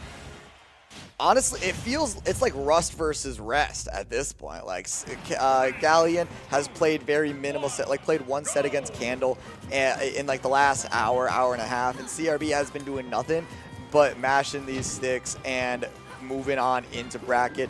Not that he's a masher, not my intention, but it's Palutena, so you get where I'm coming from. He's spinning on him with those nairs. With Doing those tricks on down him. tilts, with the actually really not using up tilt. Now I'm thinking about it. I don't think I've seen a single up tilt from CRB. But I have. It got punished. okay, well, that's why we haven't seen him. And But Galleon off to a better start here in this game 3, but is still being forced onto the ledge over and over again. Trying to call out a CRB dash in, but gonna eat a up air to put him down a stock here. And this is looking all CRB Mochi. I don't know if Galleon's gonna be able to bring this one back. I don't know. There we go. I think he might. He could. I'd love to see this go the distance, potentially to force a game 5, but Galleon has a lot of work cut out for him to get back into this. It feels like CRB's decision-making, especially in neutral, has made it extremely difficult for Galleon to find openings to keep up. Yeah, he has not. The damage output of Kazuya and of Galleon really has not been able to keep up to CRB, and he hasn't been able to find those finishers. That double nair, not there, but that finisher not even there. CRB is able to get the jab to connect and get him out of that really scary situation. Another up air into up air coming through. I like the jump away from Galleon and then using that command grab to grab and reset. But the percentage difference is almost completely gone, but that should be a stock, so Galleon is up a stock here in this game 3. Oh yeah, huge. That's gotta feel great 74%, obviously a little bit of a danger, but able to get out of that combo, maybe get his feet on the ground, get a little bit of a neutral win himself, just kind of poking and prodding, but gets nared himself. Side B, able to get back to the stage. Rage Drive is live. Galleon be around for just a little bit longer. CRB needs two more good hits to reset and eliminate it. But Galleon playing really patient, continues to hold on to it, but that downhill back air is going to find its mark to keep CRB only down 32% and just one more stock away from booking his ticket to Grand Finals here at Wisconsin Smash Summit 3. It is a nail biter as Galleon is able to get a lead and widen that lead. Last stock situation, Galleon, the last thing he wants is a reverse of his winner's set where he was on the good end of a 3-0, and CRB starts with the nairs, does not turn it around, but gets that back air instead, does not keep the advantage going. Gonna disengage, very smart, waits for his opening, finds his opening with that up air, stuck on that ledge is Galleon. It looks like feels like it's been the bane of his existence the entire set as he goes from underneath coming through the platform and manages to get that up B. Yeah, So, he expected to be able to do that down air and then retreat to the left safely, but because Galleon went for that up B out of shield immediately, could not reset this stake, so that's going to be an early stock loss for CRB. And small interactions like that are the difference between walking with a 3-0 and going to a game 4. You do not want to get reverse 3-0'd. No, it's got to be one of the worst feelings. And it's tough when it's tough to feel in that situation. Not that I've ever been in it. I've seen it a lot, but it just feels like the world is collapsing in on yourself. Like you were on the top of the world, and then you lose that first game. You're like, nah, it's fine. We're chilling. But if you lose that second game, then it gets a little bit darker. You got to narrow your vision, but you really just got to keep yourself locked in. And CRB is absolutely keeping himself locked in with a very quick and easy 90% onto Galleon, but Galleon not phased, firing back. CRB does not want to lose this momentum that he's got himself in this game 4, and he's going to keep firing with these up airs, landing with that tomahawk, going for the up throw, never going to kill, but that up air will, and we got ourselves a great early lead for CRB as he tries to take this in 3-1 fashion. CRB changing the advantage state methodology a little bit in this game 4. He'd been so focused on forcing Galleon off stage to get those ledge trap scenarios, this time opting to juggle Galleon vertically and basically taking an entire stock in one advantage state, but mixing it up again here and forcing Galleon to the ledge. It's hard for Galleon to keep up with these DI mix-ups, but he is going to find his own DI mix-up of his own, and that is going to be a stock just to even things back up and keep it manageable. We are seeing the full range of Kazuya's firepower in this game 4 with all of the particle effects, but Palutena's got a few of her own that she wants to show off. That shiny shield, that shiny jab sometimes, bet that nair. Absolutely. Doesn't even need that down tilt. Just going to trade in a really unfortunate fashion for Galleon there off stage, so this could be the bracket stock for Galleon. Still in this, absolutely, but CRB getting the perfect threading of that nair, and going to be a quick 50%, and still going here, Mochi. No, he is going to keep going, and he will take it all the way to the bank. He might have to take it. Oh, nope, he's going to take that electric and that up smash, but he's got to deal with one more stock as Kazuya, this Galleon, wants to keep moving forward into a game 5, but CRB, that is the last thing you want to do. And Galleon can absolutely even this back up with one good interaction. As CRB, you had to play so careful, but still keep that confidence. If you play afraid of Kazuya, it's going to give him more opportunities to get back into this game. As you see CRB continuing to apply that safe pressure in the face of this bright red Rage Art. Kazuya just needs one more good backer off stage. He's forcing the issue, trying to get him to waste those resources, but Galleon resetting to neutral. Losing that Rage Drive with that good back air, and gets just perfectly around the nair, and CRB able to get that perfect angle all the way back to the ledge. Almost lost that game for nothing, but manages to get back to the stage and is now in that reversal situation. Does not want to be on this platform, but that back air still going to be a little stale now. 160%, roll on the stage, get him out of here! Send CRB back to Summit Grand Finals. And that ended up being one of those sets that could have gone the distance just with a couple of breaks there. Galleon righting the ship as the set went on, but CRB staying poised, not getting rattled as the momentum shifted, as the tides began to turn in Galleon's favor. So we love a calm, cool, and collected King who's going to get, I believe, the first set against Candle of the weekend for CRB. Yep, and that is going to be the end of the run for Galleon. Quite a voyage for Galleon. And the train keeps chugging along. Galleon was a player that everyone we asked this weekend, people felt that he was underseeded, and that had a lot to do just with the regional conflicts. For and sure, rules. And you're seeing why. Third place finish here as the 6th seed. Very much unexpected, even if you looked at the seeding.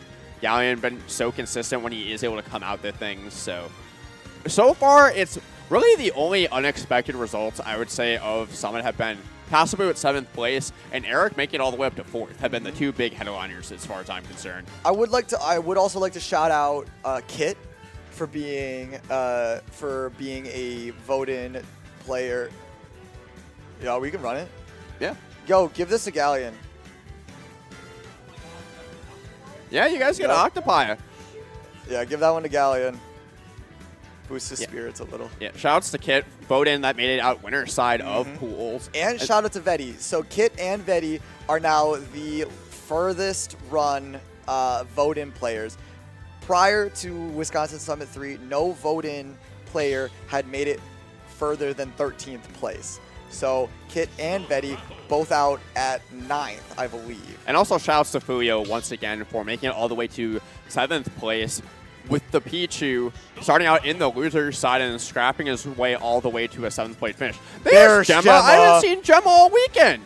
Yeah, I saw Ray in the background of one of the previous shots, and shout out Ray, who does fantastic work here at M4.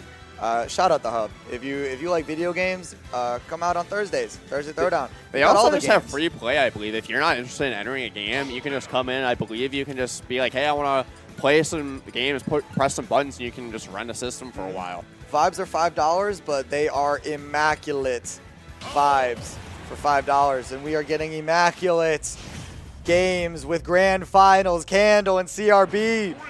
Let's go. Starting with PS2. How are we going to start this one explosively with that Nair? 2 Pikmin already dead. The kill count is already so high. And I imagine it's going to be a lot higher than we're used to in some of these other Candle sets. Palutena has a lot of good options to knock those Pikmin away with that Nair, with that back air, especially going to stymie those purples as they come in. But no matter how many Pikmin CRB knocks away, he's already at 107%. And going to keep Alf off stage for just a little bit longer.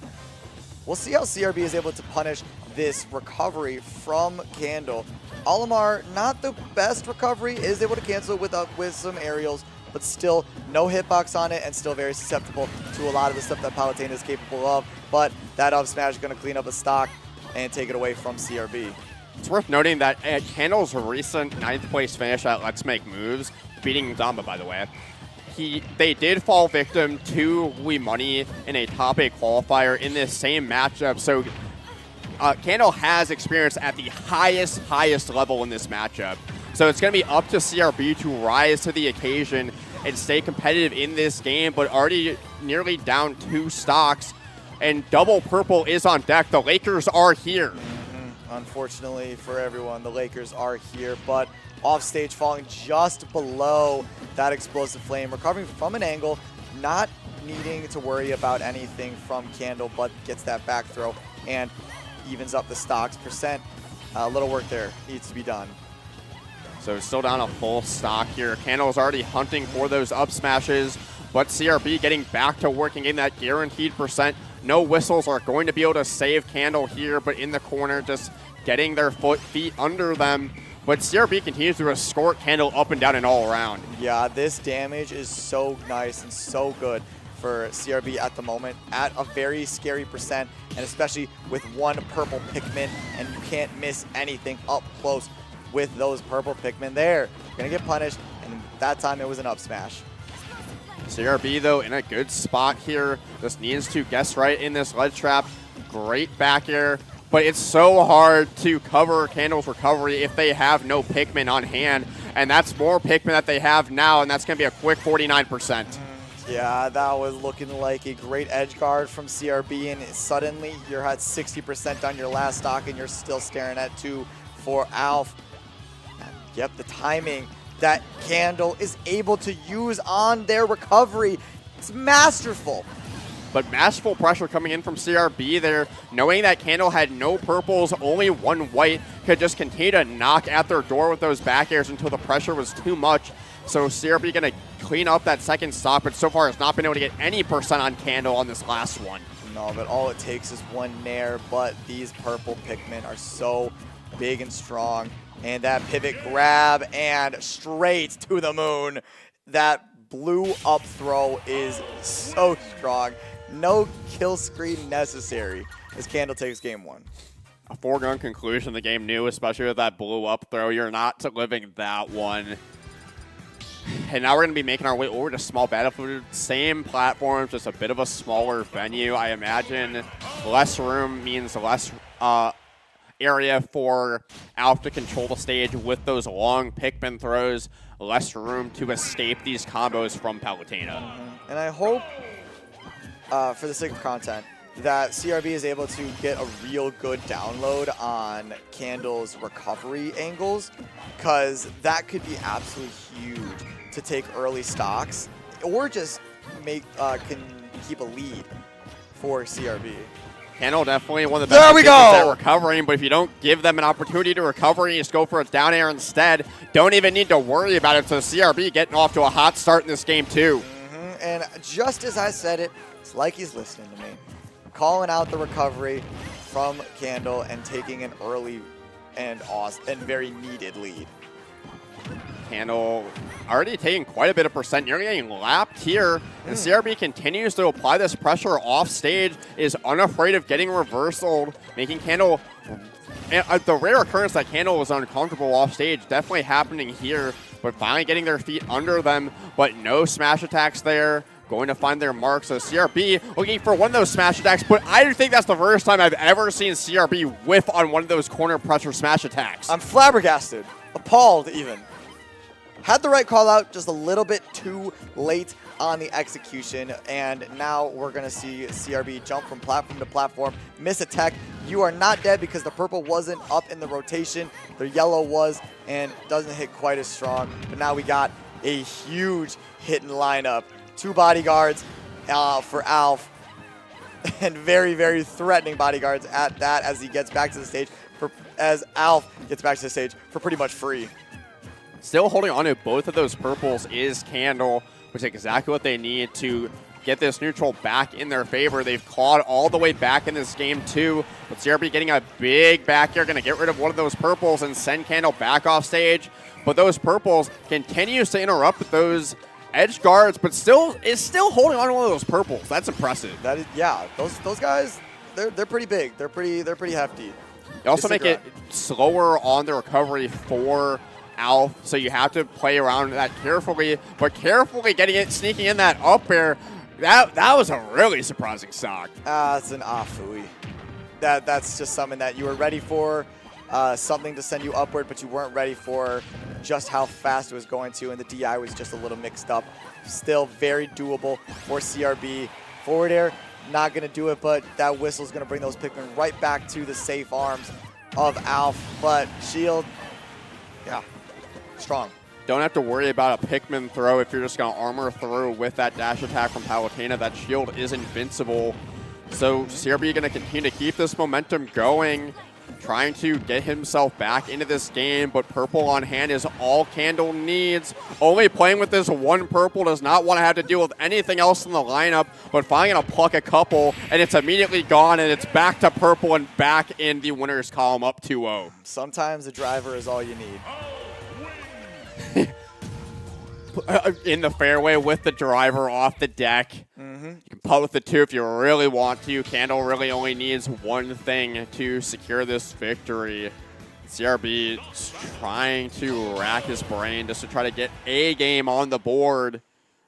Doesn't want Galleon to be the only one that's been able to take a game off of Candle in this bracket. Nah, that would be as funny as silly as that would be.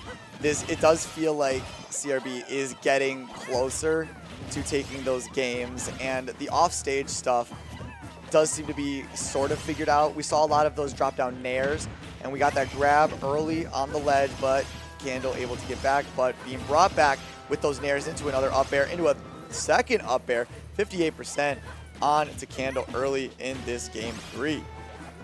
CRB has absolutely been optimizing these advantage states. It's been, though, once Candle gets their feet under them on stage, it's usually all Candle in neutral. So CRB needs to keep this momentum going, needs to keep up this corner pressure, is absolutely doing so. That drop down there is going to continue the advantage state and making Candle abandon the purple off stage. You do not see that very often. No, Candle does not very often abandon the purple, but needed to for the sake of survival. I'm sure they understand, but probably less understanding now that they just got shield bashed straight to the dome, and got to continue to try and find any footing. Is Candle. That whistle ain't going to do it with a multi-hit explosive flame. Oh, manages to get right through it, but still going to take a ton of damage. This has been all CRB. You think that he would have been the one up 2-0 in this set, the way this game 3 is going. But we've seen Candle, once they get that momentum and that damage starts to pile up with those purples, this can be reversaled in the blink of an eye. But CRB trying to make sure Candle doesn't even get the chance to be on stage and pluck those Pikmin. Finally getting through after an Orant up smash. Again, missing that timing for CRB. Ooh, and that up smash would have been very, very good. Maybe even taking a stock with that back air a little bit closer. That thing hits so hard. And now CRB trying to find a way to get a 2-stock lead, 155, and climbing with this percent. Misses the down smash, but does not miss that up air. Candle has the ability and the lineup to do hella damage. We'll see if they can land in order to do so. Gonna lose that red there, but still has the 2 purples in hand. The Sephiroth theme coming through. That is absolutely Candle's strongest form with the double purples, but has not been able to get those same openings that they were getting earlier in this set. CRB continues to let these nairs fly, so no offense can be generating. Gonna let another one fly off stage. One more from CRB will spell doom for Candle on the second stock. Oh, and the extension of the hitbox would have been tragic if he did not connect with that forward air and take that second stock. Now with a full stock lead, very easy to disappear with Alf as your opponent, but CRB keeping it cool, keeping it collected, keeping that stage control, and trying very slowly to tick this back and get this game. I don't think I've ever seen Candle look this suffocated in neutral. Has really not been able to get their lineup in order throughout this game. CRB continues to just apply safe pressure in the corner, force them back off stage. Again, another smash attack isn't landing, but that's been no problem for CRB in this game 3. On the cusp of getting one on the board here. Just needs one more good corner pressure. So close to line that up tilt, but he's going to eat an up smash for his troubles. 0 for 2. But still, 125% onto Candle. Explosive Flame forces Candle a little bit further off stage. Goes for the down air. Does not get it. No nair that time. Trying to go for that nair into that up tilt. Bringing that shield closer and closer down. Big, hefty lineup for Candle. This could get bad. This is getting close. 61%. That's ticking up. Olimar, Alf, so good at racking up the damage. And the defense of Candle is really coming out to play. Rolls onto stage, does not even get back thrown, doesn't even get grabbed, and now Candle has CRB up above 100%. Kill screen does not do it, but now incredibly even percent. CRB just trying to get one game, gets the grab in the middle of the stage, back throw will do it. Crisis averted, and we have ourselves a 2-1 in favor of Candle after CRB is able to take game 3. You can see the Gemma approved wave in the background there.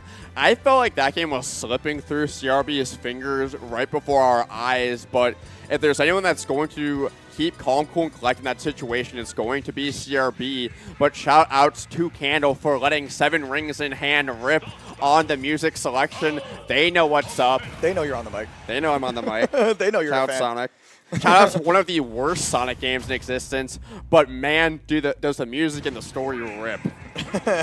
I played it again last year with a single Wii remote.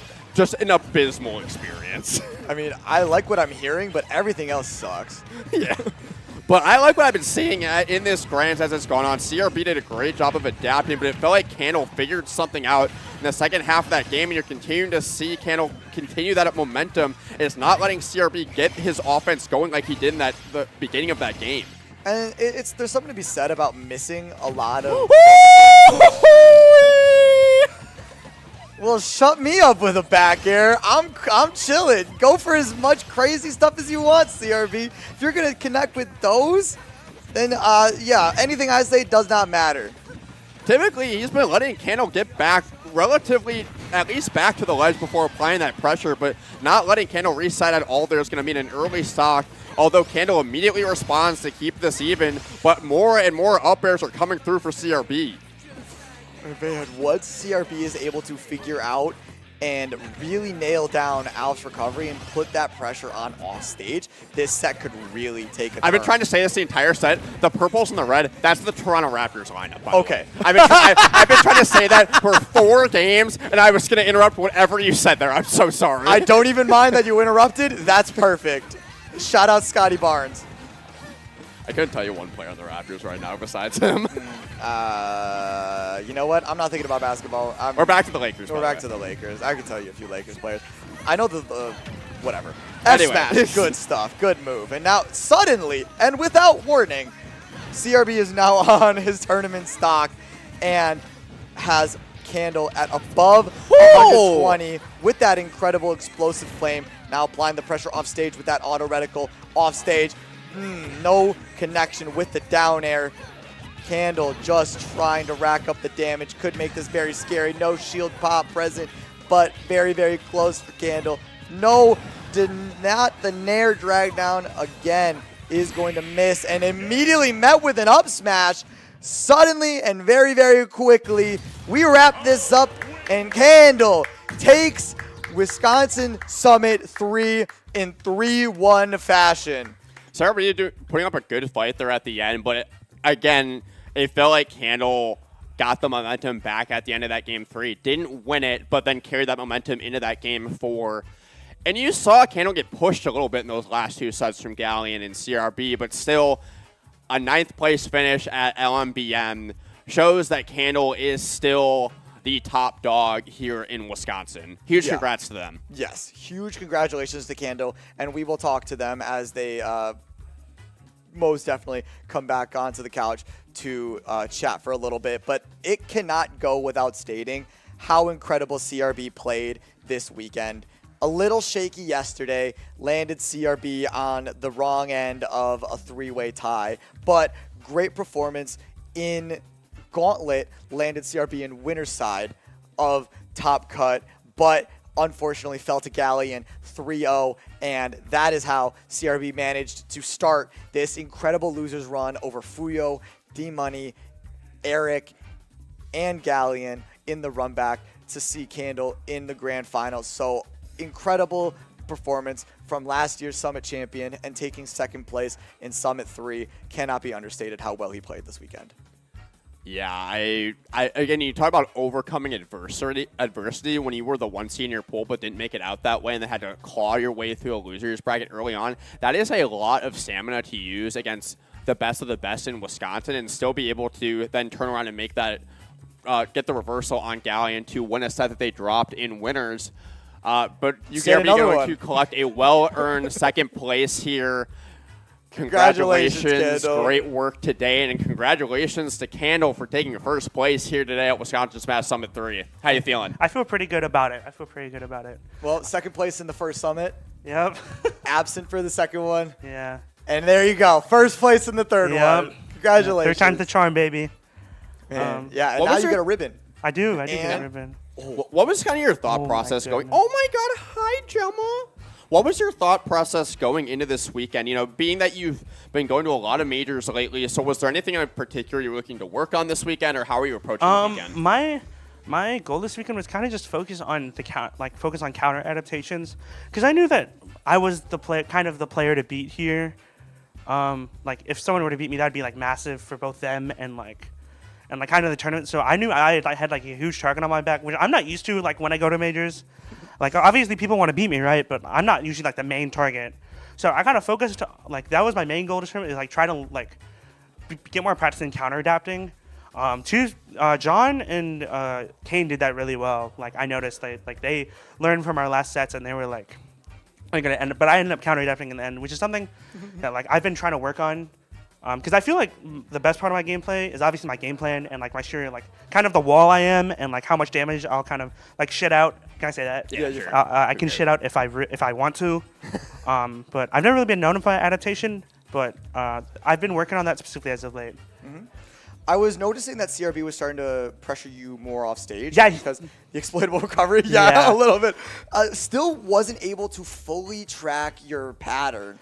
It's harder than it looks. Oh my gosh, no, it looks hard. Yeah. And if you're saying it's harder than it looks, I can't believe how it must be impossible, because CRB looked at a loss in the first game, but toward the end was at game least 2, getting the 3, nairs. and 4. He specifically like you kind of get in the flow of things with like how to gimp or like how to like edge guard someone, because like Olimar's different way for different causes. He's probably still in that mindset a little bit.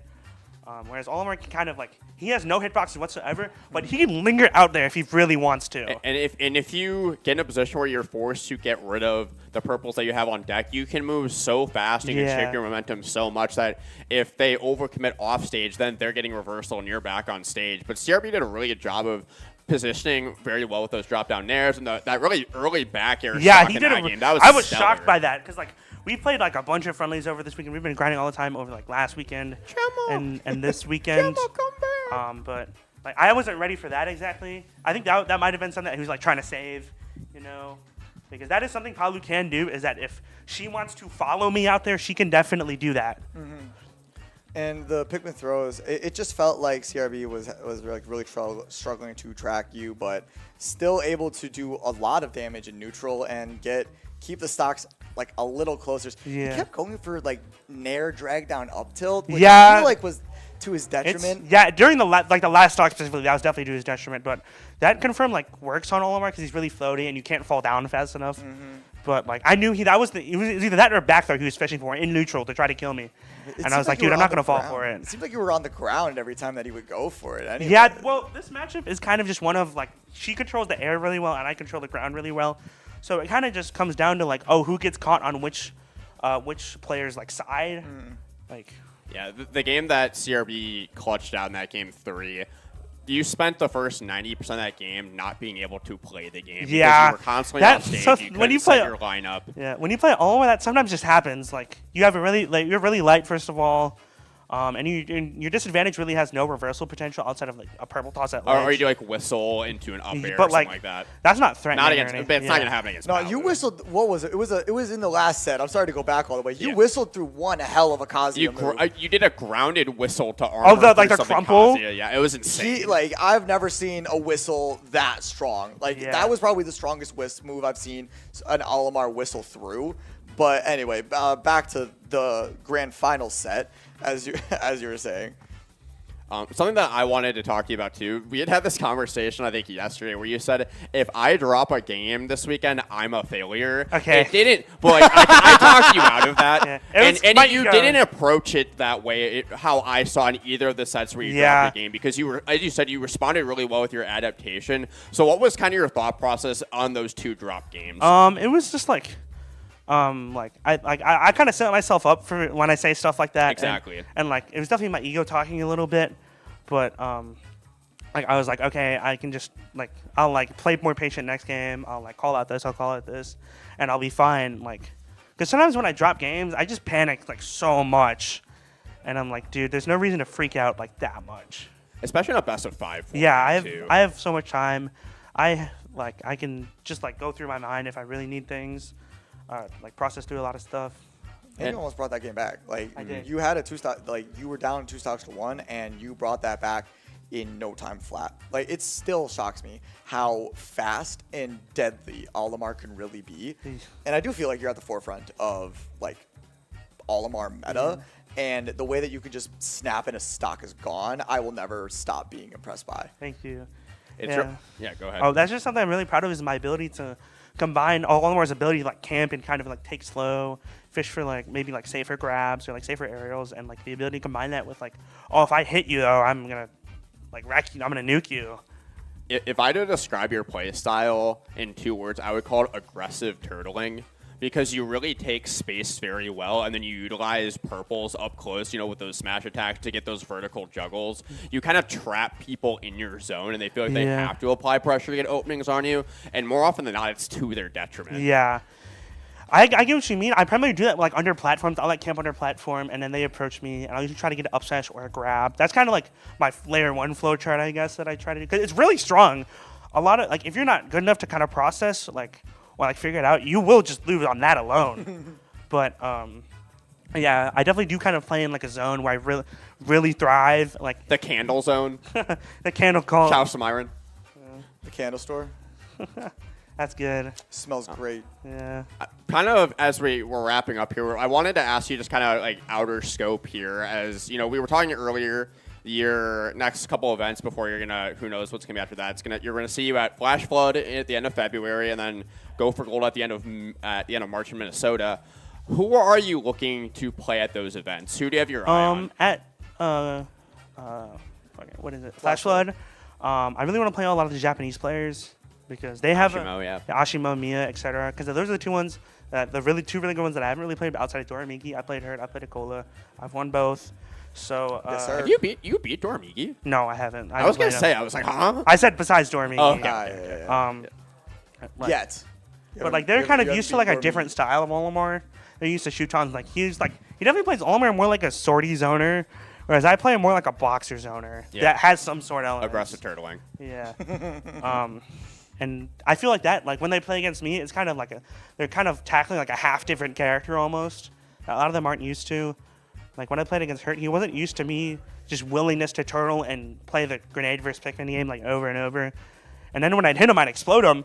And I'm sure he wasn't really used to that with Shuton, who's like he like tried to poke at him and like try purple toss, like just kind of try to disrupt him and like not get as a big of hit as I do. Yeah, you hit like a train. Yeah. Yeah, like a purple truck. But no, again, it's always so great to watch you play and rep Wisconsin anywhere you go. So I'm very excited to see how you do at those events, and it was awesome to have you here this weekend. Is there anything else you want to say or shout out as we wrap up here? I'd like to shout out the people back at home. They've run great tournaments, and they've helped me a lot. And I just kind of want to say one thing. Thank you guys for putting on such a great event. Thank him. I'm just here to talk. I think it's so cool for like states to get different style tournaments like this, kind of get players exposed to different brackets. Like, this was so much more different than like a normal bracket. Like shout out to Fuyo, he did really well this weekend, and I don't think he took a single set in like pools or even the gauntlet. No. And then he like wrecked shit today, and I was like, I think that type of bracket is like so good. For like kind of improvement in VODs, like it's kind of good for your mental, And the last thing I want to say is that the last summit I went to, it was kind of a reset tournament for me, I guess, because I didn't do as good as I wanted to. I obviously wanted to win it, and it kind of reset. Stro the goat. Yeah. I kind of like reset me, I guess. And I was like, okay, I lost to I think Rico, and I lost to Rico and Dro, and I was like, okay, something is wrong. I feel like I've hit like a wall. I feel like a wall or like just kind of blockade or something, and like people figured out something about me, and I studied those VODs a lot, and then my next tournament after that was Sweet Spot 8, and I was probably up to that point it was my best tournament because I beat AK, I beat a bunch of the Midwest players. I actually reversed 3-0'd AK, I think, like I mentioned earlier, something I really want to work on was my counter adaptation. My counter adaptation at the first tournament wasn't really that good. I would just kind of do my game plan and hope it works against a lot of people.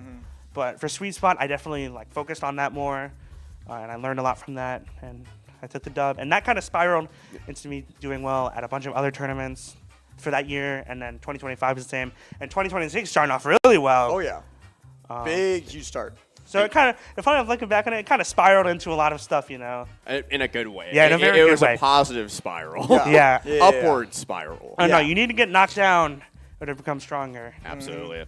Yeah, well, congratulations again. It was a pleasure to have you. Thank you. Really happy we could have you out.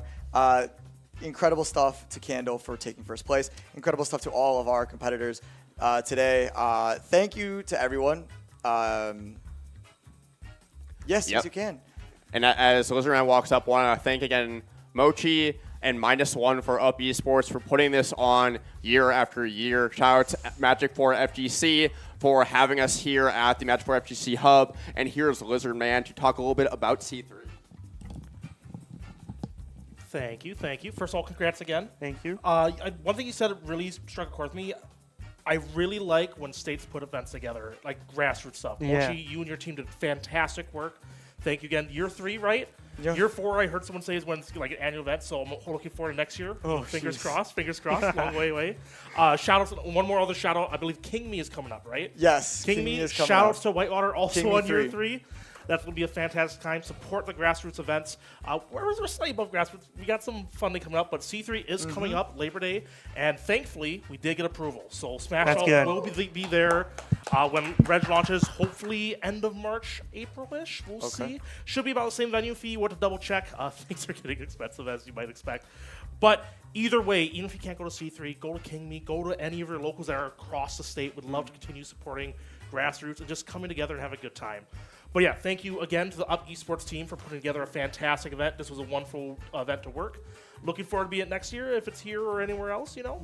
If it's anywhere, it's here. That's true. But we'll see what happens. Either way, congrats again. Thank you. I'm gonna go shut the stream off. But if you want to give any more goodbyes, Pow, I'll give this back to you real quick. It really can't be stated enough how much the support of the state means to me.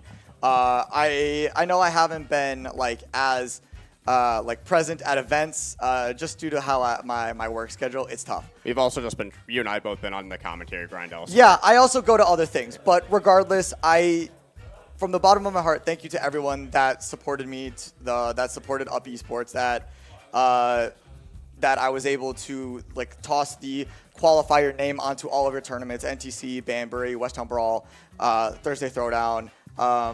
I think I'm forgetting one. But thank you to the viewers as well for watching throughout the weekend. I know that Cavalier Clash is still going on, so appreciate the support of a big Wisconsin event. And I just wanted to say a huge congrats again to Thank Candle. you. You know I'm always rooting Yeah. for you no matter Thank where you. you're at. So always puts a smile on my face to see you take home a victory. I'm proud to always represent this state. I'm always proud of it. Shouts lacrosse, by the way. This guy knows a lot Big about shout outs it. lacrosse. And thank you all for watching all weekend, and we will see you all soon.